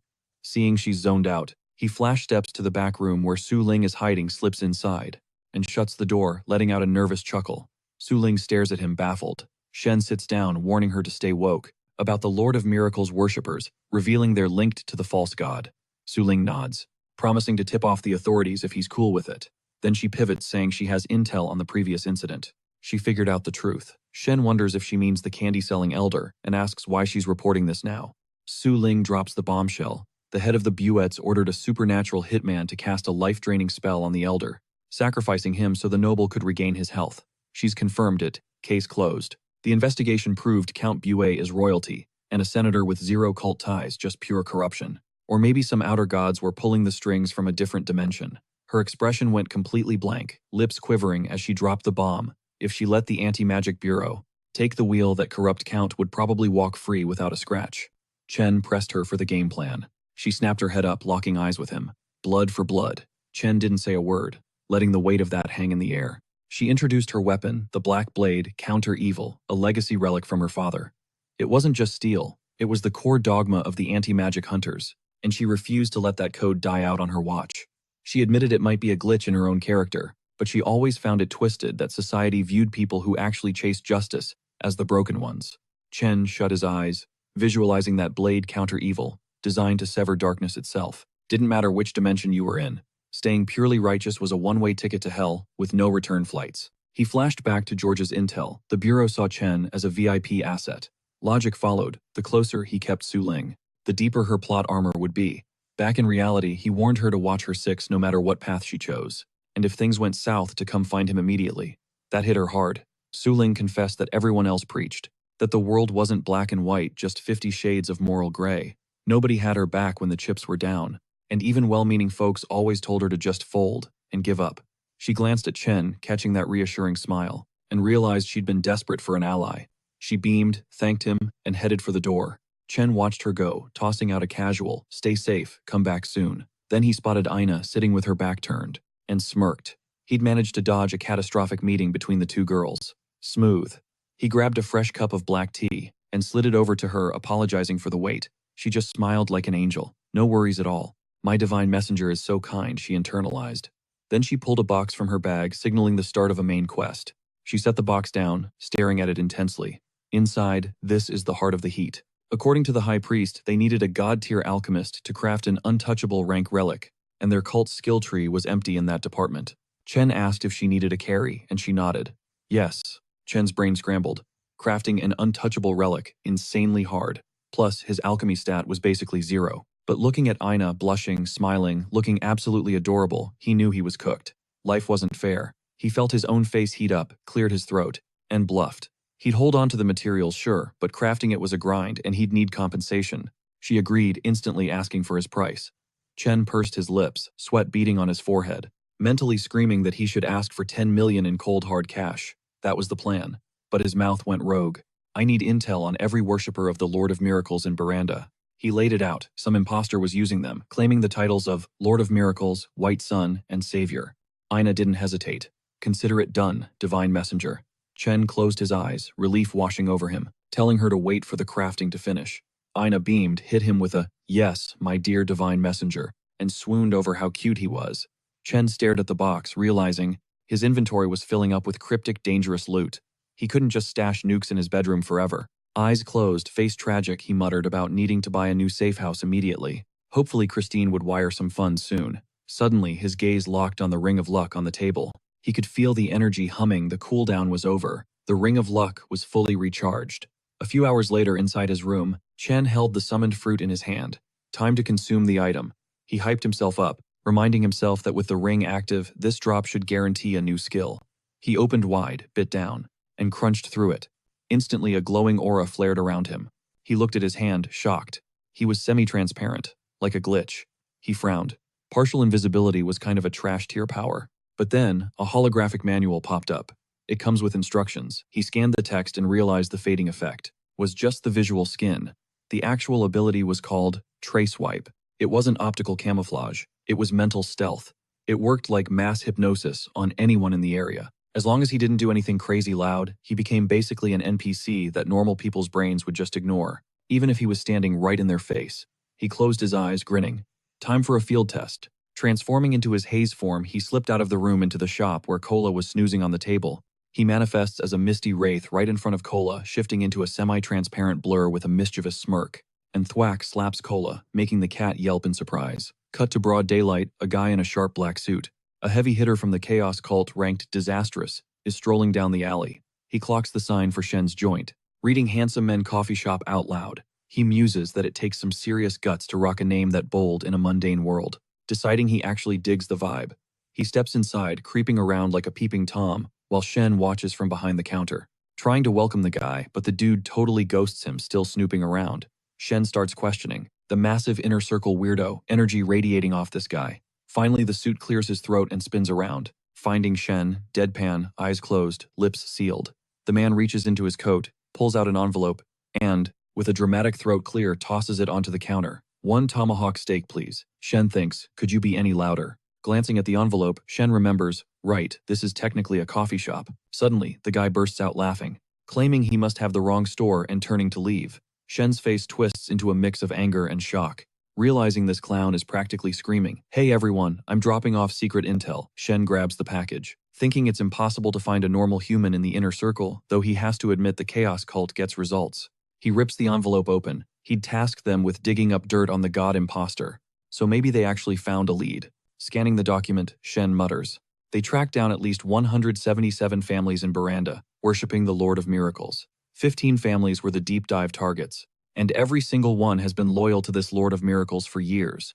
But here's the twist. Originally, they were die-hard believers of the Fire of Origin. Shen realizes the god imposter is warping reality, rewriting their entire worldview to target the Fire of Origin's followers specifically. Looks like the Lord of Miracles has major beef with the Corona Church. Then Shen freezes, spotting the two political frontrunners dominating the polls in the region, Senator John and Senator Jalen. Dark energy starts leaking off Shen as he connects the dots, the report says. All 15 cult families are backing Count Jalen. Boom! Shen shifts into his divine messenger form, cloak of darkness swirling. He recites the coordinates West Baranda, 322 Elm Street.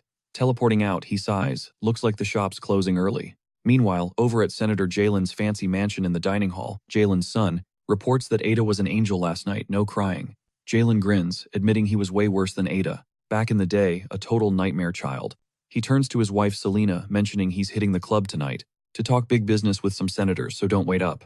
Selena nods, mentioning her own afternoon tea party plans and wishing him a safe trip.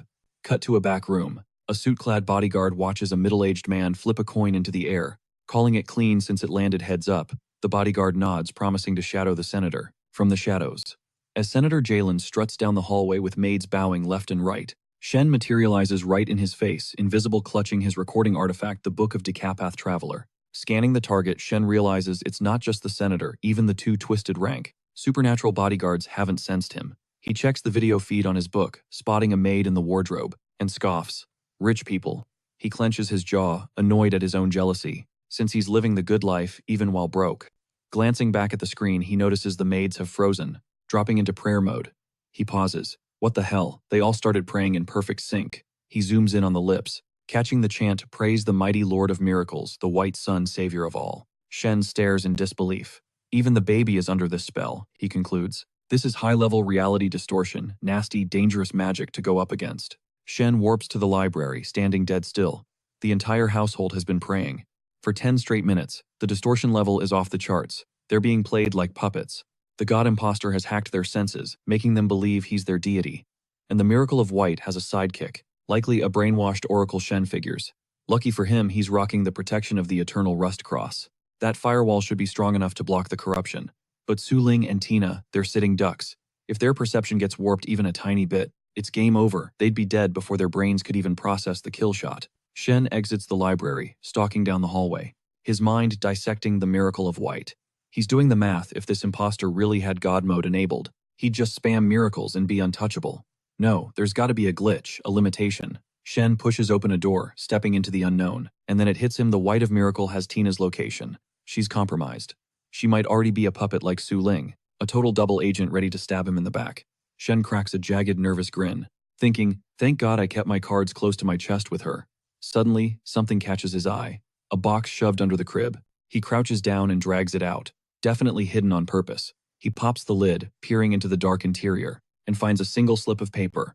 The message is urgent. If you find this recording, don't wait. Go straight to the Anti-Magic Bureau. Report the evidence. Report the family. Burn it all down. But the next line sends a chill down his spine. If you are reading this, there is a high probability you aren't even you anymore. Shen stares at the note.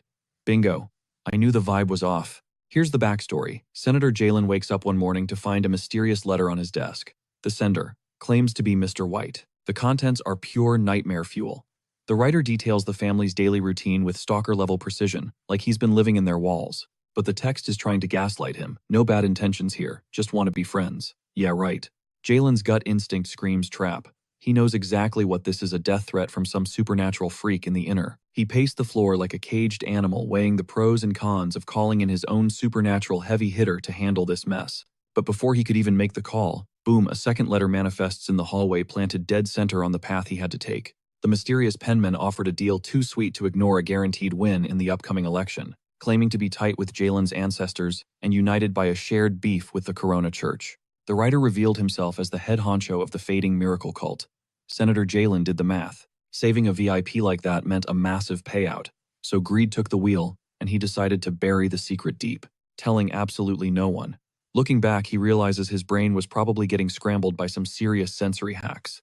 Mr. White's letters just spawned out of thin air, which is straight up nightmare fuel. White mentioned catching a boat from the third largest continent to the second, and Jalen nearly spilled his entire life story in return. Then came the God Ascension plan. He intended to farm 3 specific requirements for a dark ritual, the endgame, injecting that raw power into his soul to bypass mortality and achieve God status. He even promised Senator Jalen a VIP ticket to divinity alongside him. The senator was hooked, addicted to the idea, chasing that high even in his sleep. His grip on reality was officially totally gone. Then came the rude awakening, a fresh letter on his nightstand penned in that same familiar scrawl. It dropped a bombshell hundreds of years ago. Jalen's ancestors had backstabbed Mr. White, selling him out to the Market Foundation. Mr. White wasn't here to partner up. He was on a revenge tour, and Jalen was the target. The message was clear: I'm coming for you. Cut to the coffee shop. Shen walks in mental gears, turning over the letter's mention of the 3 ingredients for the God Ascension plan: 1 million cases, 1 million forms, and 1 million faiths. He connected the dots fast. The cases linked to the nightmares observed by the hidden iris. Forms pointed to the biological mess involving Tina, and faiths meant the twisted minds worshipping the Lord of Miracles. Shen stared at the white crystals in his palm, swiped from Senator Jalen's personal stash, inside a box. They were a perfect match for the ones found on that creepy hotel scarecrow. He clenched his fist, realizing White needed these crystals to warp reality. That explained everything. The teleporting letters were just the start of a massive gaslighting campaign against Jalen. Shen told himself he had cracked White's backstory powers and motive, but the core mechanism of the God Ascension plan, that was still a black box. Moments later, Shen caught Kola snooping around the box. He leaned against the doorframe asking what she was up to. Kola flinched at his voice. For a split second, her face morphed into a glowing red nightmare demon straight out of a horror movie. Just as quickly, she snapped back to kawaii mode, sticking out her tongue with a playful meow. Shen wasn't buying it, wondering how a cat learned to pick locks, considering the door she just walked through was heavy security. He eyed the box, realizing he needed to watch this creature closely around the Book of the Decapith Traveler. Later, Shen slid the stolen evidence across the table to Su Ling while she scanned the pages. He assured her the docs were 100% legit, pulled straight from the senator's crib. Su Ling couldn't help but ask how a civilian was miles ahead of the entire Anti-Magic Bureau investigation. Shen just closed his eyes, playing it cool. Call it a collaboration. Go tell your bosses. To move fast, we need to hunt down the God Imposter, and you guys have the manpower for that. Su Ling nodded, but she was wary. She couldn't figure out his angle or what price he'd ask for later. Struggling to believe he was handing this over on a silver platter, Shen mentally facepalmed, realizing he almost forgot his mysterious extra-dimensional entity persona, knowing that helping the feds for free was definitely out of character. Back at HQ, the commissioner looked up from his paperwork, eyeing Su Ling as she took a seat on the sofa. What did Mr. Shen say? Su Ling kept it brief. He calls it a joint op, and says the Bureau owes him a favor. The commissioner's eyes snapped shut. If he wants a favor, you report this directly to me. Regarding the chess player, tell no one else. She gave a firm nod of agreement. The commissioner stood up, signaling her to follow him. A moment later, they were both rising in the elevator. On the surface, Su Ling mused, the Anti-Magic Bureau looked like just another boring gray government office. They even let civilians waltz right into the lobby. But the real nightmare fuel, that was buried 4 levels deep underground. She glanced at the digital display, watching the numbers tick down as they neared the 3rd basement level. The lower they sank, she realized the darker and more twisted the secrets became. Your average investigator wasn't even cleared to set foot on B2. Only the commissioner and 2 deputies had the clearance for the 4th level. Finally, the elevator chimed and the doors slid open. Stepping out, Su Ling spotted a man in glasses, sitting alone in a pitch-black void of a room. He was perched under a weird brick archway, totally surrounded by water.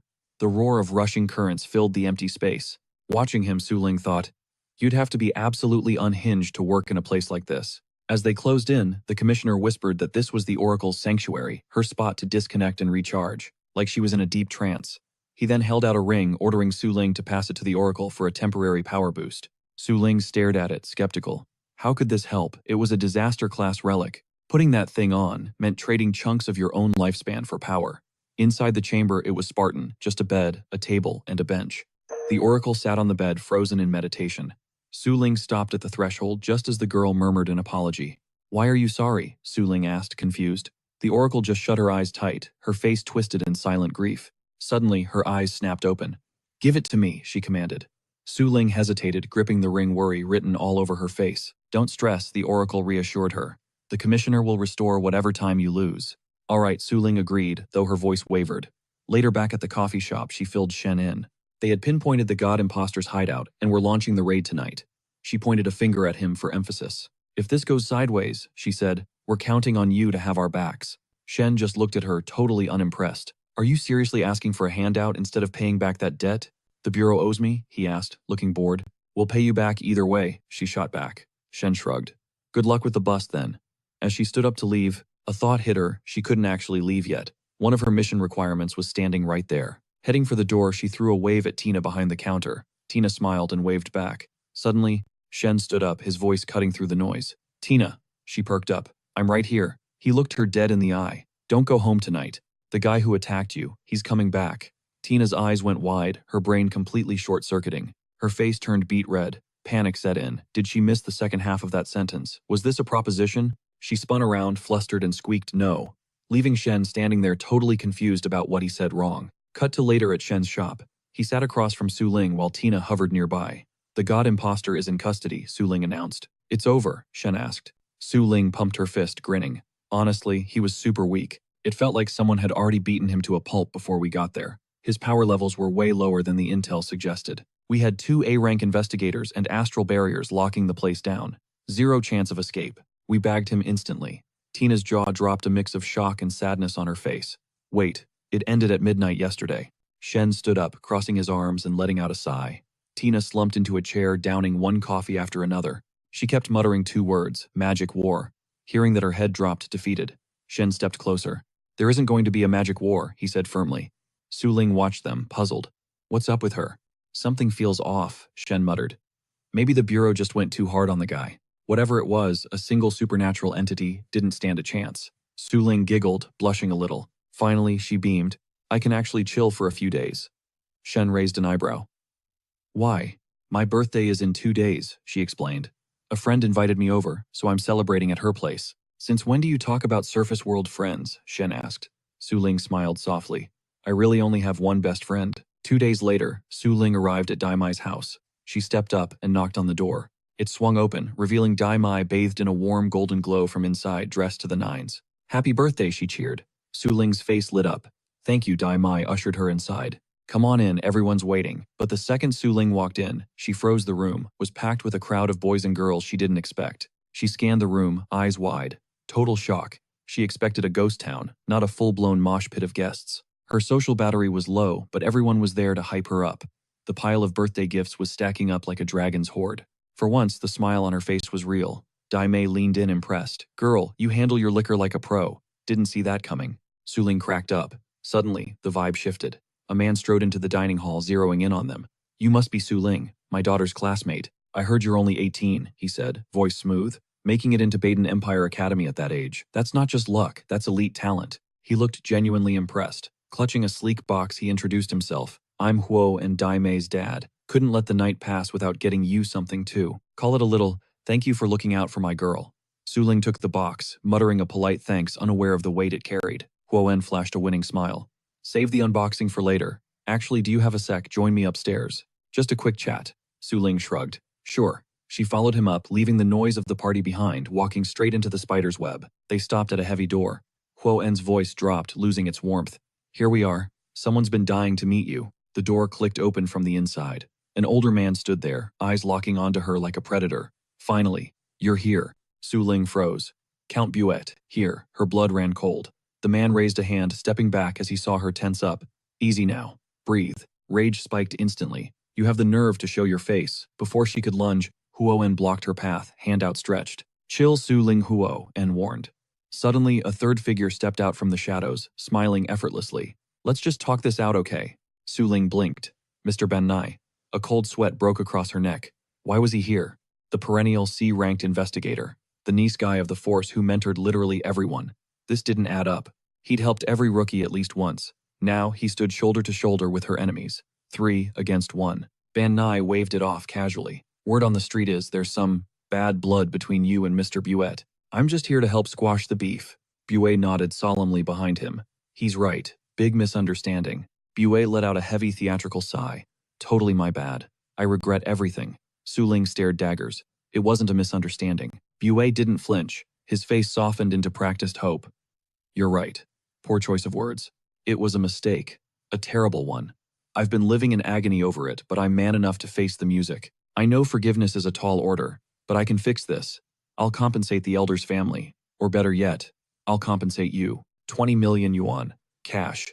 Su Ling didn't even blink. Keep your dirty money. Buet snapped, voice rising. Oh, come on. You act like I'm the devil. You want the truth? I only needed a sip of that old man's life force. Just a fraction. I wasn't trying to drain him dry. I was going to pay him 10 million. How was I supposed to know he was running on empty with only 5 years left? I know you're hunting me. Hell, you want me dead. But have you actually stopped to use your brain? Justice does nothing for a corpse, but the living I've been pushing a new bill. Real change. Look it up. If this passes, kids all over Nolan get education resources a future. Healthcare for thousands versus 5 measly years of one old man. That is how you balance the scales. That's real atonement. Don't forgive me, fine. But ask yourself, is satisfying your little hero complex worth destroying all that potential good? Shut your mouth, Su Ling screamed, shaking. Just excuses, all of it. P.O.P. A cork flew across the room. Ben Nye poured a glass, grinning like nothing was wrong. Happy birthday, by the way. You're legally an adult today, Su Ling. Time to start thinking like one. The Count feels bad. He's saving kids. Isn't that enough for you? Why make this harder than it needs to be? No, Su Ling roared. It's not enough. Huo En stepped into the light. Easy. Everyone slips up, kid. You gonna stand there and tell me you've never made a mistake? Su Ling glared, jaw tight. Never. Huo En chuckled. I admire that grit. It's why I'm glad Dai Mei has a friend like you. Dai Mei, the name hit her like a punch to the gut. If she blew this up right now, what happens to her best friend? She looked at the three men. Did Dai Mei know her dad was a monster? The party downstairs, the crowd, strangers piling up gifts, people who didn't know her, who was actually paying for those presents. It was all orchestrated. Her gaze dropped to the sleek box in her hand, the one Huo En gave her. It felt heavy, probably a diamond, a big fat hush money diamond. A bitter smile tugged at her lips. Just a classmate's birthday, huh? Why drop a fortune on a stranger unless you're buying their soul? She let out a long, shaky breath. The gift box hit the floorboards with a heavy final thud. Cut to Su Ling drenching wet, drifting like a ghost through a pitch-black alley as the rain poured down. The killer had been within striking distance, breathing the same air, yet her blade stayed sheathed. She couldn't understand how she just walked out of that room alive. Her mind raced. What was the move now? Should she hunt down the murderer with stone-cold detachment? Was she doing this for that old stranger who gave her candy? She didn't even know his name. Was it justice? Or was it something darker? George's warning echoed in her skull. Someone like her didn't belong in the inner circle. He said she wouldn't survive the endgame. She turned away, lips sealed. After what felt like hours, wandering the labyrinth of rain-slicked streets, she found herself standing outside Shen's coffee. Subconsciously, her feet had carried her to the one place that felt like safety. Rewind to the day before Su Ling's birthday. Shen was dead to the world, buried in his pillows, until a voice sliced through his dreams. Anna, chanting praises to the destroyer of worlds. She was hyping up the Lord of Ashes, calling him the root of all disaster, the ultimate bad omen. A total stan, pledging her undying loyalty right there in her prayer. Shen jolted awake, sitting up with a miserable expression. He looked around the empty room. Great. Sounded like a summoning ritual was kicking off. Suddenly, a holographic interface popped up in his vision like a livestream HUD. It showed Anna kneeling on her bed, deep in fanatical prayer. Was this some kind of pixelated vision? He realized the game had changed. First, he could accept summons and sacrifices. Then he could meet summoners in the dreamscape. Now he was receiving live prayers directly. Maybe the universe was trying to tell him something. He wondered what kind of wild future lay ahead. It hit him, then the era of the Lord of Ashes was ancient history. That meant the old rules were dead. Prayers weren't restricted by time limits or cooldowns like the dreamscape. It seemed only physical summons were time-gated. The connection was crystal clear. He watched Anna begging the mighty Lord of Ashes for a sign, asking for his divine will. Shen's internal monologue was screaming. My will is to get some sleep. Quit bugging me. He squeezed his eyes shut, totally over it. He caught himself. A god shouldn't be so petty. He needed to chill and wait it out. Finally, the screen vanished. He sat on the edge of the bed. The whole thing lasted about 10 minutes, standard summoning duration. Still, why was she praying in the dead of night? He was trying to catch some Z's. Then his eyes landed on the box, sitting on the cupboard. Was she trying to trigger a relic creation event? He stood up and padded across the room toward the mystery package. Haven't even unboxed this yet, he muttered. He wondered what kind of tribute Anna had actually sent him. He lifted the lid. Whoosh. A blinding golden inferno roared to life. Shen blinked. He admitted he didn't know the first thing about astral alchemy spells. Probably needed to hit up Baron for a tutorial later. The intensity of the flame grew, washing over him. He stared into the abyss of the fire, the heart of the heat, the concentrated essence of worlds scorched into oblivion by the Lord of Ashes himself. This wasn't just rare loot. It was impossible. A legendary item that shouldn't exist in reality, only in the deepest myths. It didn't belong in this dimension. Its origin was purely divine, and Anna had somehow retrieved it after the summoning. The fire condensed, morphing into a pulsating ball of flame resting innocently in the box. Shen stared at it, his mind clicking. It reminded him of the apple he'd given them. He snapped the box shut. A theory was just a theory until proven. He needed to run some actual tests to confirm it. But for now, sleep was the priority. He crawled back under the covers. Now this is a god-tier blanket, he whispered, smiling as he drifted off. But the grind didn't stop. He materialized in a thick gray fog and sighed. Seriously, overtime, even in his sleep. As he navigated the haze, he thought about the pantheon of gods from other dimensions. Being the IT guy for all of them was going to leave him with zero downtime. Up ahead, he spotted Baron kneeling on the ground facing away. Shen approached from behind. Make it quick. Baron kept his eyes shut, praying to the mighty haze. He started explaining his failure. He hadn't engaged the light chaser, and because he failed the capture mission, the lightless dust had lost faith in him. He added that the targets had bailed on Baranda, but Baron had a gut feeling. They still had unfinished business in the city. They wouldn't just ghost without a reason. Shen stood silently processing. Why did the lightless dust want to assassinate a VIP of the Corona Church? Usually nobody messed with the church's authority without a serious motive. It was suicide. Shen cut to the chase. We need to initiate a new summoning ritual, as soon as possible. Baron nodded, accepting the command instantly. Shen rubbed his chin, plotting. If he wanted to verify if the heart of the heat was actually the apple he gifted, there was an easy workaround. He gave Baron a specific task: compile every scrap of knowledge you've gained into a book. Baron, eyes still closed, agreed to the assignment. As their forms began to dissolve into the mist, Shen made a mental note to hit the library after his shift. If Baron didn't recite Wandering at Ease, his hypothesis was solid. Moving through the spiritual plane, Shen descended through the night and touched down inside his coffee shop. He stood in the dark, eyes closed, plotting his next move. He never saw this coming. Those chill verses he recited from Wandering at Ease and the Equality of Things had glitched into something dark, two twisted high-tier forbidden arts now dubbed Transcending Bounds, and Uniformity of Everything. With a face full of annoyance, it hit him. The Baron had literally resurrected his daughter, which explained why the guy was acting so thirsty for his approval. That meant the succubus who begged for a basic blade to gift the light chaser must have watched that junk turn into a god-tier mystery item. If it hadn't, that savage succubus would have already stormed back, demanding a refund. Next time, he needed to crack the code on how these upgrades actually worked. Like if he tossed them another apple, would it mutate into something else? Or would it still spawn the heart of the heat? And if he handed over the heart when they summoned him, would it evolve again or just nerf back into a regular apple? He wondered if his loot drops had to match the vibe of other eldritch gods. Should he start catering food during the Baron's rituals? Then his mind drifted to the origin of his power, questioning if he just got lucky with the RNG after transmigrating. But his gut screamed that it wasn't that simple. Either way, he was grinding his way closer to becoming a literal god. Suddenly, Su Ling burst into the coffee shop, and Chen, totally caught off guard, practically jumped out of his skin asking who was there. When he recognized Su Ling, he immediately asked what went down. She turned to him, absolutely soaked from the storm, and whispered his name.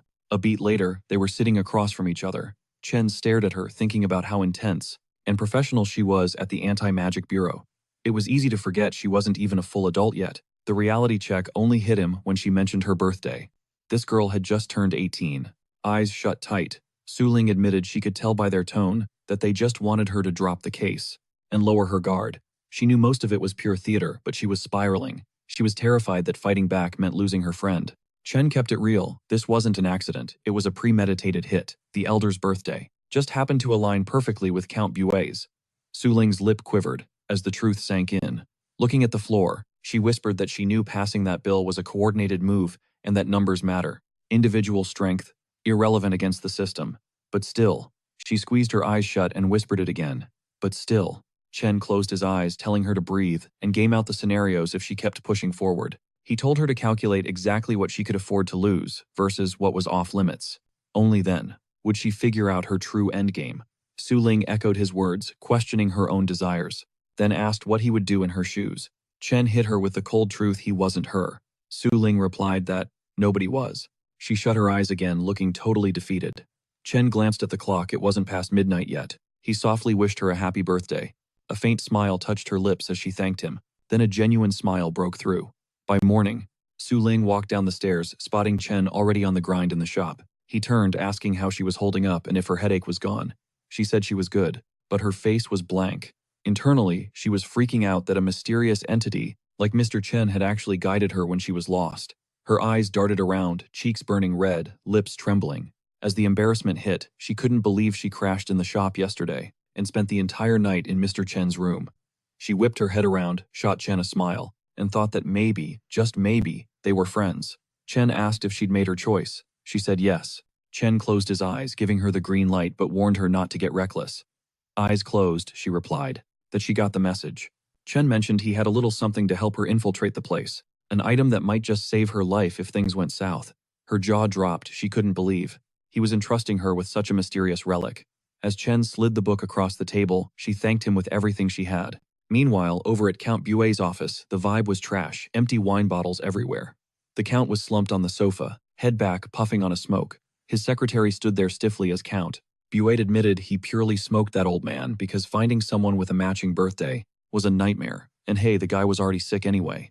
But he never calculated that the old guy had ties to a top-tier investigator or that Ban Nai had pocketed 1 million yuan from him. To shut down any arguments, Count Bue decided to gaslight everyone, claiming Su Ling was mentally unhinged and suffering from paranoid personality disorder, which made reasoning with her impossible. Clutching a wine bottle, he grumbled that the other guy claimed he was looking for alternatives, but let's be real, he just didn't want to cough up the refund. In a fit of rage, he hurled the bottle against the wall, smashing it to smithereens and scaring the living daylights out of his secretary. As Count Buet ground his teeth like a wild animal, the secretary started sweating bullets. Buet stared him down for an uncomfortable moment, but the secretary actually held his gaze. Finally, Buet broke the silence, explaining that the Anti-Magic Bureau had been around for over 2,000 years, originally standing as the ultimate shield for humanity on the second largest continent. Even today, the Church, the Royalty, and the Anti-Magic Bureau stood as the three titans of Mulan's inner circle. Totally confused, the secretary asked, "If they're that overpowered, why don't they expand their territory?" Buet shrugged, calling them idealists, though he hinted there were darker secrets even he didn't get. Then he ordered the secretary to go fetch Mr. Inuyushi from the Salians.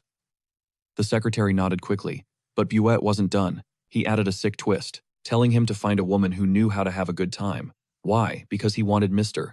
Inuyushi to cast a glamour spell, making that random woman look exactly like that psycho Su Ling for his amusement. The secretary turned, sweating profusely, and agreed as he reached for the door handle. Suddenly, a pitch-black sludge dripped right onto the sofa where Buet was sitting, followed by a deafening boom. The secretary spun around in terror as blood-curdling screams ripped through Count Buet's office. Moments later, outside the mansion, Su Ling dropped from the sky like a phantom, landing lightly on the garden wall, her blade dripping with blood. Clad in her stealth gear, she realized that without Mr. Shen's assist, pulling off a ghost-like assassination would have been nearly impossible.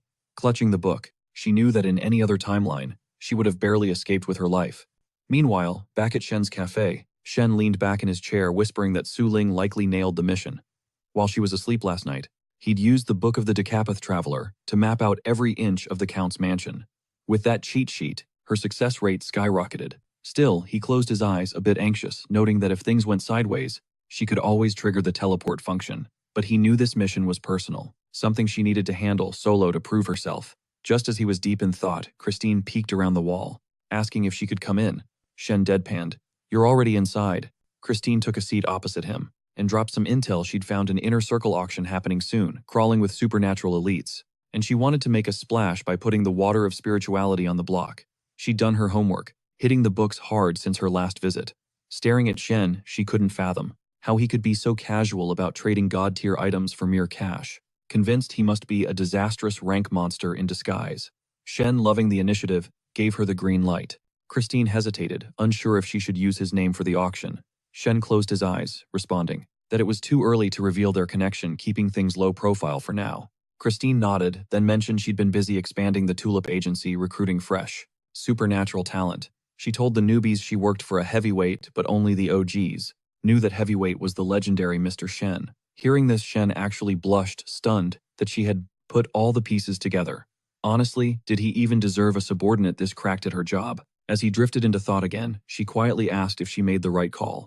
Shen closed his eyes, total boss mode, and decided it was a win-win. He gets power, she gets clout, it all depended on the rewards he dished out. While he was strong now, he wasn't exactly untouchable yet. The good news, he'd just unlocked the blessing, transformation, but he knew he couldn't just rely on spamming it during summons. To get stronger, standing up and stretching, he dropped the mic. Christine was now his official ambassador, authorized to do whatever it took to expand his empire. Christine beamed with pure joy, and her voice rang out, sealing the deal. Meanwhile, back at Count Buet's office, Mr. Inuyasha stepped onto the scene. He clocked the crimson splatter on the sofa and floor, instantly demanding to know if their star investigator was definitely the killer. The secretary, sweating like he was in a sauna and clearly rattling, admitted he wasn't 100% sure, but pointed out she was the only one with a grudge, and she'd been beefing with the Count lately. Clutching a creepy little puppet, Mr. Inuyasha brushed off the hesitation. He declared he'd see the truth for himself.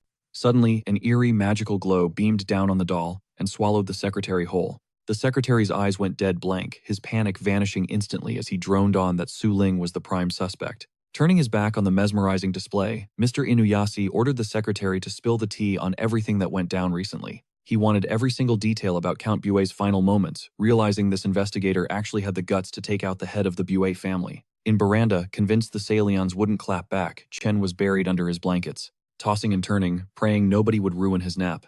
But deep in the dreamscape, he showed up. Chen's inner monologue was pure rage. He was definitely going to make Baron pay for this wake-up call. Right in front of him, inside a white void swirling with fog, Baron was on his knees, channeling the vibes of the White Shore. He reported that the Salians had touched down in Baranda, warning they might test the divine messenger, and that their family history was ancient and sketchy. Their boss was a top-tier sorcerer, Cold sweat dripped down Baron's face as he shut his eyes, signaling he got the message. It probably meant 0 to the divine messenger, but Baron felt the need to drop a friendly heads up. Chen loomed behind him, face twisted in annoyance, wondering why Baron woke him up for such small potatoes. But Baron wasn't done insisting. That this sorcerer was a total headache and overly prepared, and when a disastrous ranked mage is prepared, it puts the whole city on the chopping block. Baron dropped another bomb. The family leader was also rolling with the lightless dust, a crew that seemed weirdly obsessed with both the divine messenger and the gods popping up lately. Chen realized his chances of good sleep were officially gone. Later that night, chilling at his coffee shop, he sipped his brew, thinking about Yale's memories. It was clear even a guy like Yale was terrified of the lightless dust. That fear was written all over his chats with the Bishop of Hush Strike. When Hush Strike had beef with the lightless dust, the Bishop's first move was to ghost them completely. Chen figured the lightless dust had to be the most elite sorcerer squad out there, with every member sitting at disastrous rank or higher. Their leader was a total mystery. A ghost in the system ranked by the Anti-Magic Bureau as untouchable. Chen broke into a cold sweat, lips quivering as the reality hit him. They really were untouchable. Unlike him, he flashed back to how the lightless dust had wiped a powerful cult off the map in just 2 weeks. A cult that once went toe-to-toe with the Chaos Cult in its prime and ran a whole small nation. Closing his eyes, Chen thought about how the lightless dust hit up Baron, a known fugitive, proving they didn't play by the rules. He wondered what they thought of him, then remembered the Salions that Baron mentioned also showed up in the Chaos Cult's files. It clicked. Count Buet was leaning on the Salions. The puzzle pieces were coming together. Meanwhile, inside the commissioner's lair at the Anti-Magic Bureau, Su Ling stood her ground. The commissioner asked if she knew why she was on the carpet, and if she actually pulled the trigger. With a stone-cold face, she admitted she did. The commissioner shut his eyes, looking stressed, telling her she'd gone rogue because of too much freedom. As a legacy of the anti-magic hunters, she'd been stacking up crimes, all in the name of playing hero. He admitted they saw this coming when they recruited her, but reminded her the Anti-Magic Bureau was a legit operation built on order and rules, not a playground for investigators who assassinated senators with superpowers. Su Ling shot back, saying there was no legal way to make Count Buet pay for his dirt, so she handled it herself. Hearing that, the commissioner snapped, asking if that was her official stance as an investigator. She smirked, replying that her stance was serving justice. The commissioner sighed heavily, admitting he didn't believe in justice, and neither did the Bureau. He pointed out that Count Buet wasn't exactly a VIP, but his faction had been secretly squeezing the Bureau. He explained that he wasn't going to throw her to the wolves since Buet was careful enough to leave 0 evidence, and nobody saw her do it. But thanks to internal red tape, they were still going to have to pay a price to clean this mess up. He dropped the hammer, warning her that her messy stunts were dragging the Bureau down, and she needed to remember she was on the official payroll now. Effective immediately suspended. Su Ling rolled her eyes hard and pouted, radiating pure I couldn't care less energy. The commissioner called out her salty attitude, but she just pivoted away, tossing back that she was bouncing if they were done here. But the commissioner, glued to his desk, dropped a final word to the wise. She froze back, still turned to him, and clapped back that she didn't need his 2 cents. The commissioner shot back. If George was still breathing, he wouldn't have pulled a rookie move like that. She spun around, face full of shock, eyes popping out of her head, silently freaking out. Did he know? The commissioner kept lecturing, explaining George was all about laying low right after a brawl so he wouldn't be suspect number 1. He would have found a fall guy. And he definitely wouldn't leave a blood-soaked disaster behind. He would have staged it to look like a tragic accident. Bottom line, she's still green. Su Ling stayed quiet, staring him down until he finally waved her off, telling her to get lost. Cut to the shop the second the guy passed out. The kitty finally got some me time. This cat's a pro. She cracked the door open like a master thief and prowled the streets, just trying to touch some grass and vibe. But she had 0 clue a total nightmare was waiting to ruin her chill night. Out of nowhere, slow clapping echoes on the midnight street near the cafe. Creepy. And look who it is, Mr. Inayusi. He's talking to himself, saying, business comes first before hunting the investigator. His plan, pay the shop boss a visit and show him some Salian family hospitality. According to his intel, the owner's a softie, so as long as Inayusi keeps it chill, it should be a walk in the park. He is the last in line for the throne after all. They wouldn't send a VIP like him. If there was actual danger, Cola rubbed her ear with a foot, glaring daggers at Inayusi. He told the stupid stray to move it. Cola screeched back, full rage mode. Inayusi flashed a villainous grin, asking if she really wanted the smoke. He wound up and punted Cola, but the cat stopped his kick cold with a single paw. A blinding light exploded, and suddenly, Mr. Inayusi was asking what the hell in pure terror. Cola, wrapped in blazing aura, was shedding ash like snow. She morphed from cute kitty into a burning chaos seed, letting out a demonic screech right in his face. Seeing her true form, Inayusi flinched hard. Was he really looking at a burning chaos seed? Kola wasn't a pet anymore. She was a towering kaiju standing over him. Inuyushi panicked, why is a chaos seed here? And frantically cast swirling green lightning around his arm.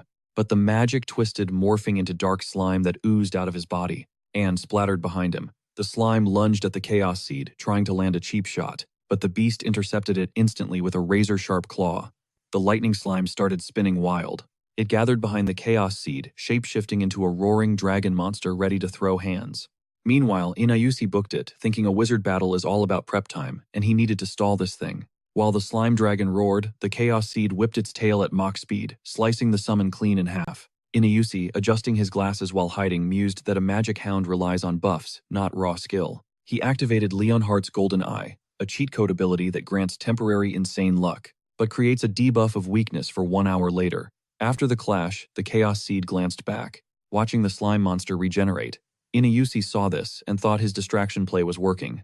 Deep in the night, Inuyushi gripped his magic arm and started chanting a dark incantation, summoning the avatar of twistedness, the instinct collector, pure negative energy, and the supervisor of chaos. Tapping into the eldritch link between man and madness, he prayed for that twisted energy to swallow his enemy whole. Suddenly, his chest started throbbing, buttons popping off, and a dark orb burst right out of his torso and floated up.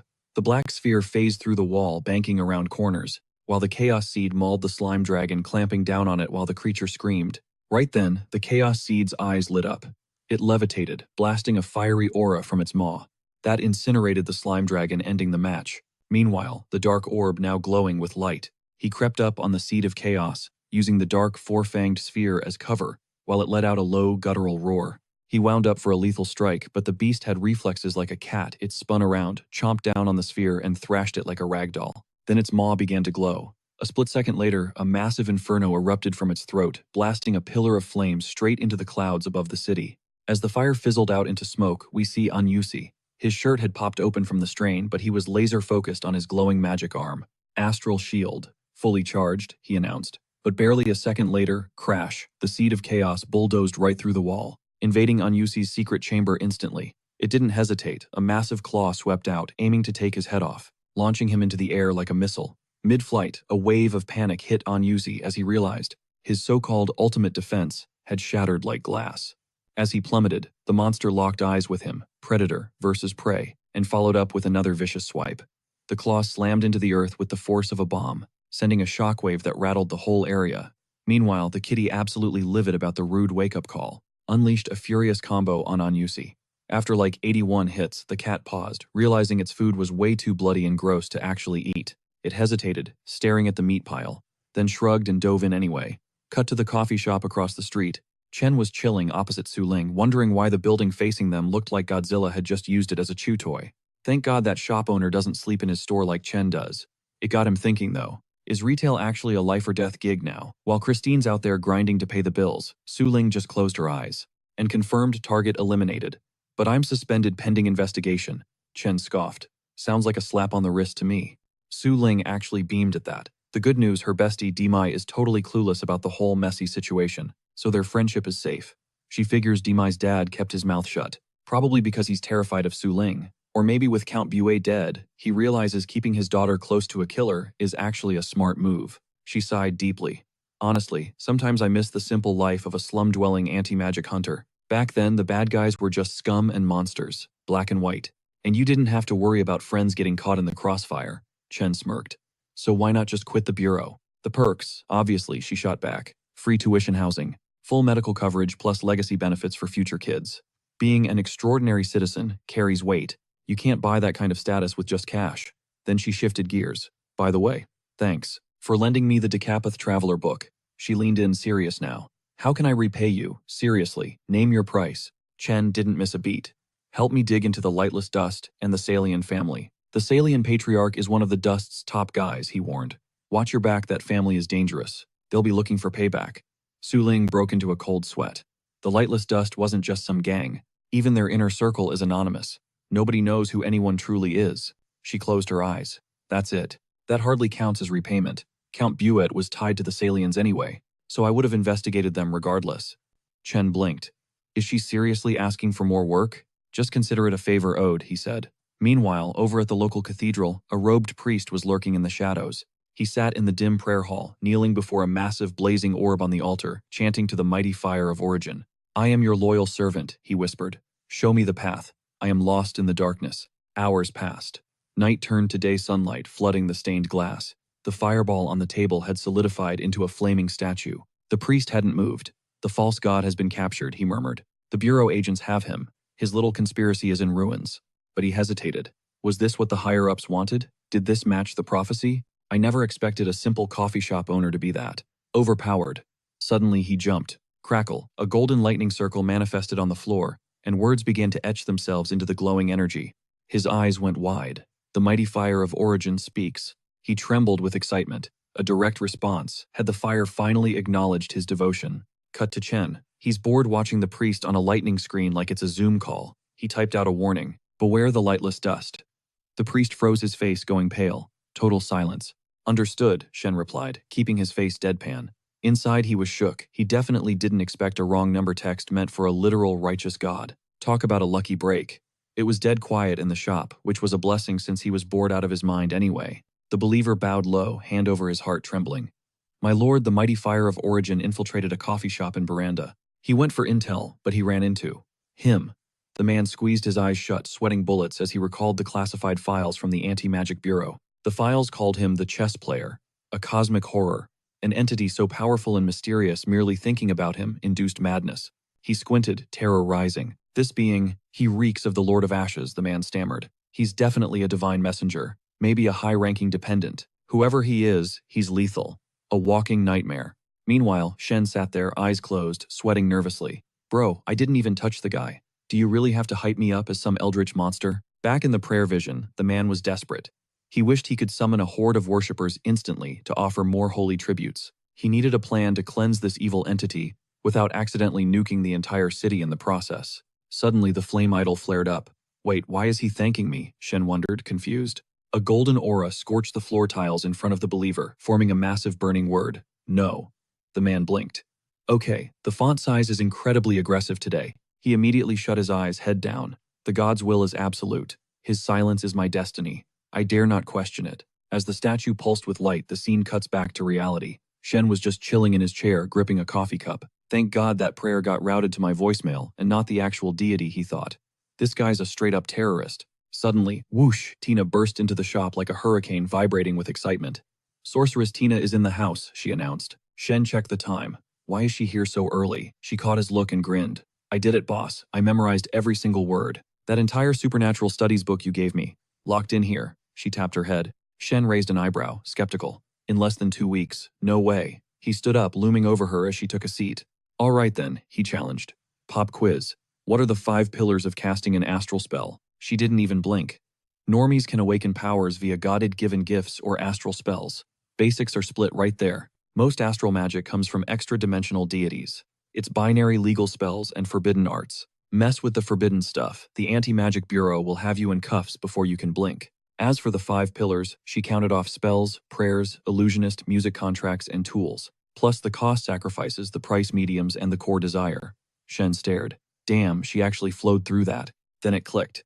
Tina and Su Ling were top-tier scholars at the Baden Empire Academy, literally the Ivy League of Nolan. Tina noticed his stunned silence and blushed pink. Heh, maybe I'm actually kinda smart. Shen smirked. "You nailed it." He promised to teach her a legit astral spell that night. "This isn't a party trick," he explained. "It locates paths both physical and supernatural. Basically, it's the ultimate emergency exit when things go south." Tina's eyes sparkled with pure admiration. Shen pointed a warning finger at her. "Don't get cocky. The success rate isn't guaranteed. Do not rely on it as a crutch." Tina's shoulders slumped a bit, but she nodded dutifully. "Understood." Later, Shen raised his hands, voice projecting, but internally he was conflicted. "I taught her the method, but can she actually pull it off?" He closed his eyes. "Spiritually, she's slow. Honestly, she's kind of useless. But that determination, I can't say no to that energy." Boom. A deep thud vibrated through the floorboards. Shen looked up. That's gotta be Baron. He'd told him to prep a new ritual, and the guy didn't waste time. Finally, a competent employee. Cut to Baron's lair. A complex magic circle pulsed on the floor.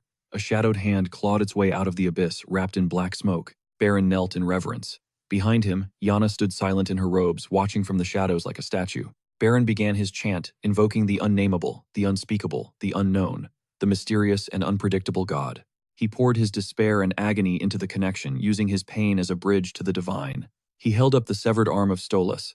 "I offer this flesh," he declared.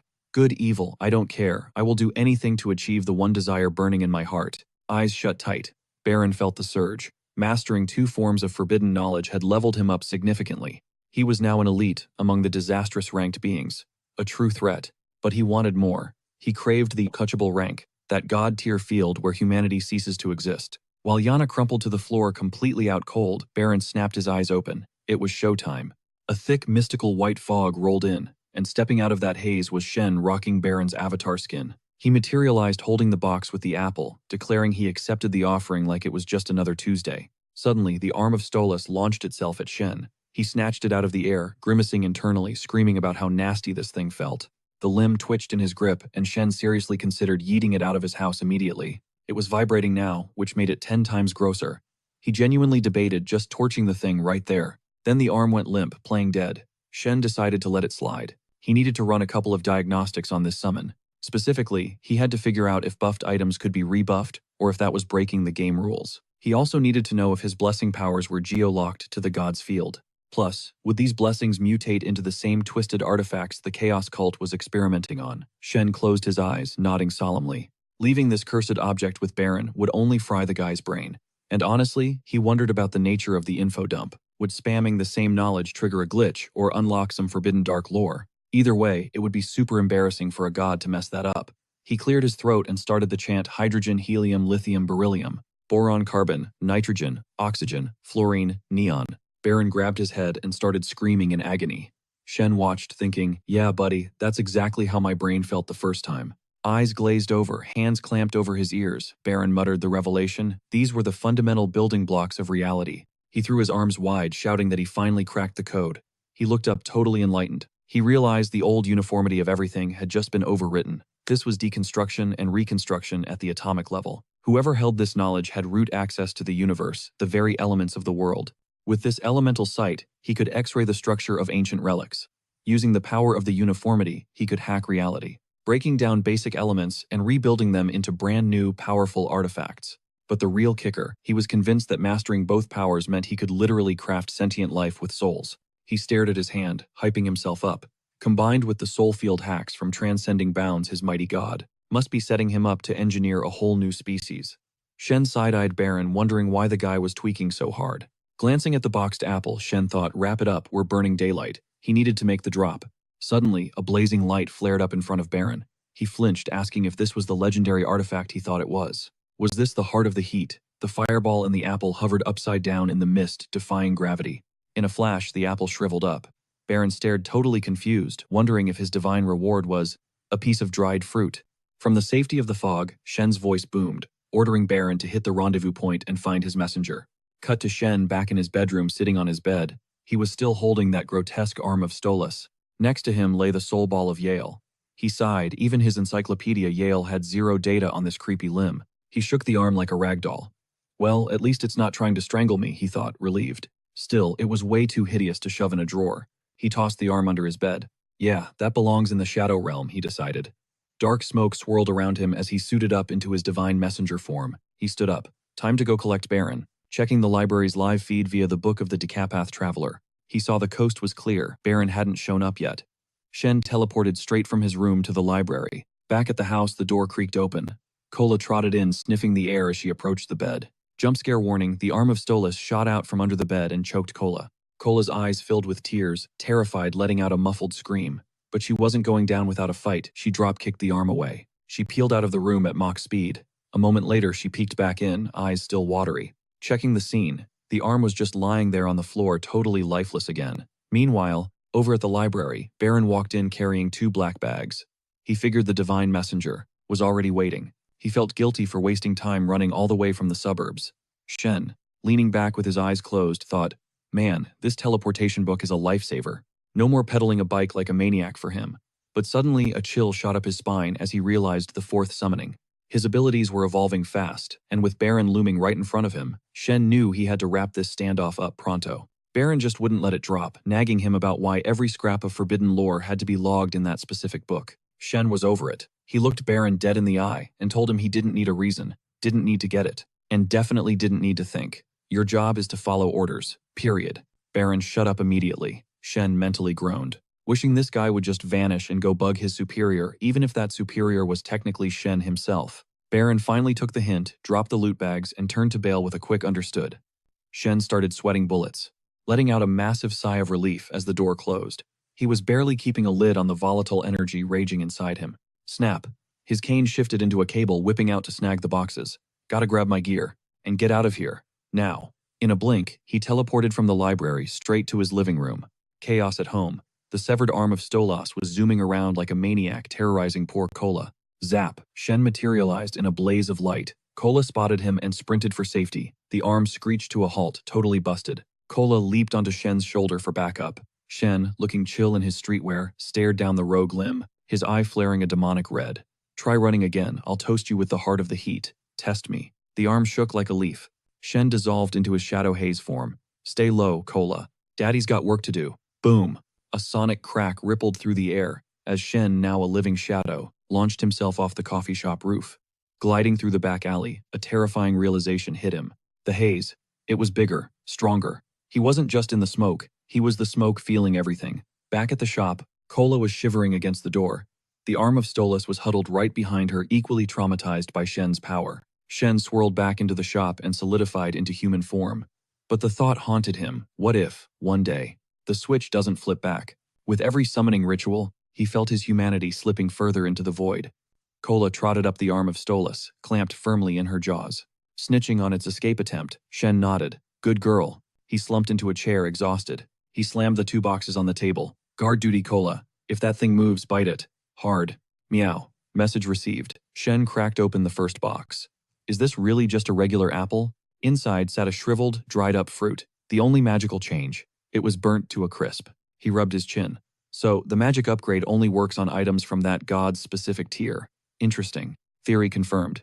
He opened the second box, and the heart of the heat, a literal orb of fire, floated out. Shen smirked at the glowing flame. Just as predicted. Looks like I need to hit Lord of Ash's status before I can run a real test with this fireball. Until then, we wait for Tina. Flash forward 3 weeks. Rain pouring. A guy at a bus stop was skimming a damp newspaper. Senator John. Swept the election. New mayor in town. The paper was full of promises. The usual wealth, safety, and zero crime spiel. Protection from the cults. Blah blah blah. The guy rolled his eyes. Boring. What does this elite nonsense have to do with a nobody like me? Total snooze fest. The old dude standing next to him chimed in. They should be covering the real story. Like how the miracle cult is brainwashing the entire countryside. The old man gazed toward City Hall. Miranda. Used to be the center of the universe. Capital of hope. Now, just another megacity. Haven't been back in, what, 100 years? The younger guy froze.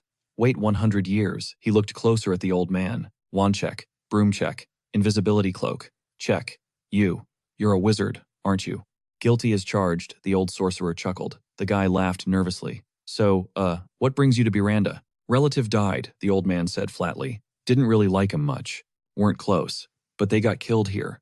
Family duty calls, you know. The guy started sweating bullets. Oh, sorry for your loss. The old man stared off. It's cool. I'm already over it. Meanwhile, across the city, Su Ling woke up and stretched in front of her window. She spills the tea the commissioner gave her. Hang Lai, the current head honcho of the Salians, is secretly a member of Lightless Dust. This guy is built different, a veteran of countless wars armed with a terrifying stash of weird astral magic. Suddenly blushing, she admits her plan: report this intel to Mr. Shen and absolutely demolish some dessert. Cut to her facing the ultimate enemy, the bathroom scale. Even with a supernatural physique, she feels like she's gained a few pounds. Wham, she kicks the scale under the bed. Logic, if you don't measure it, you aren't fat. Problem solved. A knock at the door interrupts her delusion. She marches over yelling, "Hold on, I'm coming." She unlocks the door, swings it open, and freezes. It's the newspaper guy from the bus stop. Su Ling stares totally confused. "Mr. Albert, what are you doing here?" Her mind races. How did her ex-landlord find her? Track her to this new spot. Albert drops the bomb he hasn't eaten in ages and is starving. Su Ling is speechless. Albert hits her with the puppy eyes, asking if she can spare even a bite. He apologizes for looking like a total wreck. She points inside. Just, come in. Albert walks in, scratching his head, clearly embarrassed. He mutters that he can't believe he's barging into a girl's house like a creep. He explains he's running on empty, no food since morning. Su Ling asks, "You broke. How did this happen?" Albert ignores the question, looking around and saying, "You're really balling out now. Nice house." Su Ling stands behind him, casually noting. She snagged a lucrative part-time gig. Albert turns, sweating profusely. Yeah, must be making bank. She closes her eyes. Drop it. She knows it's hard for people not to think. It's sus that a regular college student has a luxury pad. The school rumors are already screaming sugar daddy. She decides to feed him.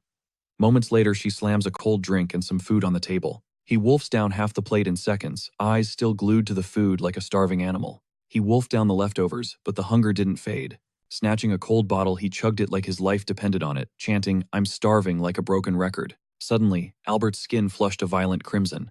Su Ling started to ask if he wanted seconds, but the words died in her throat as she screamed his name in horror. The transformation was instant. Albert turned completely red and clamped his jaws around the steel flask, shredding the metal like it was paper. Blood gushed from his gums, but he didn't even flinch. His eyes went dead and hollow, repeating that endless mantra of hunger. Crunch! He chewed the jagged metal shards, swallowing them down with a mouthful of his own blood. It was a total bloodbath. As his manic screams filled the room, Su Ling bolted for her bed. This wasn't a tantrum. This was straight up supernatural. Definitely magic. Her gut told her to alert the Anti-Magic Bureau immediately, but a wave of ice-cold dread washed over her. Her phone. It was gone. Panic spiked in her chest. What the hell was happening? Had to be the Salians. Poor Mr. Albert was just a puppet on a string, but where was the puppet master pulling the strings? No phone meant zero backup from the Bureau. She was on her own. Suddenly, Albert shambled into the room, the hunger consuming him. He wasn't eating food anymore. He was gnawing on his own hands. Starving, he wheezed. His hands were a gory mess, fingers chewed down to the bone, blood painting his face. Fresh blood dripped from the mangled flesh as he lunged toward Su Ling. "I want a taste," he hissed. Swish. Su Ling swung her blade, vaulting over him to land perfectly behind his back. If this was a curse, she could counter it. She struck. Albert collapsed his leg, twitching violently in the aftermath. Did the enemy weaponize his kindness? While her mind raced, a scene unfolded elsewhere in the building. An elderly couple lounged on their couch. "I'm stuffed," the old man sighed. "Just gonna rest my eyes for a bit." His wife nodded, tea in hand. Suddenly, the door flew open. Su Ling stood panting on the threshold. "I'm here to save you," she yelled. The couple just stared, frowning in total confusion. "Crap, too much explaining. Forget it, this is a robbery," Su Ling barked. "Give me your phones now." As the couple stood up, that nightmare scenario repeated. Their skin turned that same violent shade of crimson. "So hungry," they droned in unison. Su Ling grit her teeth, a cold sweat breaking out. Not them too. She bolted out, checking apartment after apartment, desperate for a sane soul. Zero luck. Every single resident was trapped in that same starving zombie-like trance. Alone in the hallway, Su Ling's mind reeled. How the hell did they curse an entire complex? Was it touch? Some massive AoE spell? She swallowed hard, clutching her own stomach instinctively. Was she next? Sweat beaded on her forehead. It had to be Heng Li, codenamed Terror. Only Terror could pull this off. Meanwhile, the building erupted into a cacophony of screams. Hungry. The walls vibrated with the chant. Su Ling fled into the pouring rain, standing alone on the slick pavement. The streets were empty, driven away by an astral barrier. Suddenly, a monstrosity appeared, a dog with glowing red eyes and a gaping maw where its head should be. Su Ling. It rasped behind her. She spun around as the beast prowled closer. "I am the leader of the Salians. Heng Li Salian. Remember Count Buta, the man you slaughtered. He was family. A minor descendant, sure along with Anyusi, but blood is blood. Anyusi." The name meant nothing to her. The dog snarled, "I'm going to kill you slowly. I want to savor your despair." Su Ling's eyes went wide as the creature's body began to warp, inflating like a gruesome balloon. What the boom? An explosion rocked the street, summoning bolts of black lightning from the sky. The dog detonated, showering the area in gore. Su Ling braced herself. Was this another layer of the curse? Out of the mist walked Albert. He was unrecognizable, bloated, bloody, and coming straight for her. "You were cursed ages ago," he distorted. "Your supernatural constitution bought you time, but you can't outrun death. It will be slow and agonizing." Su Ling paused, checking her own senses. Was that a pang of hunger? She closed her eyes, turning her back on him. A supposedly unbreakable death curse. Interesting. If he wanted a fight, he'd just fight. But stealing her phone, that was a strategic move. He wasn't trying to kill her slowly. He was stalling. He was terrified she'd contact the Bureau or him. The slow death speech, total bluff. He was shaking in his boots about someone powerful showing up. He wanted a quick kill so he could flee B-land. That meant Heng Li's main body was close. She had to get a signal out now. Before the curse really kicked in, we cut to a coffee shop vibe where Shen is tossing a toy for a cat. Every time Kola fetches it and brings it back, there's one major red flag: the cat's eyes are glowing crimson. Shen gives the kitty a good job, but his expression tightens. He knows this furball is definitely plotting something. He had run diagnostics on every critter in the neighborhood, and only this one reacted to the scent of an interdimensional god. He makes a mental note to grill the cat later. For now, he grabs the book of the Decapith Traveler, resting on the table. Anna's last summon really helped him connect the dots on a few theories. Items have specific transformation rules, one change, no takebacks. Pretty standard stuff. He flips the book open, deciding it's time to check on Su Ling and Tina. With the recent chaos, he needs to make sure they aren't getting wrecked. Cut to Su Ling sprinting through a downpour. She's desperate, muttering about needing to contact the Anti-Magic Bureau as soon as possible. She reaches the high school building. Logic dictates there has to be a working landline in the faculty lounge. She bursts into the office and makes a beeline for the phone sitting on the cabinet. The place is a ghost town. She didn't expect Hang Li to cast a spell with such a massive area of effect. Her hand hovers over the receiver, but she freezes. Something feels off. Suddenly, the phone bloats up, explodes outward, and roars as it morphs into a grotesque, giant human face. Su Ling stares, eyes widening in horror. Is this a summon? She snaps her sword up, realizing she needs to block the dark lightning arcing toward the ground before that monster fully manifests. A barrier materializes, locking the creature in. Just as she lunges to deliver the killing blow. Snap, the shield fractures. The beast struggles inside, then suddenly phases right into the floorboards. A deafening crash echoes as the monster shatters the concrete and burrows deep underground. The thing vanishes into the earth, but Su Ling keeps her shield wall active, not dropping her guard. But suddenly, her left hand starts trembling violently, blood dripping from her fingers. She realizes, last time it was a finger fracture, now the recoil hit her shoulder. She wonders if this summoned horror is immune to brute force. Regular steel won't cut it. Hang Li definitely did his homework on her fighting style. As blood streams from her hand, she tightens her grip on the hilt. The crimson liquid coats the blade and she thinks, thank God she hasn't revealed her trump card yet. Her blood is mixed with that of an eldritch being, the boar demon, giving her weapon a massive buff against evil entities. She raises the sword and immediately a brilliant azure aura erupts from the steel. But deep down she knows even this might not be enough to take down Hang Li. Her eyes go wide. The price of this power is too steep. A crimson mark creeps across her face. The curse is activating. She collapses to one knee, leaning on her sword for support. Right on cue, Albert steps out from the shadows behind her. He mocks her, claiming her death is inevitable. Pick your poison, he sneers, eyes glowing with malice. Soaked in gore, he flashes a twisted smile. You either turn into a ravenous beast and die, or suffocate inside one. Suddenly, the massive abomination erupts from the floor again, roaring right in Su Ling's face. She looks down, then forces herself up. Her ears are shifting, elongating. The transformation is speeding up. Suddenly, the beast collapses cold. Time seems to stop as the monster's bloated form freezes midair. Someone's got her. It's Shen, decked out in his full divine messenger form, clutching her waist securely. He tells Albert, you walked into the wrong fight. He steadies Su Ling. Can you stand? She looks down, cheeks flushing pink. I can manage for now. But the threat isn't over. The creature beneath the floor surges up, exploding into a multi-faced nightmare.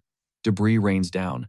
The floor completely crumbles beneath them. Su Ling tips backward into the void, but Shen is right there. He catches her before she plummets. Looks like you need a hand after all, he quips. She purses her lips, face burning. She tells herself it's just the curse seal on her stomach acting up, and that she's been overheating ever since Shen arrived. It has nothing to do with him. Albert interrupts the moment. I can't beat you, Shen, he admits, but you can't save her either. Shen shoots back, cold as ice. I will protect her, and I will end you. Albert drops to the floor. Find the main body. Now. Su Ling held the line, her blade drawn and steady standing as the final barrier between Shen and the unknown. She warned him that Albert had to be close. The enemy wouldn't stray far from his puppets. Shen didn't waste a breath. Snap. A fireball ignited at his fingertip. He launched it. The flame wasn't just fire. It was a bloodhound. It tore through the school corridors, sweeping every room with terrifying speed. Meanwhile, outside, the situation had gone from bad to nightmare. A sea of monsters swarmed the grounds, hundreds of locals twisted by the curse screaming one word, hungry. Their eyes burned with a feral red glow. Su Ling's heart hammered against her ribs as the realization hit her. Those screams, those are the apartment residents. Panic edged into her voice. She knew these people. Shen closed his eyes, sensing her turmoil. Why are you looking at me like that? He asked coldly. Su Ling dropped to her knees, bowing her head in desperation. Please, don't slaughter them. She believed there was still hope for them. Shen rested a hand gently on her head, breaking his usual stoic vibe. Relax. I won't let you carry that guilt today. Su Ling's eyes widened, shock washing over her. Suddenly, a phantom flame flickered in her vision, triggering a violent flashback. 10 years ago, the night sky bleeding red with fire, the agony, the screams of the dying, the curses and begging that rolled out of the inferno like ocean waves. That fire had never stopped burning in her mind. Back then, she had prayed for a hero who never came. The memory faded, replaced by the present reality. She looked up, smiling through the pain. Thank you. Even a supernatural being steeped in pride would pause for the sake of the innocent. Cut to the bathroom, the seeker fireball hit the jackpot. It hovered over a stall, illuminating a glowing red magic circle. Hang tight, Shen commanded, sensing the discovery. I'm ending this. Su Ling tightened her grip on her sword. Go, I can handle myself. I'll be fine. They can't touch me. But as Shen dissolved into a haze of smoke to teleport, Su Ling whispered, one last warning, be careful. Flash forward to the office. The creepy old guy from the bus stop phased through the wall, wrapped in a sickly blue aura. Boring, he scoffed, inspecting his fingernails. Totally lame. I was enjoying my little horror movie. Then that guy showed up and wrecked the plot. He smirked, eyes gleaming. Sure, an untouchable ranked being is OP overpowered, but I'm not just gonna roll over and quit. Back at the school, the horror show was ramping up. The horde breached the building, sprinting towards Su Ling while shrieking hungry. Su Ling didn't hesitate. She bolted, leading them away to buy time. Adrenaline surged as she sprinted up the stairs, taking them two at a time, bursting into the open air. The rooftop. Rain lashed down as she skidded onto the wet surface and slammed the heavy metal door shut. Come on, Mr. Shen, she thought, bracing her weight against the door. Just destroy the source. I just need to survive until then. Bang, the corridor exploded with noise. Bodies slammed against the other side. Su Ling dug her heels and muscles, screaming as she held the door. Then came the crunching sound. They were literally chewing through the wood. Snapping jaws appeared through the splinters, still chanting, hungry. Crash. The door gave way. The mob spilled onto the roof like a tidal wave. Su Ling scrambled backward, creating distance. They charged. She activated her sword, purple lightning crackling along the blade. But her mind raced with a grim calculation. Feeding this weapon, my own blood is draining my life force. She was running on fumes. Every second brought her closer to passing out. I can only manage one more attack. She gritted her teeth, staring at the monsters. I can't kill them. They're victims. Suddenly, swish, a blur of motion sliced the air. The charging mob collapsed instantly, bodies hitting the wet concrete with a heavy thud. Blood sprayed across the roof. Su Ling gasped, lowering her weapon. She knew that style. It was Shen. He had saved her. Miles away, Shen unleashed hell, obliterating the roof directly above the hidden spell circle. The magic array shattered into dust. He looked up through the broken ceiling, satisfied. Spell broken. Su Ling is safe now. But as he scanned the ruins, a frown creased his brow. The caster wasn't here. Is he still back at the apartment? Shen pondered. Classic tactic. The safest place is often right under your nose. He reached into his coat pocket and pulled out the Book of the Decapath Traveler. Standing alone in the rain, he flipped it open. Well, he internalized, isn't this a coincidence? The vision in the book was clear. The old man was standing right back in the apartment office, casually chilling by the couch. Gotcha.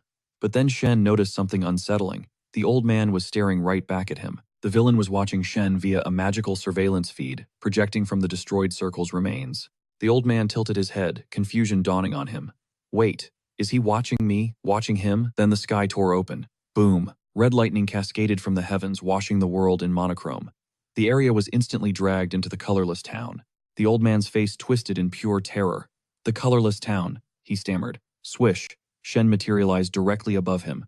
A glowing rune, burning like blood and fire, ignited on the old man's ring finger. Checkmate. The old geezer sneered, claiming Chen's reality was nothing but a fabrication. Enraged, Chen whipped his cane through the air, aiming for a kill shot, just as the elder proclaimed he was about to get hit. But that was the trap. The disaster rank artifact, Truths and Lies, triggered the second skin met skin. Power like that demands a blood price. The user's body literally decays, flesh rotting away bit by bit with every use. The mechanic was twisted, speak a lie, and reality warps to make the opposite happen. But there's a cap, only 3 reality-bending lies per day. It wasn't magic without rules, though. The lie had to be grounded in logic, no claiming you're suddenly a god or invincible. And the curse wasn't just physical rot. It forced the user to vomit out their darkest, most hidden truths against their will. The second Chen's cane made contact, the air distorted. Boom! A massive shockwave erupted, blasting Chen backward before the hit could land. Chen reeled, trying to process the invisible force that just parried him. Meanwhile, the old man casually clasped his hands behind his back, looking unbothered. Creating distance, the elder had to admit it. This kid was a beast. Chen wasn't just strong. He carried a very specific aura. The stench of colorless town clung to him. Cold sweat started trickling down the old man's neck. He needed an exit strategy fast. Time to spam the relic again. Consequences be damned. He mentally cursed the equivalent exchange big lies required, spilling big truths. What a drag. Chen frowned, watching his opponent closely, wondering why the guy had suddenly started rambling like a lunatic. Was this the backlash of some cursed artifact? As Chen analyzed the situation, the old man locked eyes with him. Just as predicted, Spilling his guts was the fuel required to power the lie, the inevitable tax of the relic. He realized his mind was no longer a safe space. He couldn't hide his schemes. The relic was dragging every secret into the light. If he didn't act now, he was toast. The old man made up his mind, tactical retreat immediately. Goodbye, chess player, he muttered. He let out a sigh, banking on the god imposter to clean up the trash he was leaving behind. Once the god ascension protocol kicked in, everyone was as good as dead anyway. He gripped the feather pen tight against his palm. He could feel it, a massive revolution was on the horizon, ready to shatter the current era. Those interdimensional gods would be erased, and the author would script a brand new reality from scratch. A world where humanity wasn't so pathetic and fragile. He cursed again, hating the steep price this artifact demanded for such power. Chen narrowed his eyes, calculating. How was this guy planning to bail, and what exactly could that weird item do? The elder began to levitate, trusting the twisted magic to carry him out. Suddenly, he paused, his mind glitching. Lovely weather today, he blurted out. The rain is gorgeous, and honestly that cake really needed more sugar. He cackled, knowing Chen would never crack the code of the feather pen. Pointing a finger at the hero, he drifted backward. As he spewed more lies to trigger the trap, he anticipated Chen's suffering. Chen didn't wait, he barked. Freeze. Chen launched himself into the air cane raised for a smash attack, but the old man just flashed a creepy knowing smile. A blue aura flared up. Blend, the man whispered. Chen's strike came down hard, but his target dissolved right into the floorboards. Better check on your little pawn, the voice echoed. She's probably dying right now. With a final malicious laugh, he vanished completely. Chen landed stunned. Did that freeze command only hold him for like 2 seconds? Meanwhile, over at the school, the sky turned apocalyptic. Massive plumes of black smoke choked the air. Su Ling stood on the rooftop tracking the anomaly. Suddenly, the smoke birthed a nightmare from another dimension. An ashworm slithered out, zeroing in on her. Su Ling held her ground, eyes locked on the approaching beast. She clocked it immediately, a spawn of the Lord of Ashes formed from the very dust of destruction. But it was just a grunt, low-level trash. A mere underling of the Lord packing the punch of a superior twisted rank entity. Dangerous but handleable. Its main trick, spitting interdimensional fire that burns the soul, not just the skin. Su Ling gripped her blade. She had exactly one shot at this. She channeled everything she had. With a scream, she swung, unleashing a massive U-shaped arc of pure lightning. The electric wave tore through the air, gliding through the ashworm like butter, slicing it cleanly in half before surging onward. It didn't stop there. The blast cleaved right through the apartment complex behind it. The top half of the building slid off, crashing down in slow motion. Boom. The impact shook the earth. For a heartbeat, the ruins stood still, teetering on the edge of oblivion. Then gravity won. As the structure crumbled, the escaping old man spotted Chen hovering amidst the falling debris. Not bad girl, the elder thought.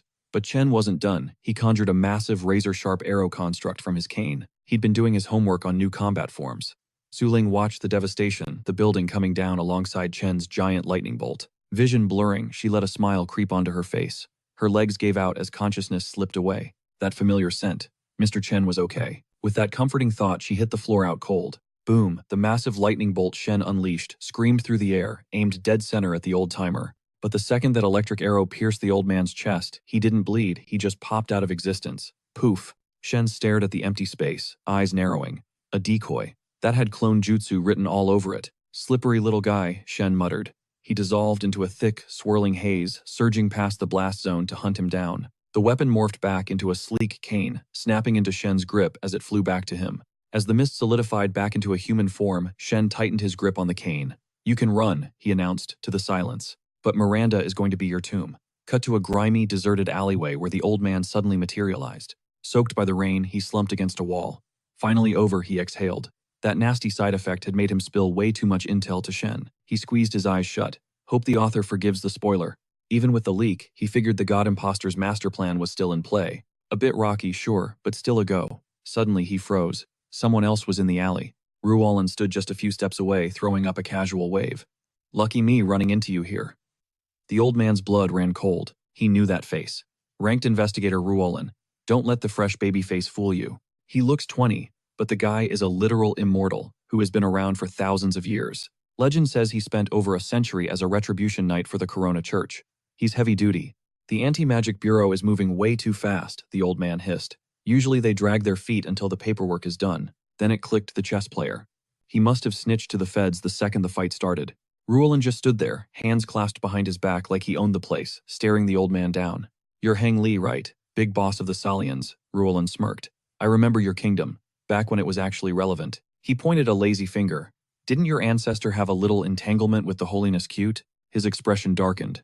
But that's ancient history. This new world, it doesn't have room for dusty leftovers like you. Ancient families need to stay buried. Ruolin raised a hand, summoning a crackling aura of golden lightning. Let's speedrun this, he yawned. I've got cute girls to track down, and this is cutting into my flirting time. He hurled the golden bolt straight at Heng Li. Shouting praise the sun, the blast tore through the alley, screaming upward into the sky. But as the golden glow faded, empty air. Ruolin blinked, genuinely surprised. Heng Li was gone. Okay, respect, Ruolin admitted. Guy actually ghosted me. Smart move, though, since backup was inbound anyway. He tapped his earpiece, eyes closing as he connected to the network. Target located. Heng Li is in the sector, he reported. Listen up, everyone. Hoping for a day off, vacations canceled. Get over here now. He dropped the details. 3 unranked agents were joining the party, and the astral blockers were active. Teleportation is offline, boys. Heng Li was trapped in the city like a rat in a cage.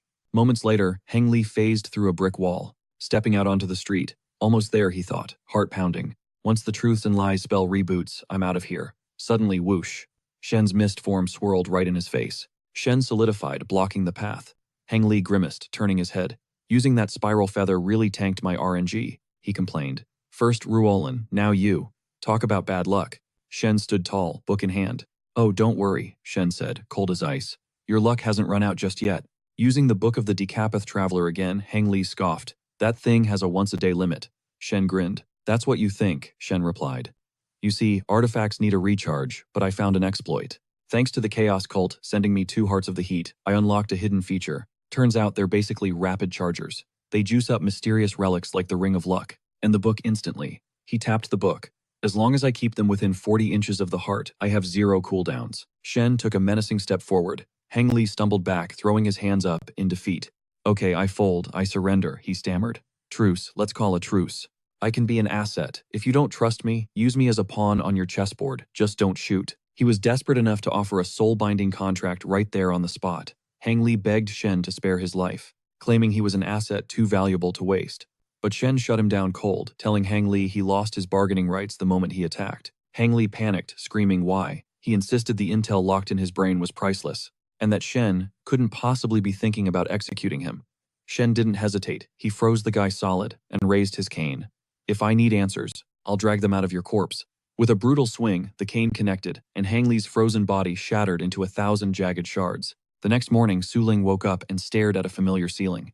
Realizing she was in Shen's bed, her face turned bright red. I'm so dead, she muttered, trying to bury herself back under the covers. Suddenly, Shen's voice cut through the door, yelling at her to quit stalling and get out here for breakfast. Su Ling bolted upright, eyes wide, instantly correcting her posture. I'm up, I'm not lazy, she shouted back defensively. A few minutes later, the two of them were seated, at a table in the coffee shop picking at their food. Su Ling finally asked the big question. So, what happened yesterday? Shen didn't look up. He died. Su Ling nearly choked on her toast. A disaster-rank monster just died, she asked with her mouth full. Shen frowned. Swallow your food. You're spraying crumbs everywhere. He closed his eyes, looking bored. Don't act so shocked. He was weak. But you're the one who leveled an entire apartment complex. The property damage is catastrophic. Su Ling wiped the crumbs off her face and shot him a playful wink. Relax. The Anti-Magic Bureau handles the cleanup, and they'll wipe the witnesses' memories too. She gave him a confident thumbs up. Besides, any destruction caused during an official mission gets billed directly to the National Treasury. Shen pursed his lips, a look of mild envy crossing his face. Must be nice, he thought. Working for the government means never having to stress about the bill. His mind drifted to the upcoming auction. The real question was whether Christine could spark a bidding war for that vial of water of spirituality. Snapping back to reality, he asked about the god imposter. Locked down tight at Bureau HQ, Su Ling confirmed. Shen nodded grimly. Good. Squeeze him for more intel. A few days later, Su Ling was standing in an elevator next to the commissioner, her mind racing about the prisoner, known as the White Miracle. She watched the digital display, tick down toward basement level -3. This guy, Brian White, was ancient history, literally. Born 153 years ago, a Nolan native who started the miracle cult. Back in the day, his biggest sugar daddy was actually Senator Jalen's great-grandfather. The elevator pinged, and they stepped into a gloomy corridor lit by flickering wall lamps. As their footsteps echoed, Su Ling shuddered. Brian White wasn't just a cultist. He was born with the terrifying ability to twist reality itself. That power gave him a massive god complex. He grew up thinking he could just take whatever he wanted. And honestly, he could. His power level was off the charts, likely eclipsing even the disaster-ranked threats. The commissioner placed his hand on a door sealed with lightning magic. He's pumped full of elimination nails, he explained, to keep his powers on a leash. But don't let your guard down. The heavy door slid open, revealing a stark white room. In the center sat White, matching the room in a pale suit, his back turned to them. Took you long enough, White drawled. He slowly turned his head, a smirk playing on his lips.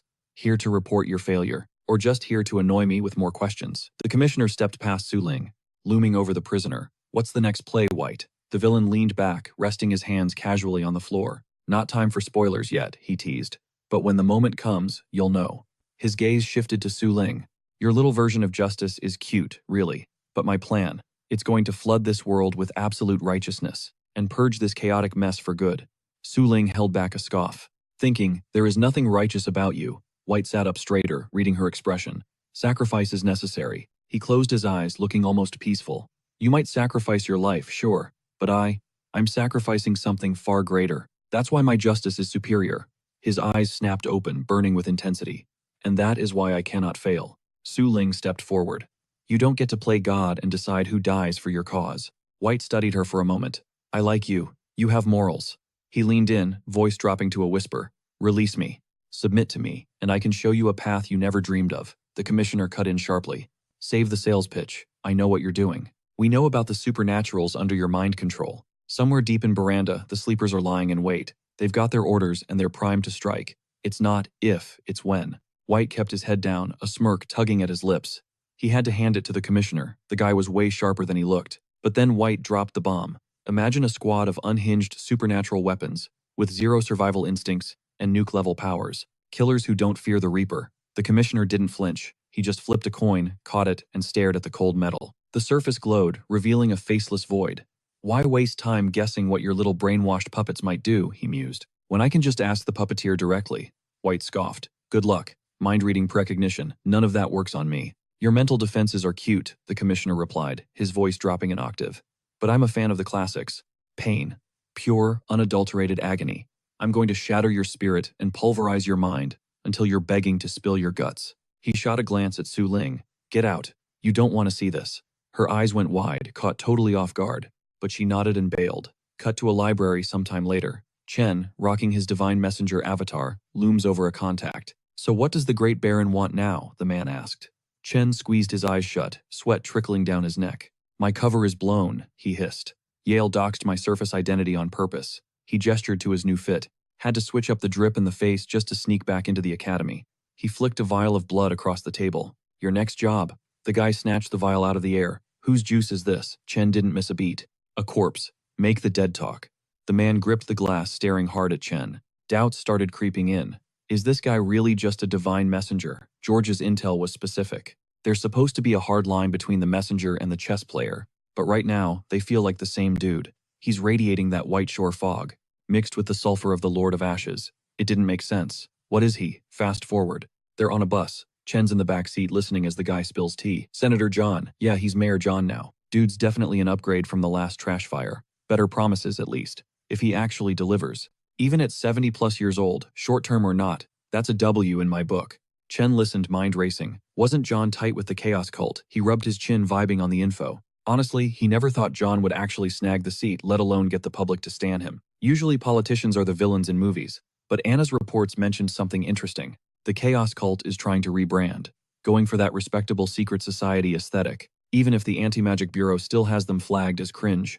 The bus screeched to a halt in front of a massive structure. We're here, the man said. They hopped off and headed down a long, echoing corridor. The guy placed a hand on the wall. Zap. A lightning-infused magic door materialized. He gestured for Chen to go first. The door slid open. The contact walked in, but Chen froze at the threshold, legs shaking, sweat pouring. He white-knuckled his cane, mumbling a quiet "Roger that."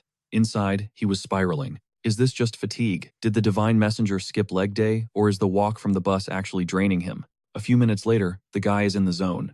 He traces a spell circle on the floor, standing dead center. He looks at Chen, deadly serious. This isn't your average party trick. It's forbidden arts. Stuff you only get by breaking the laws of magic. Circle done, he steps out. Behold the spell of spirits. Stage 1 complete. He lifts the vial. Purple energy leaking from the glass. He summons the reagents. One fear, one heart of a nightmare. The items levitate, hovering over the circle.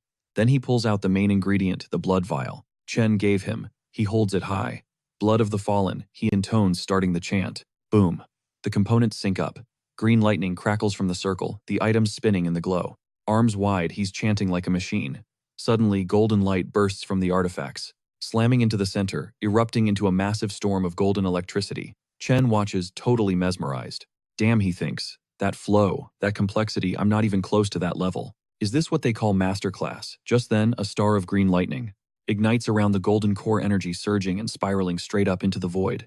As the three artifacts dissolve into thin air, a neon green singularity ignites, birthing a spectral figure hovering above a crackling lightning pentagram. Heng Li materializes from the void, confused, demanding to know if the peons are watching, only to realize his soul has been forcibly summoned back. Sensing the volatile energy, the summoner steps back from the ritual circle to give the resurrection spell some breathing room. That's when Shen steps into the light with a cold smirk. Long time no see. The moment Heng Li locks eyes with him, the ghost lets out a blood-curdling shriek of pure terror. Fear floods Heng Li's gaze behind his spectral glasses as the green aura flares around him. Shen leans in, ready to drop some harsh truths on the inner circle member. You know, there are very few things worse than death, Shen taunts, but having your soul snatched by your worst enemy, that's at the top of the list. There are a million ways to break a spirit. Heng Li snarls back, spare me the lecture. I'm not bowing to you, you don't have the juice to force me to submit. Big mistake. The mysterious caster standing behind Shen steps forward, his aura shifting from passive to predatory. Funny thing about vengeful spirits, the man muses darkly. Sometimes they come back stronger than they were in the flesh. Regular weapons don't scratch them. Astral spells bounce off. He raises a single finger, charging it with crackling dark energy. Zap. A jagged bolt of violet lightning erupts from his fingertip, coiling around Heng Li like a supernatural python. It drills straight into the spirit's spine. But that power boost, the caster grins. That doesn't apply to trash like you. You're just a corrupt, ignorant ghost. And my nihilistic will is about to bring you to your knees. The purple electricity surges, roasting Heng Li's essence. He screams in agony, his spirit flickering. How? This shouldn't be possible. As the lightning hacks directly into his mind through his forehead, the caster glances over at Shen, cool as a cucumber. All right, he's primed. What do you want to know? Shen doesn't hesitate. The god imposter. Everything. The caster turns back to the writhing spirit. You heard him, you pathetic mute. Spill. Tell us everything about the god imposter. Heng Li freezes, completely broken. He finally whispers the terrifying truth. The god imposter. He's going to become the god of the mortal realm. It's the god ascension plan. If he succeeds, his power level will be off the charts, literally unimaginable. The caster frowns, sensing the urgency. When? Give me a timeline for this plan. It's not when, Heng Li gasps. It's today. Meanwhile, tension is peaking at the Anti-Magic Bureau HQ. The main hall is packed. The commissioner stands at the podium, commanding the absolute attention of every agent in the room. He swipes his hand through a holographic display. Listen up. We just intercepted critical intel on the god imposter. He's been busy. Using distortion of understanding, he's brainwashed 35 supernatural beings in just a few hours. Most are Nolan locals, some were imported. And the clock is ticking. They're launching a coordinated strike today. The target, civilians. They're planning a massacre across multiple sectors of Baranda. Su Ling sits in the crowd, her face pale with dread. Ruolan shoots up from his seat, cutting through the noise. Hold on. Why? A massacre doesn't fit his M.O. There's no tactical gain. It honestly just makes things harder for him. Exactly, the commissioner nods grimly. Ideally, yes, but this is personal. It's revenge. He preaches righteousness, but deep down, he's salty at the Corona Church for ruining his previous schemes. Since Nolan is Origin Fire territory, he's hitting us here in Baranda instead. But the bloodshed is just a distraction. His real goal is exposure. He wants to blow the cover off the supernatural world, reveal everything to the normies. Ruolan closes his eyes, realization dawning. He's dragging the inner circle into the light. The commissioner locks eyes with Su Ling. Correct. It's part of the master plan. He wants to expose us all. That delicate wall between the surface world and the inner circle, he's bringing a sledgehammer to it. It's a balance that has held since the dawn of the modern era. Su Ling's mind races back to the history books. In ancient times, magic was public knowledge. But as modern society emerged, the shadows deepened. The powers that be signed the ultimate NDA, a global pact separating the realms for good. Magic stayed in the shadows of the inner circle. Regular life ruled the surface. 2 worlds, 1 planet. But now the god imposter is burning that contract. The commissioner's voice booms, snapping everyone back to reality. This is a code red emergency. Everyone needs to gear up now. We've got pings on his ambush sites. All investigators mobilize immediately. No hesitation. Base defense stays put. Everyone else, you're splitting into 2 strike forces. Alpha team, you've got 17 hot zones to cover. Intercept and neutralize. Bravo Team Scatter. Small squads, citywide surveillance. Remember who you are. You are Miranda's first line of defense. This was the final firewall. If this defense crumbled, humanity was officially deleted. Deep inside the safe house, Chen cut straight to the chase. The Ascension Ritual. It's going down today, isn't it? Hang Li didn't deny it. Chen demanded the blueprint. Hang Li caved, spilling the dark secrets of the God Ascension protocols. Straight from the Lightless Dust playbook. Sure, someone had pulled it off before, but a mortal god wasn't exactly bulletproof. Compared to a deity from another dimension, a mortal god was a joke, just a glitch in reality on steroids. To level up from a human to a mortal god, you needed the unholy trinity of ingredients. 1 million distinct cases, 1 million physical forms, and 1 million devout believers. The god imposter had already grinded out the stats for the last two requirements, in some backwater village way, before he ever set foot in Miranda. The gears turned in Chen's head. The hidden iris cases, that was the missing piece, the final million. So why bring the circus here? Chen pressed. Why is the god imposter obsessed with Miranda?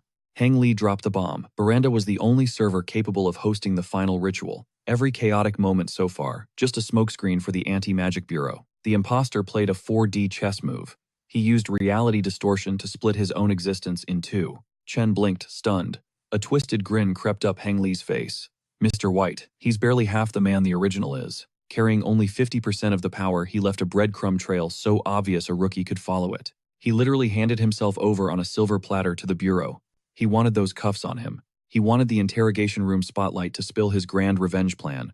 But it was all a setup for today, October 15th. A classic bait and switch. Keep the feds busy chasing shadows, so nobody would be watching the real stage. Chen's jaw tightened. He mentally scanned the map. Miranda Central Square, Mayor John's public address. That was ground zero.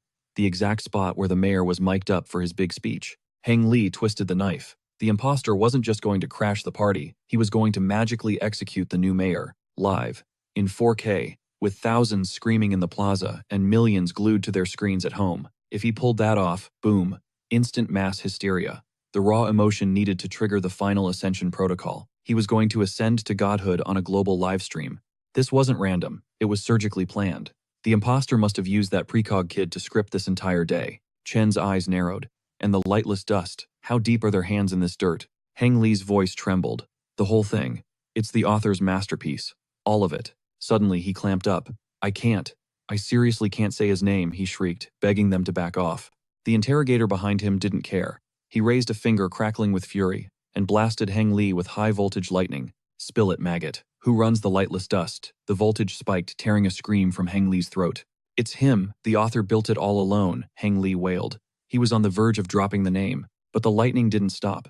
It sizzled through his veins until his skin started to fracture like porcelain. Please, one more chance. Too late. A deafening snap echoed as the golden lightning shattered his physical form. He exploded into motes of light, leaving nothing behind. The interrogator cursed, fuming at the dead end. Chen turned on his heel. I'm out. The mage whipped around. Where you going? Skipping town. Chen paused, eyes shut tight. No, I'm not running. He reflected on his journey. This weird dimension used to terrify him, but somewhere along the line it started feeling like home. He'd stopped cowering and started fighting. He wasn't the lonely outsider anymore. He had a crew. He had a life here. If he fled now, he'd lose everything all over again. No way. He was going to make these wannabe gods crash and burn. Cut to a penthouse office. A middle-aged suit swirled a vial of crimson liquid that looked suspiciously like blood. He held it up for his guest, a guy in a black suit who eyed the red cocktail like a starving wolf. The guest bowed deep and scurried out just as Anna stepped out from the shadows. With the room clear, Anna drifted toward the massive floor-to-ceiling window. She basked in the golden hour glow, eyes shut, soaking in the warmth. When she opened them, the warmth was gone. Her face was a mask of cold indifference as she stared at the city below. From the plush sofa, the boss threw a question at the man in the black suit, asking if he realized how impressive it was that they had made it this far. The guy in the sharp black suit dropped the bombshell fresh intel straight from the Anti-Magic Bureau top brass. They'd pulled half their best agents off the field. Something massive was going down in the city, and it had their full attention. The figure lounging on the sofa didn't even open his eyes. He'd heard the rumors, sure, but whatever chaos was brewing out there, not his problem. His network was silent, which meant they were in the clear. A twisted grin spread across his face as he locked eyes with the agent John. Just enjoy the moment, my friend. Live it up. After all, you're the one running this city now. John straightened his tie, ego swelling.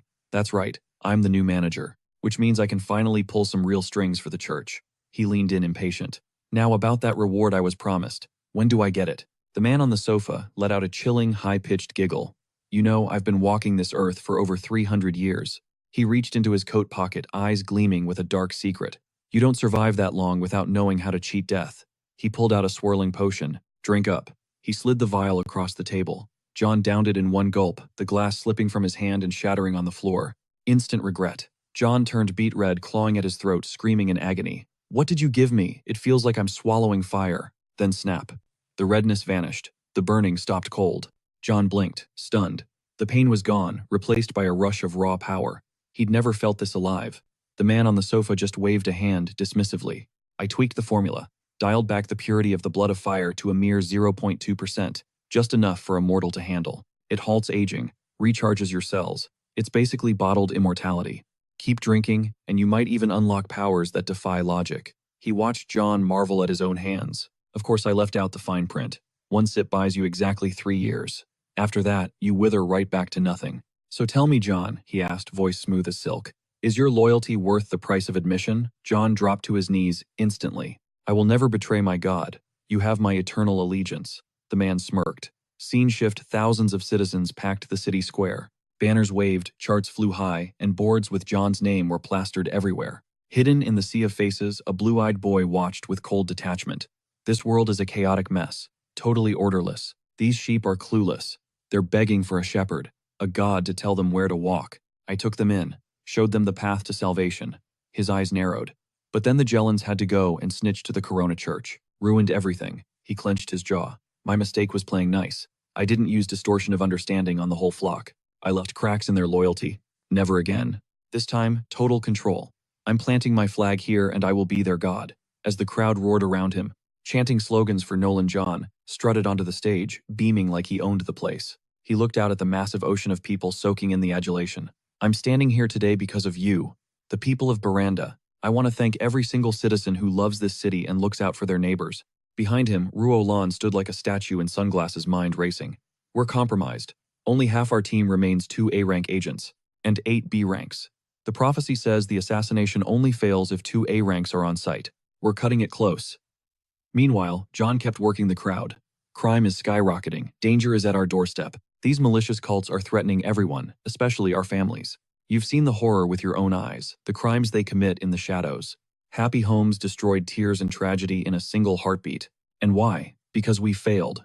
We failed to protect the very people who make this city great. Deep in the crowd, a man pulled an artifact from his pocket, the Eye of Anubis. He grinned. This light wipes out everything in its path. No shield can stop it. The cost, 10 years of my life, totally worth it.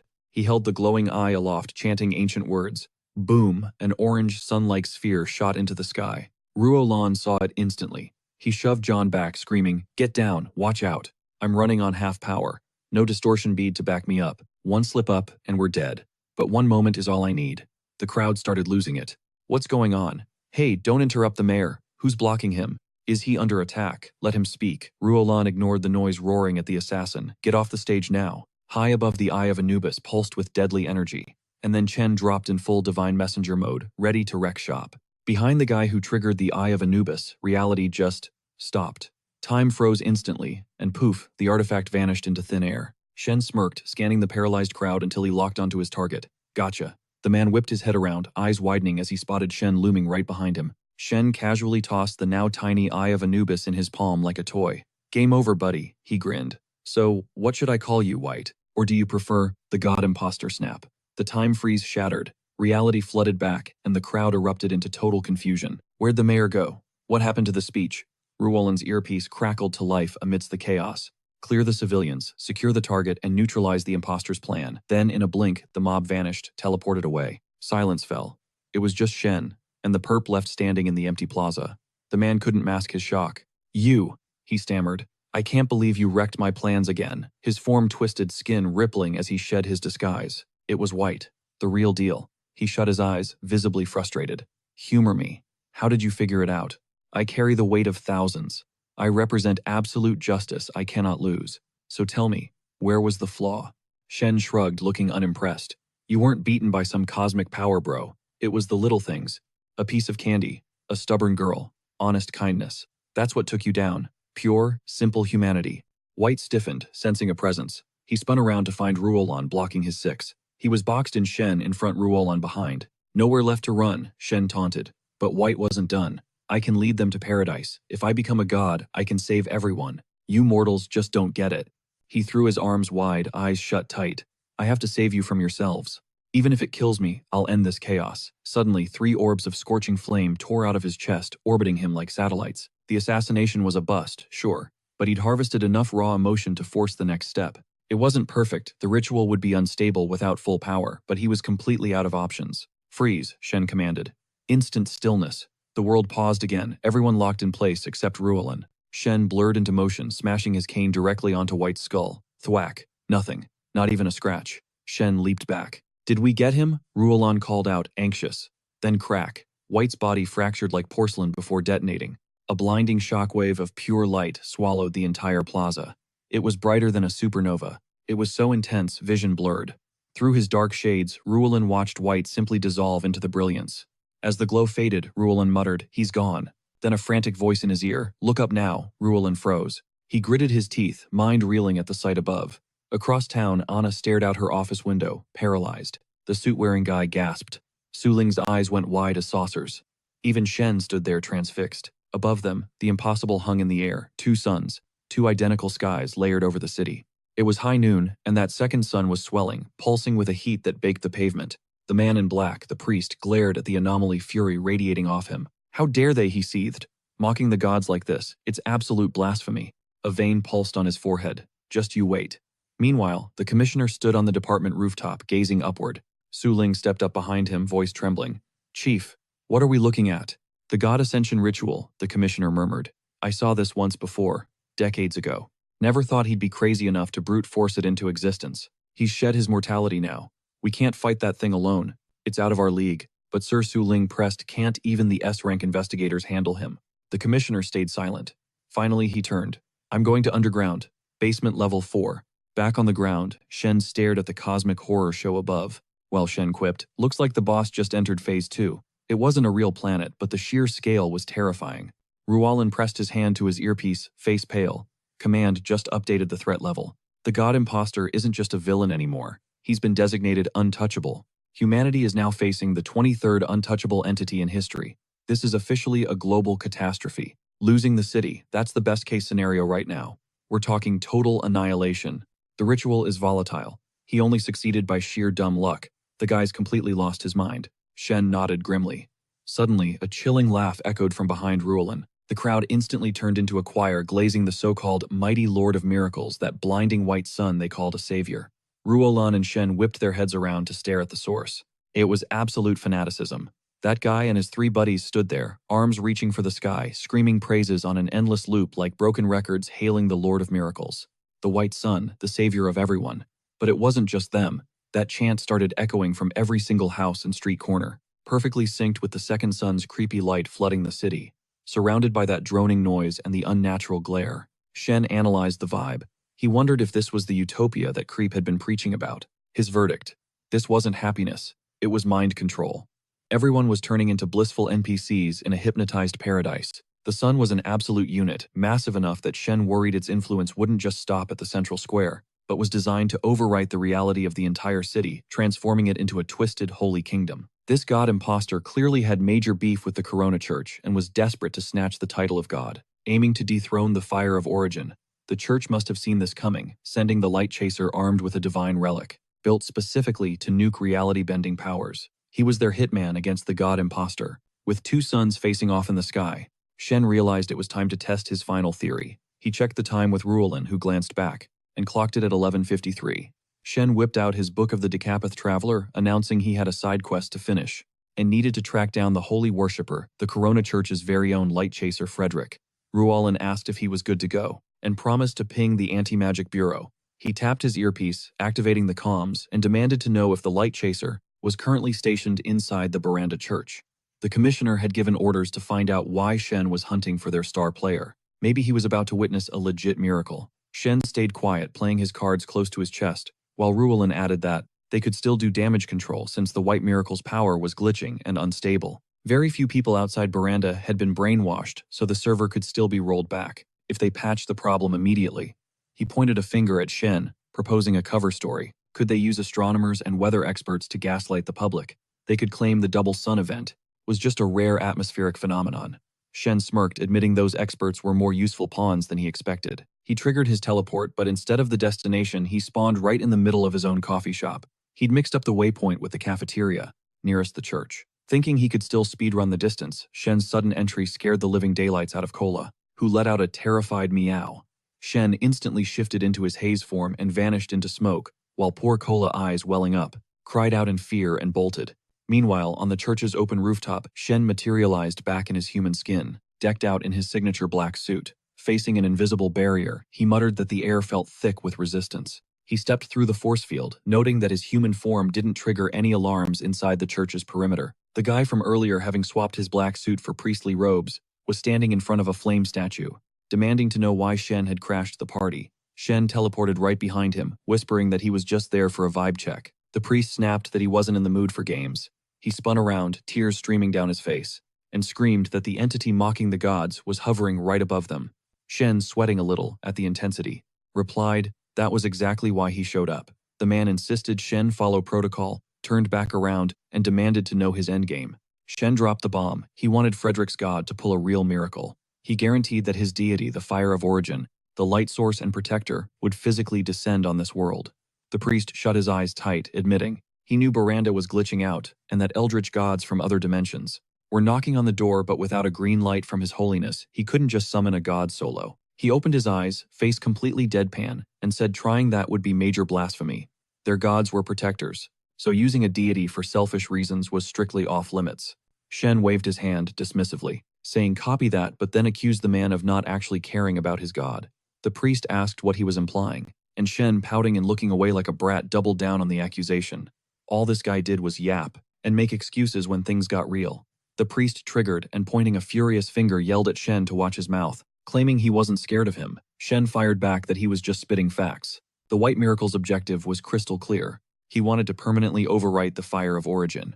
This was a revenge plot, and if that imposter won, the Corona Church would be deleted by the Miracle Cult. Shen hinted that the priest's hesitation was basically signing their death warrant. Instead of rising as a saint, he was about to go down in history as a straight-up sinner. Sweat beaded on the man's forehead, panic setting in as he demanded to know what Shen was really playing at. What's the endgame here? Why are you baiting me? Shen just flicked his wrist, looking totally unbothered. Baiting, please? Shen scoffed. Since when is praying to your own god for a bailout considered a sin? Unless. Shen let the words hang. You're scared something else might pick up the phone. That snapped the man's patience. He screamed. Impossible. The Fire of Origin is absolute, infinite power, undefeated, unstoppable. You don't question perfection. Nothing replaces my god. Nothing humiliates him. Shen smirked, leaning in. Then why are you shaking? Because TikTok.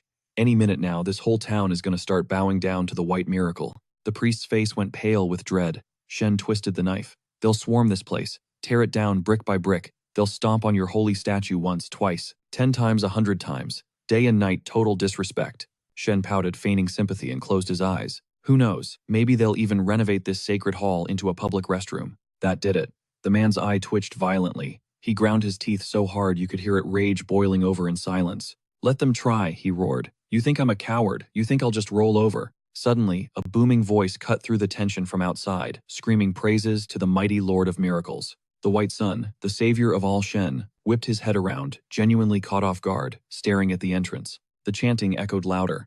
The priest pursed his lips, made his choice, and whipped out a glowing golden artifact, a cross-shaped sigil. He crushed it in his fist and bellowed light. Instantly, blinding gold energy exploded from the symbol. The radiance flooded the sanctuary, blasting out the windows and bursting through the doors like a holy shockwave. As the glow settled, the man stood tall. My god isn't distant. He's answered humanity's call from across dimensions time and time again. Sure, the last descent was centuries ago. Success rates are basically zero. Shen cut him off instantly. Nah, it's gonna work. Check the time, 12 noon sharp. Both suns are blazing directly overhead. The man paused, then closed his eyes. He dropped to the floor, legs crossed, turning his back on Shen.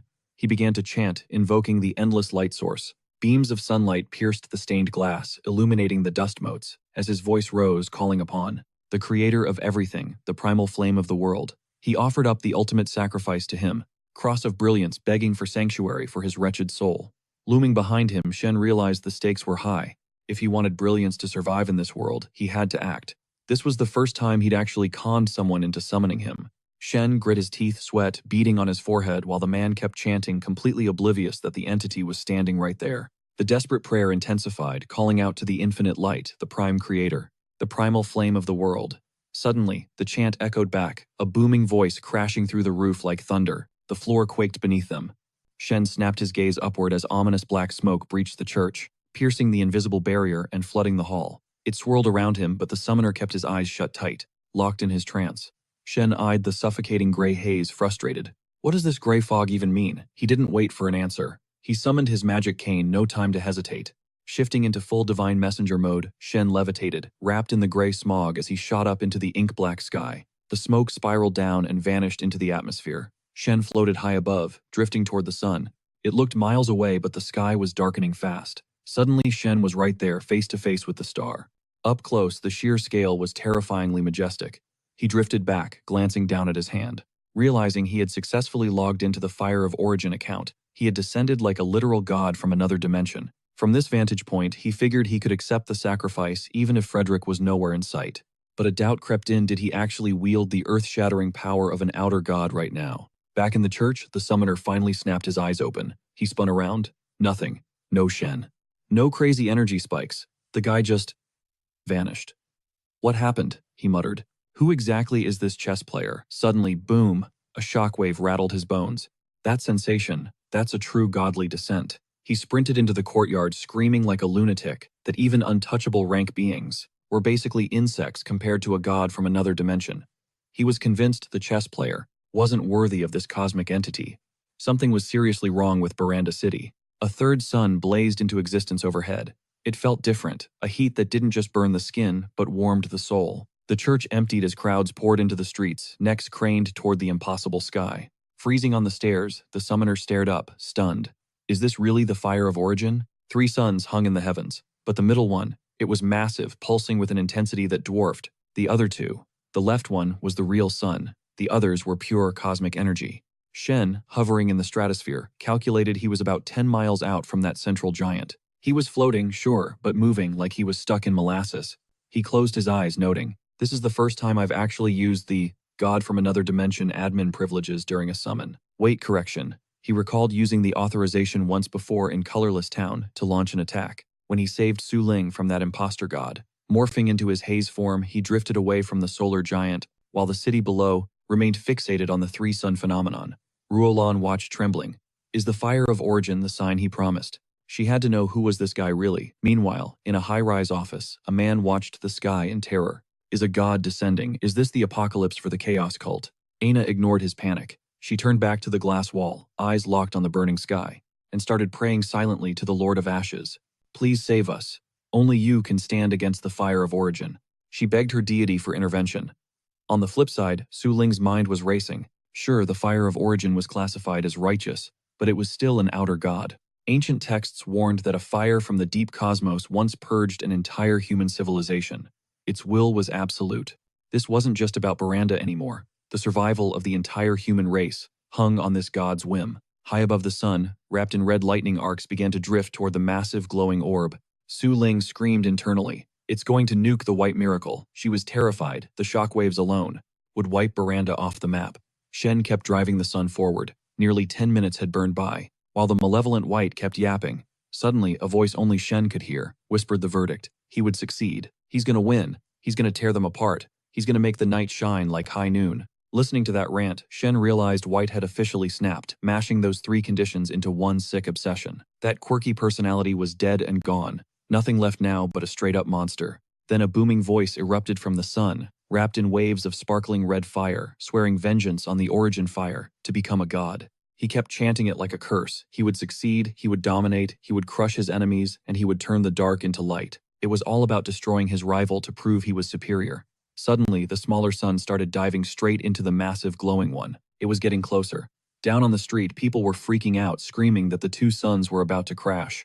Get a picture, it's a miracle. The shout echoed everywhere, from apartments to skyscrapers to the malls downtown. A little kid tugged on his mom's arm, eyes wide, begging her to look up at the celestial collision. Su Ling craned her neck, yelling that the white miracle was attacking as White's sun basically swallowed the other one in a blaze of heat. White smoke surged toward Shen. He could feel White's presence, it was unmistakable, but he was confused. Why wasn't White striking him down? Not taking chances, Shen morphed his cane into a weapon and hurled it at the White Sun with lethal speed, but it bounced back without a scratch. "It's over," White declared. His sun pierced right into the core of the larger one, and crowds on the city walls gasped as the orbs overlapped. Total eclipse. As they melded together, the sky was left with just two distinct suns hanging there. Then Crack White's fake sun started fracturing, and a blinding light exploded outward, flooding the heavens and washing the whole city in white. The glare subsided. Su Ling stood there, dripping with sweat, realizing White had literally turned himself into a sun to punch his ticket to godhood. He was the White Miracle, the maker of impossible things. She kept her eyes glued to that massive sun hovering above. It drifted near the real sun. She realized that right at his peak, with the whole city witnessing his glory, he had fallen. A white haze swirled around the glowing giant, leaving two suns dominating the skyline. One was the actual sun, but the other, it was massive, brighter, and way more terrifying. Outside the church, the crowd was buzzing with confusion. "Wait, are there only two left now?" One guy, surprisingly chill, nudged his buddy. "Yo, did you get the shot? Did you catch all three suns in one frame?" "Yeah, I got it," his friend muttered, staring at his phone. "But I think the heat fried my lens." Meanwhile, the priest on the church steps was losing his mind, screaming out to the heavens. He collapsed to his knees, begging the mighty origin fire for mercy, praising his lord between sobs. Total devotion to the sun. The crowd turned to watch him wailing, and that raw emotion started catching on. While the priest bawled his eyes out, a sweaty bystander tore his gaze away and nudged his friend. "We gotta go. Now. Let's bail." His friend just closed his eyes, sweat dripping down his face, and nodded. "Agreed." The priest threw his arms wide, shouting at the sky that the false god was filth trash, not even worth mentioning in the face of such brilliance. "Only the protector is the true god," he roared. Right then, a voice cut through the air from above. It announced that the wannabe god was doomed. In fact, he'd already failed. Suddenly, a thick white mist started rolling in. You couldn't see a thing inside that fog. But then the source of the voice touched down right in front of the priest, the oracle girl. She flashed a knowing smile and finished the prophecy. He would succeed, he would triumph, he would wound his enemies. He would turn night into day. And at the absolute peak of his glory, he would fall from the heavens. His destruction, she said, would be a spectacle for the masses, leaving absolutely nothing left of him. Erasure. The priest stared at her, stunned. Was this really her? The oracle girl, the legendary seventh, untouchable from the archives. The one flagged by the Anti-Magic Bureau. Ignoring his shock, she explained that the ancestors of the Light Chaser had broken her seal ages ago. Since then, every single generation of the Frederick bloodline had been tied to her fate. She turned her back to the priest. "I gave him the blade," she murmured. "I made sure the prophecy played out exactly as written. But we're done. I'm washing my hands of him." She gazed up at the twin suns, the real one, and the massive glowing imposter, and raised a hand to shield her eyes. "I can't see it clearly anymore," she admitted. "The future. It's getting blurry. Too many variables. Too many unknowns. But until the end of the world," she vowed, "I'll be watching, bearing witness to whatever comes next." Meanwhile, Su Ling leapt from the rooftop, landing gracefully on the pavement. "Threat neutralized," she stated flatly. A bitter smile touched her lips. She admitted the truth: she was powerless. Completely useless. Just like she had always been. Flashback to her first run-in with the god imposter, the striker had swooped in to save her life. She shut her eyes tight, admitting the harsh truth. She was still helpless, weaker now than she had ever been. Meanwhile, the priest threw his hands up, posing on the church steps while staring at the heavens, screaming that he could channel the fractured power of a deity from a whole different dimension. And he wasn't just claiming one ability. He bragged about stacking multiple divine powers, maybe even all of them. He kept looping the same fanatical rant, desperate for his god inside the church to answer the call. Suddenly, Shen materialized from a swirling vortex of gray and white mist, shifting into human form as he silently crept up behind the fanatic. While the priest stood there, sobbing and begging, his god Shen loomed over his shoulder, casually noting what a massive crybaby he was being. The priest whipped around, face flushed with embarrassment, coughing and sweating bullets as he squeezed his eyes shut, and demanded to know where Shen had been hiding. Shen, still halfway between mist and man, shrugged it off, claiming he'd just been having a little chat with his gods. The priest exploded, screaming that Shen's words were pure blasphemy, but Shen just dissolved back into the haze and drifted away. That spectral fog floated over the rooftops before finally settling inside his coffee shop, where Shen coalesced back into flesh and blood. Su Ling wandered into the shop head, hanging low. Shen spotted her immediately, calling out her name and asking what brought her there. She tilted her head, asking if it was really him, then murmured that her feet had just dragged her here on autopilot, her gaze dropping back to the floor in defeat. She asked about the chaos that just unfolded, knowing he had a front row seat when the god imposter got wrecked. She couldn't wrap her head around it, a literal god descending to fix their mess. She confessed she felt like a total NPC, completely insignificant. Everything she had fought for, every stand she took, felt worthless next to the cosmic scale of an interdimensional being. Shen shut that down immediately, telling her she wasn't insignificant. He suggested that maybe her relentless pursuit of justice was exactly what saved the city, in ways invisible to the naked eye. He flashed a warm smile, telling her to keep grinding because her journey was far from over. Su Ling stared at him in silence, a small smile finally breaking through. Cut to the Anti-Magic Bureau HQ, where the commissioner stood glued to the video wall, watching John on the news. The man was shouting about his stroke of luck, spinning the narrative that the assassination attempt was aimed solely at him, sparing his supporters. But then he flipped the script, lamenting that if even the city's mayor isn't safe, then nobody is. He announced he had already twisted the parliament's arm and was pushing through strict new laws for total city protection. Right then, the atmosphere in the room shifted as an elderly senior official walked in. Outside the glass, a squad of men in black suits held the perimeter. The senior locked eyes with the commissioner, announcing he had finally arrived. Addressing him coldly, as Baylight, he tossed a dossier on the table. Senator Bouet was dead, taken out by an assassination that had inside job written all over it, and the killer likely had ties to the Anti-Magic Bureau. He dropped another bomb. Senator Jalen's entire household had been played like puppets, and if the god imposter hadn't left deliberate breadcrumbs, nobody would have ever noticed. The commissioner fired back, pointing out that Senator John was nearly executed on live TV, and that the god imposter had ascended to become the second son right before the fire of origin sparked. He admitted the Bureau had a window to stop it, but the worst-case scenario played out anyway. The senior slammed the book down, declaring that Parliament had zero trust left in the Anti-Magic Bureau, and every single senator was now terrified for their life. He didn't mince words. He told the commissioner he had fumbled the bag too many times. The commissioner closed his eyes, arguing that the Baranda crisis was technically solved. The senior agreed, but countered that their final solution was summoning a literal god, which was basically like dropping a nuclear bomb just to put out a kitchen fire. He then delivered the bad news. Next year's budget was getting slashed by 30%, and a new elite squad, the Special Enforcement Team, was being activated, with the sole priority of protecting the senators. From this point on, this new unit would also take jurisdiction over incidents involving the inner circle, effectively sidelining the Bureau. The commissioner was shook, questioning if this was real. He reminded the senior that historically the government stayed out of inner circle business. That was the royal family's turf, and the Bureau's responsibility for hundreds of years. He asked if the senior was really trying to shatter that ancient tradition. The senior turned his back, revealing that the royal family had already greenlit the plan. He wasn't asking for permission. He was giving a notification. He declared that he would personally take command of the newly formed, distinctive countermeasure force. The commissioner closed his eyes in defeat, realizing the game had changed. Baranda was staring down the barrel of an even darker future, and he just hoped the senior wouldn't get drunk on power and let the things that actually mattered burn to the ground. Cut to the rooftop. Baron and George stood like statues, watching the sky while the wind whipped around them, snapping their clothes. Baron broke the silence, asking if George had really thought this all the way through. George didn't flinch. His mind was locked in. He had to go back. If anyone could help him track down those severed connections, it was that guy. Baron threw him a skeptical look. Was he sure a dude like that even had a wife? George smirked, claiming he had a few leads. Baron pressed him, questioning if he had any actual detective chops, and George fired back instantly, claiming his skills were leagues above Baron's. But the vibe at Shen's coffee shop the next day was a total disaster. Christine sat with her head down, apologizing profusely. She confessed she'd sold the water of spirituality to some anonymous middle-aged guy who dropped a bid without blinking. But then chaos erupted. A supernatural freak brainwashed by the god imposter ambushed them out of nowhere, turning the auction into a war zone. Shaking and dripping with cold sweat, she explained how the mystery buyer grabbed his cash and the goods, and bolted. Shen just sat there, brain buffering, muttering the words, ran away over and over, like he couldn't process the absurdity. But there was a silver lining. Christine added that the auction house owner agreed to partial damages and had already wired the cash that same day. Shen asked for the damage report, and she dropped the bomb. 20 million.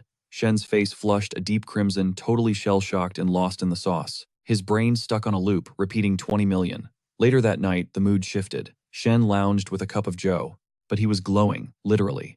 A circular aura of golden light pulsed around him, lighting up the dark shop. He realized he'd unlocked the power of radiance after his stint as the Fire of Origin. It wasn't just for show either. He was basically a walking battery, pumping positive energy into the neighborhood, healing injuries, and recharging everyone nearby. But his body was radiating so much heat, it was actually cranking up the room temperature. He could even buff people's positive emotions, which was great for everyone, except Cola. who was huddled against the wall trembling, staring at the glowing Shen in terror. Shen just ignored the panic, smiling serenely, his mind already on real estate. He decided to check out a new crib tomorrow, finally a chance to escape this cramped room. He wanted to keep the coffee shop running, but living here was becoming a logistical nightmare. His magical loot was piling up, and he couldn't keep stuffing artifacts under the bed or cluttering the tables. Just then, the door chimed and Ina breezed in, beaming as she stood before him. "Greetings, divine messenger," Shen chuckled, slipping back into barista mode to ask what she wanted. She told him she'd take whatever the divine messenger deigned to serve. He stood up, teasing a special treat. "Look forward to a brand new flavor today." Ina watched him, her gaze intense, and dropped some major news she'd mastered: advanced astral spells. The high priest had literally run out of things to teach her. Shen couldn't hide his pride. She'd leveled up massively. Ina caught his approval and grinned while Shen marveled internally. Her growth rate was insane, faster than ever, thanks to that second shot of the blood of fire she took not long ago. Once they settled down, Shen shifted gears, mentioning he'd heard she was crushing it at the cult this month. She nodded enthusiastically. Ever since John's success, a chunk of their crew had infiltrated Miranda's law enforcement. Plus, the high priest cooked up the blood of Scarlet, a diluted, optimized version of the fire blood. Now, elite millionaires and senators were practically clawing each other's eyes out just for a chance to join the cult. Shen made a bored face, closing his eyes and nodding along like, yeah, heard it all before. But Ina wasn't done. Her tone dropped. They'd received some rock-solid intel, claiming the Bishop of Hushstrike was currently in Miranda. Shen's eyes snapped open, cold sweat pricking his skin. Hushstrike here. He did the math. 4 bishops total. 2 already smoked by him. And he still had Yale's soul ball stashed in the backroom drawer. While he spiraled, Ina admitted they were clueless about the bishop's agenda. Maybe they were picking up where they left off. Shen tried to downplay the panic. If they were just here to summon something, maybe it wouldn't be a total disaster. His lips pressed into a grim line as reality hit him. Wait, no, these psychos would slaughter. A sacrifice before the ritual. Sacrificing Miranda. That would turn the whole city into a literal ghost town. He told her he understood the stakes. Suddenly, a chanting voice cut through the air, drilling straight into Shen's skull. Source of vitality, father of Xenos, formless master, sleepless eldritch spirit. Shen snapped his head toward Ina, realizing with a chill that voice wasn't coming from her. The chanting continued. She was ready to trade it all past future body and soul. Suddenly, a thick gray smoke swallowed Chen whole. While that disembodied voice kept demanding he flex his eldritch muscle and save them from humanity. Caught in the haze, Chen told Ina rides over. Head back first, we're done for today. And just like that, he vanished. Cut to a white void where a mysterious girl sat cross-legged before a massive blue rune circle. Chanting like her life depended on it, she prayed with the weight of the world on her shoulders. As the Xenos leader, she had to clutch up and save her people from the Foundation. Suddenly, the circle lit up and bulky tentacles burst out, spiraling upward and taking over the entire space. And yeah, these things were absolutely massive. She cracked her eyes open. Is that you, Dad? She needed to know if the Eldritch Spirit, the boss of all Xenos, had finally pulled up. Being the last High Elf alive, she welcomed him as the tentacles went wild, slithering around the room like giant snakes, dripping some nasty, gunky slime everywhere. Then poof.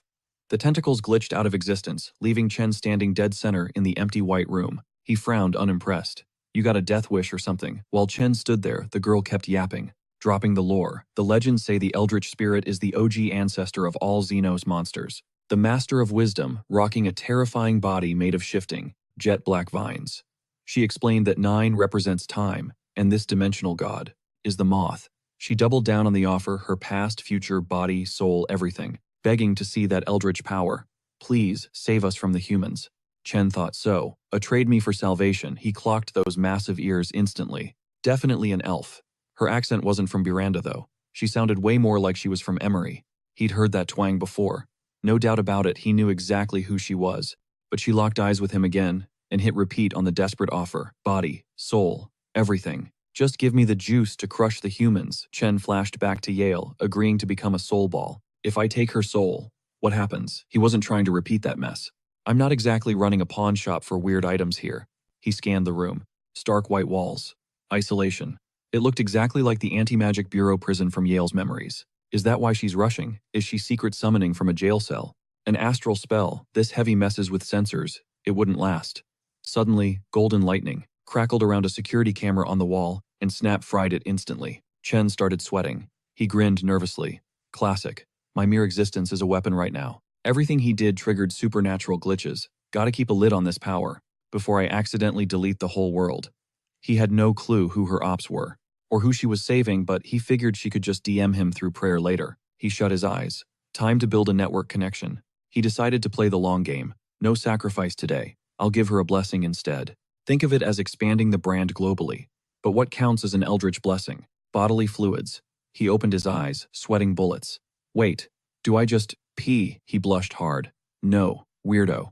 I don't have that kind of kink. He spawned a gray orb and decided to go with blood. A quick slice on the finger, just a drop. Keep it simple, the girl gasped. Is that the blood of God? Suddenly shadows loomed. Tentacles swarmed overhead, and from the mass, Chen's glowing blood dripped down. The girl's inner monologue went crazy. A Xenos taking God's blood gets insane buffs, but usually goes insane, period. She didn't hesitate. Eyes closed, mouth open, catching the drop. She gripped her dress as a red haze engulfed her body, and she started shrinking, like literally de-aging into a baby. Chen pulled a face. What the hell is happening? But then she started rapidly aging up again. He leaned in. Okay, looks like she's rebooting. As the girl continued her rapid aging, Shen breathed a sigh of relief, realizing she wasn't going to get stuck as a toddler inside a prison cell. That would have been a total disaster. Suddenly, another growth spurt hit her, lifting her body into the air and instantly giving Shen a massive nosebleed. Staring blankly, he realized she had morphed into a full-blown bombshell. She slowly opened her eyes, giving him a seductive look, and thanked him for the blessing, officially declaring him her master. A confident smile played on her lips, as she promised that her new strength would be their shield against the Foundation. Shen's mind raced at the mention of the Foundation, recognizing it as the entity his inner circle kept whispering about. Their headquarters dominated the third-largest continent, Emery, where the public knew them as the Market Foundation. They fronted as historical preservationists, but behind the scenes, they were knee-deep in some seriously shady and terrifying operations. They were obsessed with every paranormal anomaly out there, with the sole exception of anything tied to deities from other dimensions. Shen shut that train of thought down, telling her he couldn't accept her full devotion right now, and ordering her to wait, keep praying, and prep for the next summoning ritual. She bowed her head, accepting his wish as an absolute command. Shen couldn't take his eyes off her, realizing this was his first time seeing a real-life elf. The urge to reach out was overwhelming, and before he knew it, he leaned in and brushed his hand against her cheek, marveling at how impossibly smooth her skin felt. But then, the gray fog started closing in, signaling the end of the connection, and he knew his time was officially up. Watching her silently, an intrusive thought popped into his head from her perspective. Did he just look like a writhing mass of tentacles? The girl, now soaked to the bone, stood frozen as Shen faded from reality. The magic circle dissolved, leaving the room clear. She shifted her gaze, sensing that the Foundation agents were seconds away. Luckily, they were clueless about the extra-dimensional god. They only knew about the smashed camera, meaning she was looking at a severe punishment rather than an execution. In a flash, her form collapsed, shrinking back down. A red haze poured off her as she reverted to that terrified little girl.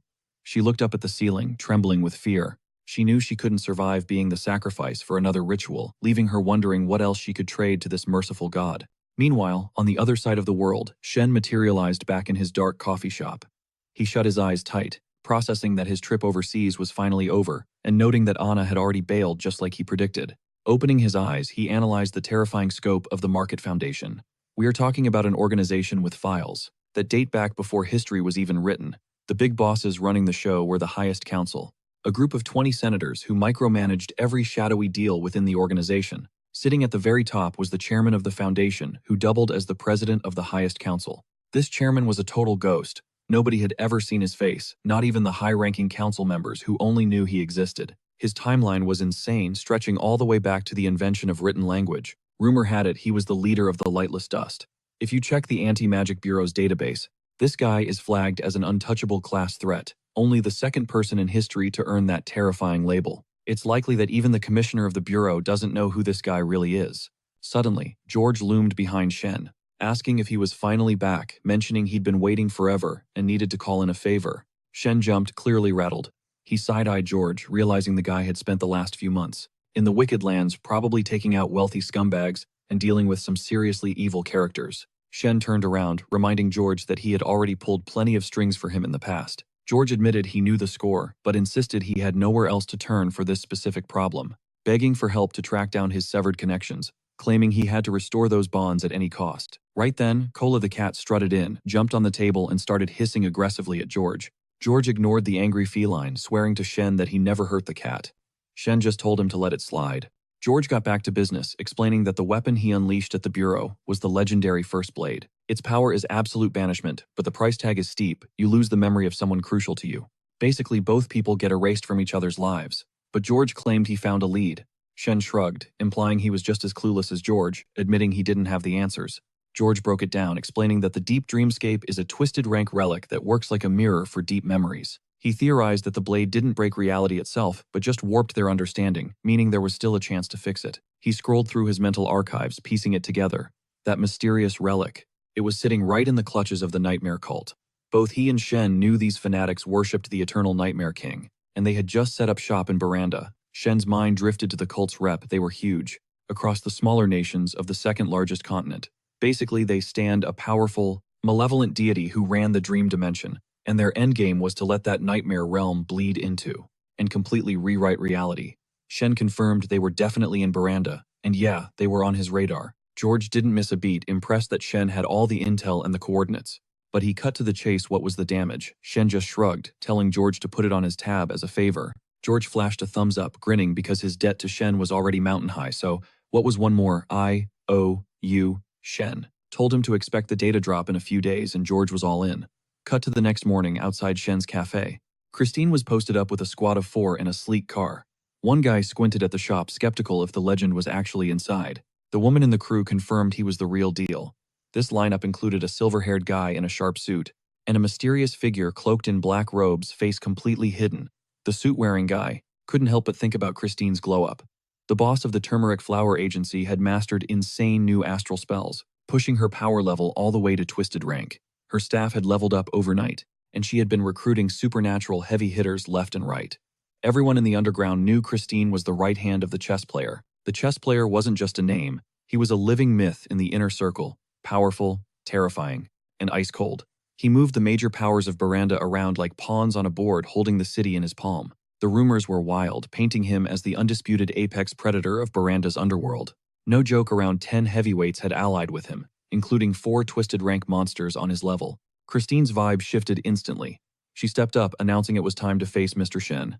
Whether they got a seat at the table depended entirely on their performance and whether the boss liked their vibe. The shop door clicked. Christine rushed forward, waving her hand to help hold the door like a loyal servant. She ushered Shen out. He was rocking a black coat over casual streetwear. He scanned the group, asking for a roll call. Christine laughed, chirping that they were his new hires. The squad stared at Shen, their internal monologues screaming, "This is the chess player." Suit guy started sweating bullets, remembering how that overpowered entity, the god imposter who almost wiped Baranda off the map, got deleted just for offending Christine. When the agency was on the brink, she called Shen, and he made the god imposter vanish into thin air. In just a few days, Christine snapped her head toward the suit guy, her face turning stone cold, ordering him to get in the vehicle. He scrambled to obey. Shen watched Christine surprised, thinking she looked undeniably badass.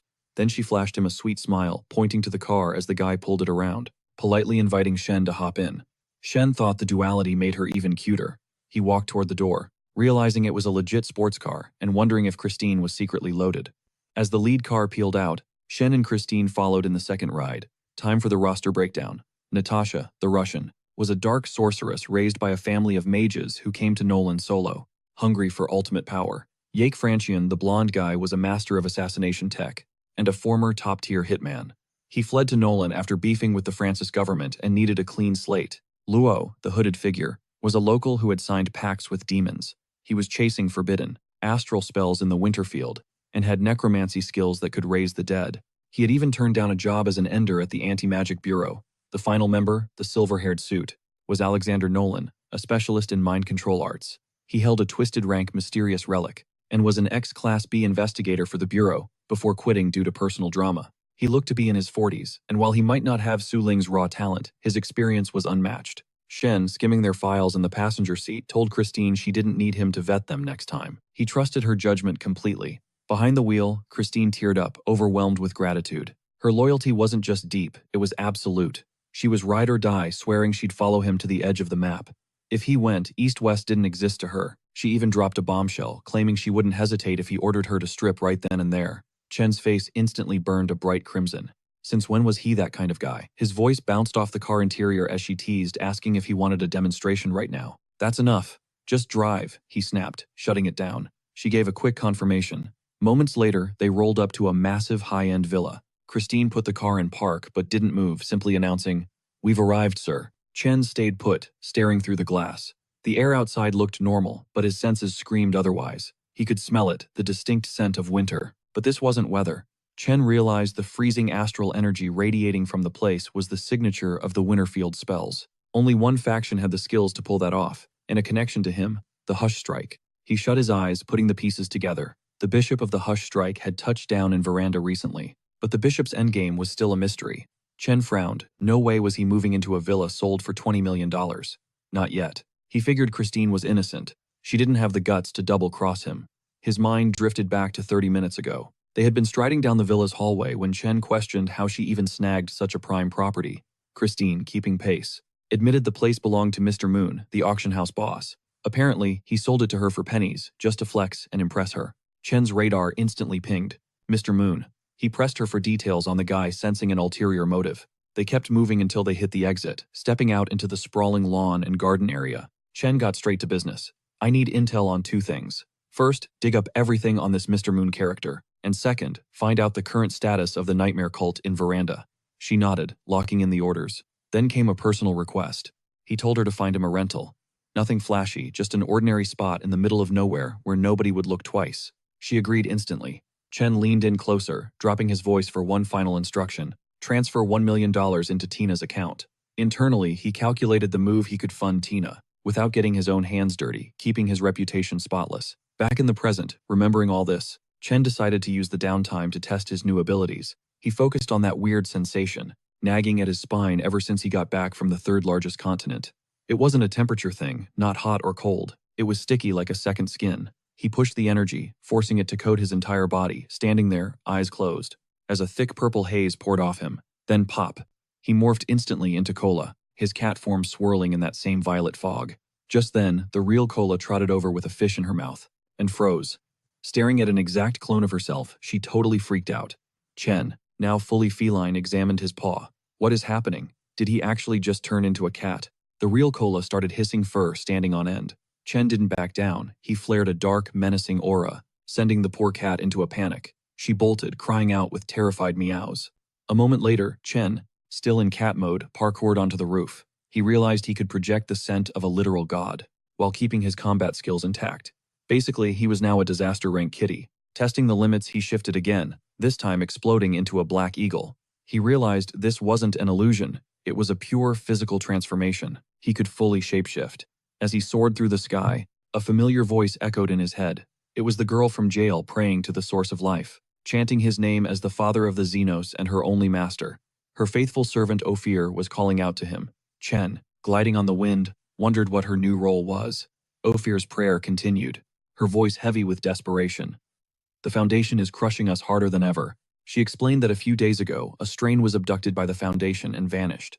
But a special, Xenos among them, during the torture and experiments managed to steal critical intel and leak it through the Tree of Heart. The problem was, nobody wanted to believe it. It sounded too insane. Chen swooped down, morphing back into human form, landing on a rooftop. He watched Ophir on a remote screen, processing this insane, but vital intel. Ophir dropped the bomb. The Foundation had futuristic tech, gear that defied the laws of the current era. She asked the question everyone feared: were these enemies from the future? Chen stood in silence, absorbing the shock.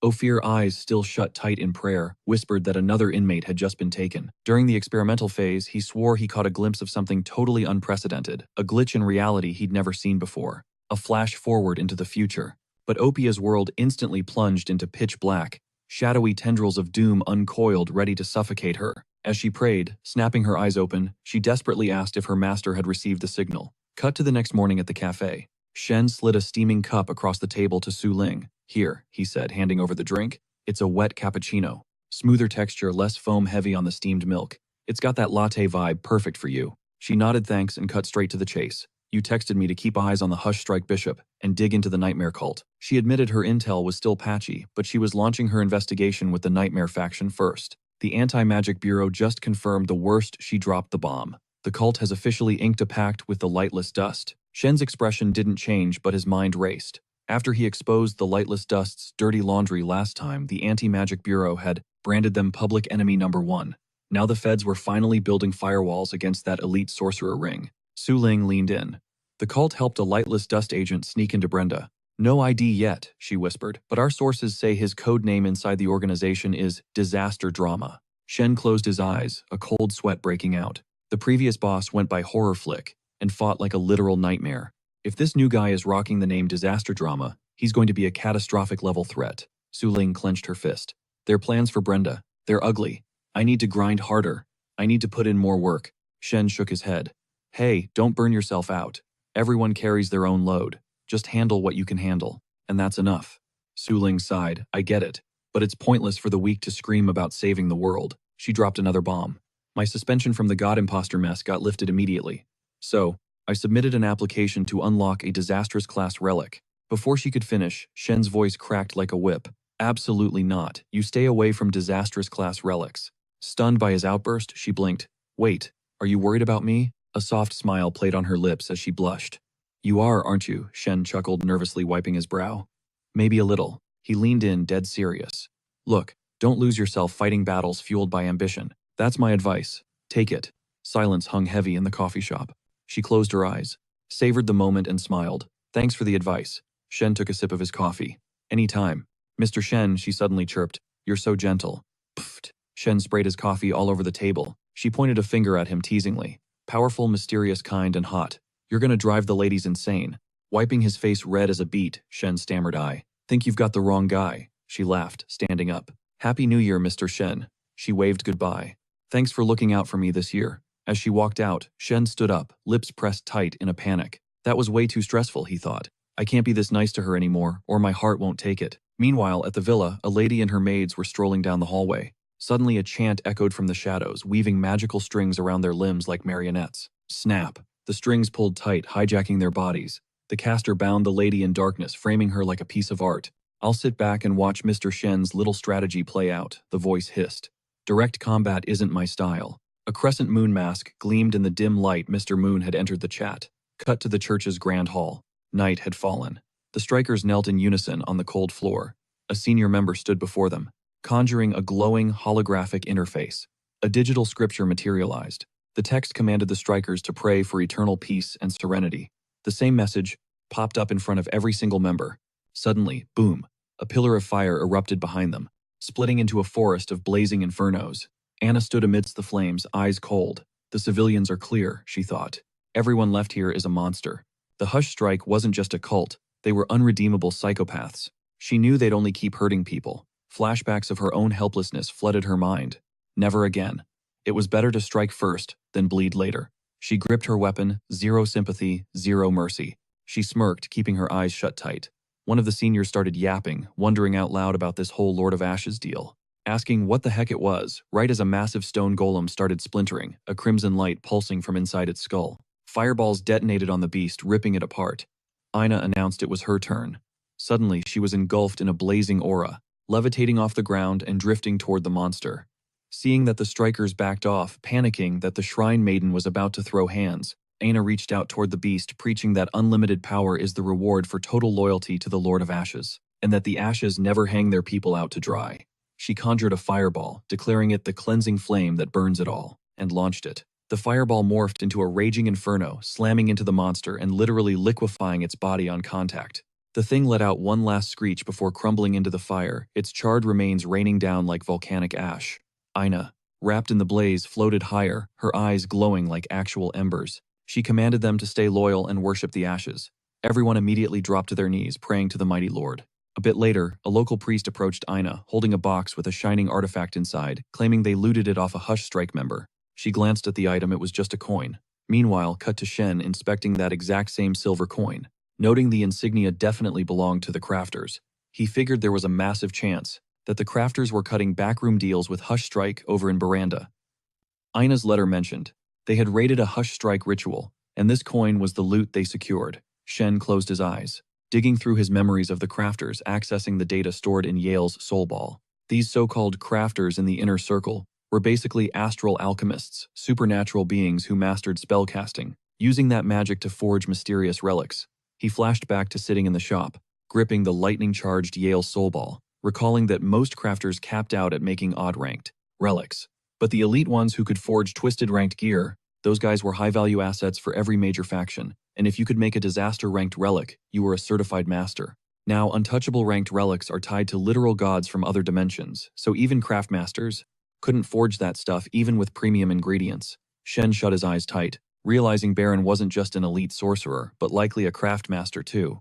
He needed to find an opening to use him. He ripped open the envelope, musing that the Crafters Association was this shadowy organization, spanning the second largest continent, usually known for being pacifists.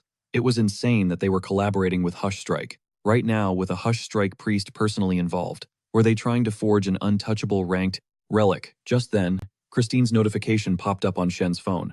He checked the screen. Looked like she already dug up dirt on Mr. Moon and wanted to slide by to report. Before he could even think, Christine banged on the door and barged into the shop.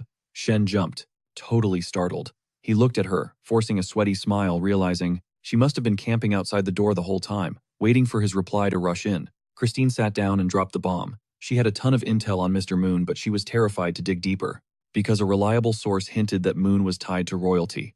Hearing that, Shen's mind raced. Nolan is a monarchy. If the royals are involved, Christine is going to get crushed by people way above her pay grade if she keeps snooping.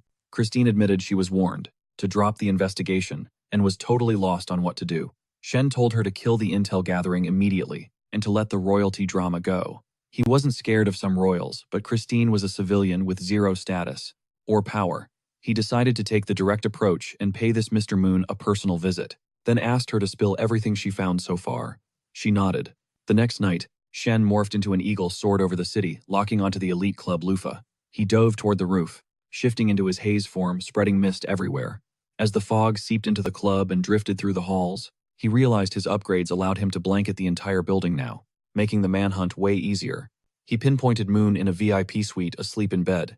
Shen coalesced from the mist, shifting into his divine messenger form, looming silently over Moon's bed. Moon snaps to attention on the bed, that creepy lunar mask fixed tight on his face as he acknowledges the threat. "Mr. Shen," he starts, voice trembling slightly. "I feel like we've done this dance before. Honestly, didn't think I'd be seeing you again like this." Shen hits back with a cold stare. "Oh, really? What exactly were you expecting?" Moon squints behind the mask, defensive. "How should I know?" He adds quickly, "I just hoped I'd never have to look at your face in person again." Shen smirks. "Let me guess. You thought our next meetup would be me visiting your coffee shop for a latte, not me raiding your room at midnight." Moon nods vigorously. "Exactly. In that scenario, I would have had a welcome gift ready for you." Shen's gaze turns icy. "So, is this apartment supposed to be my gift then?" "Obviously," Moon retorts. "I sold it to you for dirt cheap." Then he freezes, eyes narrowing suspiciously. "Wait, is there something wrong with the place?" Shen stays silent, analyzing him. He doesn't look like he's acting, Shen thinks. But this guy is a slick operator and a master bootlicker. I can't trust a single word that comes out of his mouth. Shen presses on. "Has anyone else been inside? Who exactly did you buy this place from?" Moon taps his chin, thinking hard. "Now that you mention it, a few nights ago, a weeping mess of a guy showed up. 30's dark hair looked totally wrecked. He hung around for a bit and then just vanished. Poof." Moon shrugs helplessly. "I have no clue what's up with this crib, but if we're talking suspicious vibes, that guy was definitely the red flag." Shen frowns. "Something isn't adding up here." Moon starts rambling, desperate to clear his name.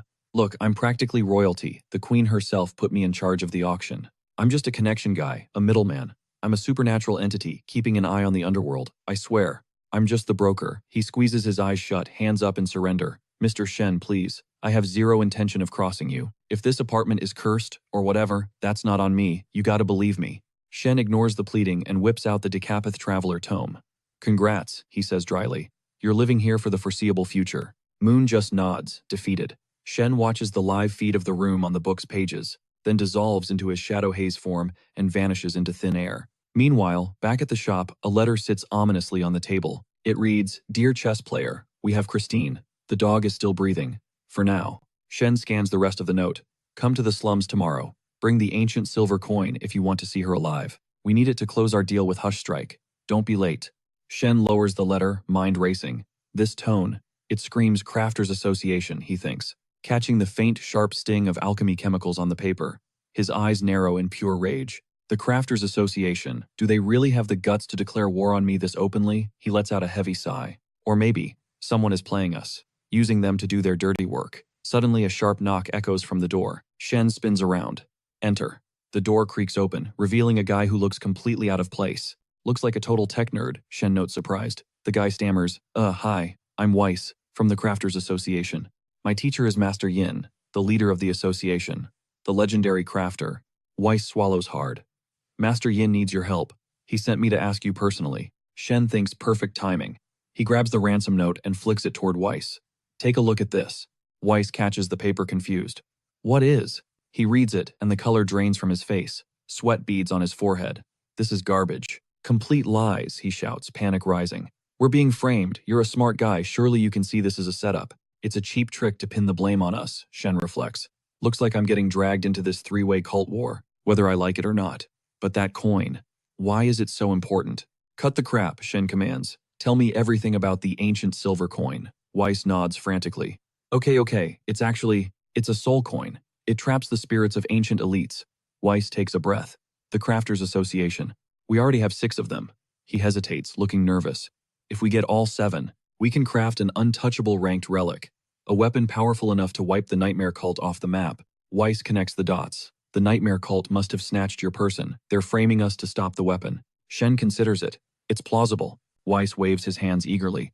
Please, you have to come with me. Come to headquarters. Master Yin wants to clear the air. We need to talk. Remember, the enemy of my enemy is my friend, right? Shen agrees to the meeting, his face unreadable. Hush Strike has a grudge against me, and the Crafters are working with them. I need to watch my back. All clues point to the nightmare cult, the sworn enemy of, well, everyone. They're the ones holding Christine. That's the intel anyway. Cut to midnight, Shen rocking his semi-invisible stealth mode, shadows Weiss through a dark alley in the dreamscape, snow crunching softly under their boots. Weiss glances back. I can see you, kid, but my sensors are picking up 0 presence. Shen doesn't reply, just vibes. Suddenly the world glitches. They freeze as the snow-covered building ahead starts trembling and warping, distorting like a corrupt video file. Crack. An invisible barrier shatters, leaking eerie green light. Weiss panics. Nightmare beast. He knows exactly what this is. It's a trap. The cult led them straight into an ambush inside the dreamscape. The beast tears through the fracture. Lunging for the kill, Weiss screams. If we die here, we die in the real world too. He slams a golden rune circle into the air, reaching in to drag out a massive hand cannon. Shen watches, analyzing. Now, that's some heavy artillery. Veins bulge on Weiss's face as he unleashes a hail of flaming lead, straight into the beast. The rounds shred the monster-hot casings clinking against the frozen pavement, before Weiss collapses. He's totally drained, gasping for air, drenched in sweat. I can't move. As the beast dissolves, Weiss explains the nerf his relic is OP, but it drains his stamina for a full hour. After just one clip, spamming it, fatal exhaustion. Shen looms behind him, silent as the grave, eyes closed in a grimace. He's thinking, trash tier relic, high damage, terrible cooldown, useless. But the raid isn't over. Crack, crack, crack. 3 more dimension rifts shatter open. Beasts swarm the rooftops, locking onto their prey. Shen just stands there watching the chaos unfold. The sky fractures as a horde of monsters pours through. Shen drops the stealth, shifting back to human form, and gripping his cane. As the monsters dive-bomb them all at once, Shen raises his weapon, channeling the colorless town destruction, a technique that deletes existence itself, even in a dream. One swing, he smashes the source of the invasion, and staring back from behind that broken reality, Shen tracks his target down to the freezing snowscape, catching the girl on her knees, gasping for air. Crimson blood stains her lips as Shen coolly announces, "Gotcha." She snaps her head up, furious, demanding to know who he is and how he tracked her down with 0 effort. But before she can react, Weiss steps up, blocking her path like a human wall. He looms over her, radiating menace. Shen tries to de-escalate, telling him to chill, but Weiss shoots Shen, a glare that screams pure irritation, before leveling his massive rifle right at the girl's face, ready to end her. Shen screams out a command to freeze him in his tracks, and Weiss halts instantly. The girl is shaking like a leaf, realizing she was 1 second away from being obliterated. Shen steps in, dropping the accusation. Someone pinned the kidnapping of his subordinate on her. The girl scrambles back, desperate to put distance between herself and death, swearing she has 0 clue what he's talking about. Shen isn't buying the act. He tells her to drop the cap and come with him, because they need to have a little chat. She goes silent, hesitating, asking why she has to go. Bad move. The freeze command wears off, and Weiss unloads. Bullets start flying, forcing the girl to zigzag frantically to avoid getting Swiss cheesed, screaming that she surrenders, begging Shen to call off his attack dog. Smash cut to the 3 of them, sitting awkwardly in a coffee shop. Shen leads with the first question, simply asking why she's in this region. She closes her eyes, taking a deep breath, and reveals she follows the teachings of the Dreamscape mentor. She arrived with a single mission: put Weiss in a grave. But Weiss didn't flinch. He just hit her with the million-dollar question: why exactly did she want him dead? Her answer was cold: he was the enemy. That set Shen off. He was furious, shouting that he'd tried to pump the brakes on this, but Weiss was dead set on the kill. When pressed for a motive, Weiss drew a blank. He claimed it was pure instinct. He was running on autopilot, with absolutely zero logic behind it. Shen warned him to think real hard before opening his mouth again, because this standoff was one wrong move away from a funeral. Weiss took a sip of his coffee, eyes glowing with eerie power, and swore he wasn't lying, insisting neither he nor the Crafters Association had a clue. Then things got physical. He reached out and aimed for Sandra's throat. Sandra, the girl sitting right next to him, freaked out. "What the hell are you doing?" But Shen ignored the panic. "She's got a scent on her," he noted coldly. "What does that even mean?" Weiss asked. Shen didn't explain, he just barked the order. "Do it." Weiss, breaking into a nervous sweat, didn't argue. He clamped his hand around Sandra's neck and held on. She was trembling, eyes squeezed shut in terror, confused by the hesitation waiting for the snap. Suddenly he squeezed, hard. Her face flushed, a violent red eyes popping open in shock, her neck straining against his grip as she stared at Weiss in desperation. That's when Shen finally made the call: let her go. Weiss turned a deaf ear, his fingers digging ruthlessly into her windpipe. Shen's fuse finally blew. He roared a lethal ultimatum: let her go this second, or sign your own death warrant. Her vision swam in red. Tears blurred everything, her throat locked up so tight she could barely croak out, a desperate plea for him to let her go. But Shen didn't hesitate. He hit the pause button on Weiss instantly. Once the time freeze lifted and Weiss's death grip finally loosened on Sandra's neck, she collapsed, eyes streaming, screaming at him between gasps that he'd practically murdered her right there. Weiss snapped back, asking if she was the one trying to take him out. Shen cut through the noise, explaining that Weiss had totally blacked out a second ago. Something had been puppeteering him. Shen could smell the stench of death all over it. He ordered Weiss to reach out his hand. Weiss obeyed immediately. Shen clasped his hand, channeling pure energy as he commanded radiance. Boom! Blinding golden light exploded from where they touched. To Sandra, it wasn't burning, it was a warm, comforting vibe. Shen guided that glow to her throat, instantly healing the trauma. But simultaneously, something pitch black violently purged itself from Weiss's mouth, rocketing upward. Shen's warm golden aura lashed out, trying to grapple the entity and contain it right there. Shen glared at the shadow, realizing the enemy hadn't taken the bait at the apartment trap. They'd pivoted to snatching Christine instead. First, they framed the Crafters Association with that fake letter. Then, they used the Nightmare Cult assassination to deflect suspicion. The plan: have this evil spirit force Weiss to silence the assassin, making the Nightmare Cult take the full rap for this mess. Suddenly, a tortured screech erupted from that inky smoke. As the evil spirit writhed inside Shen's golden cage, Shen let out a heavy sigh. Hush, strike. Would have walked away with a clean alibi regardless. He shut his eyes, cutting the light, thinking what a waste it was. Ever since his summoning, he'd tracked Hush Strike's scent, even sensing those interdimensional gods recently. Suddenly, the dark spirit saw an opening and bolted for the door. Weiss spun around, yelling that it was making a break for it. Shen just pointed a finger. Freeze. The spirit stopped dead in midair. He launched his gray orb at the shadow, which swallowed the ghost whole, shrank down, and zipped back to its master. Clutching his book of Decapith Traveler, Shen ordered them to stay put. He stood there in his divine messenger form, wielding the book and gray like an absolute boss.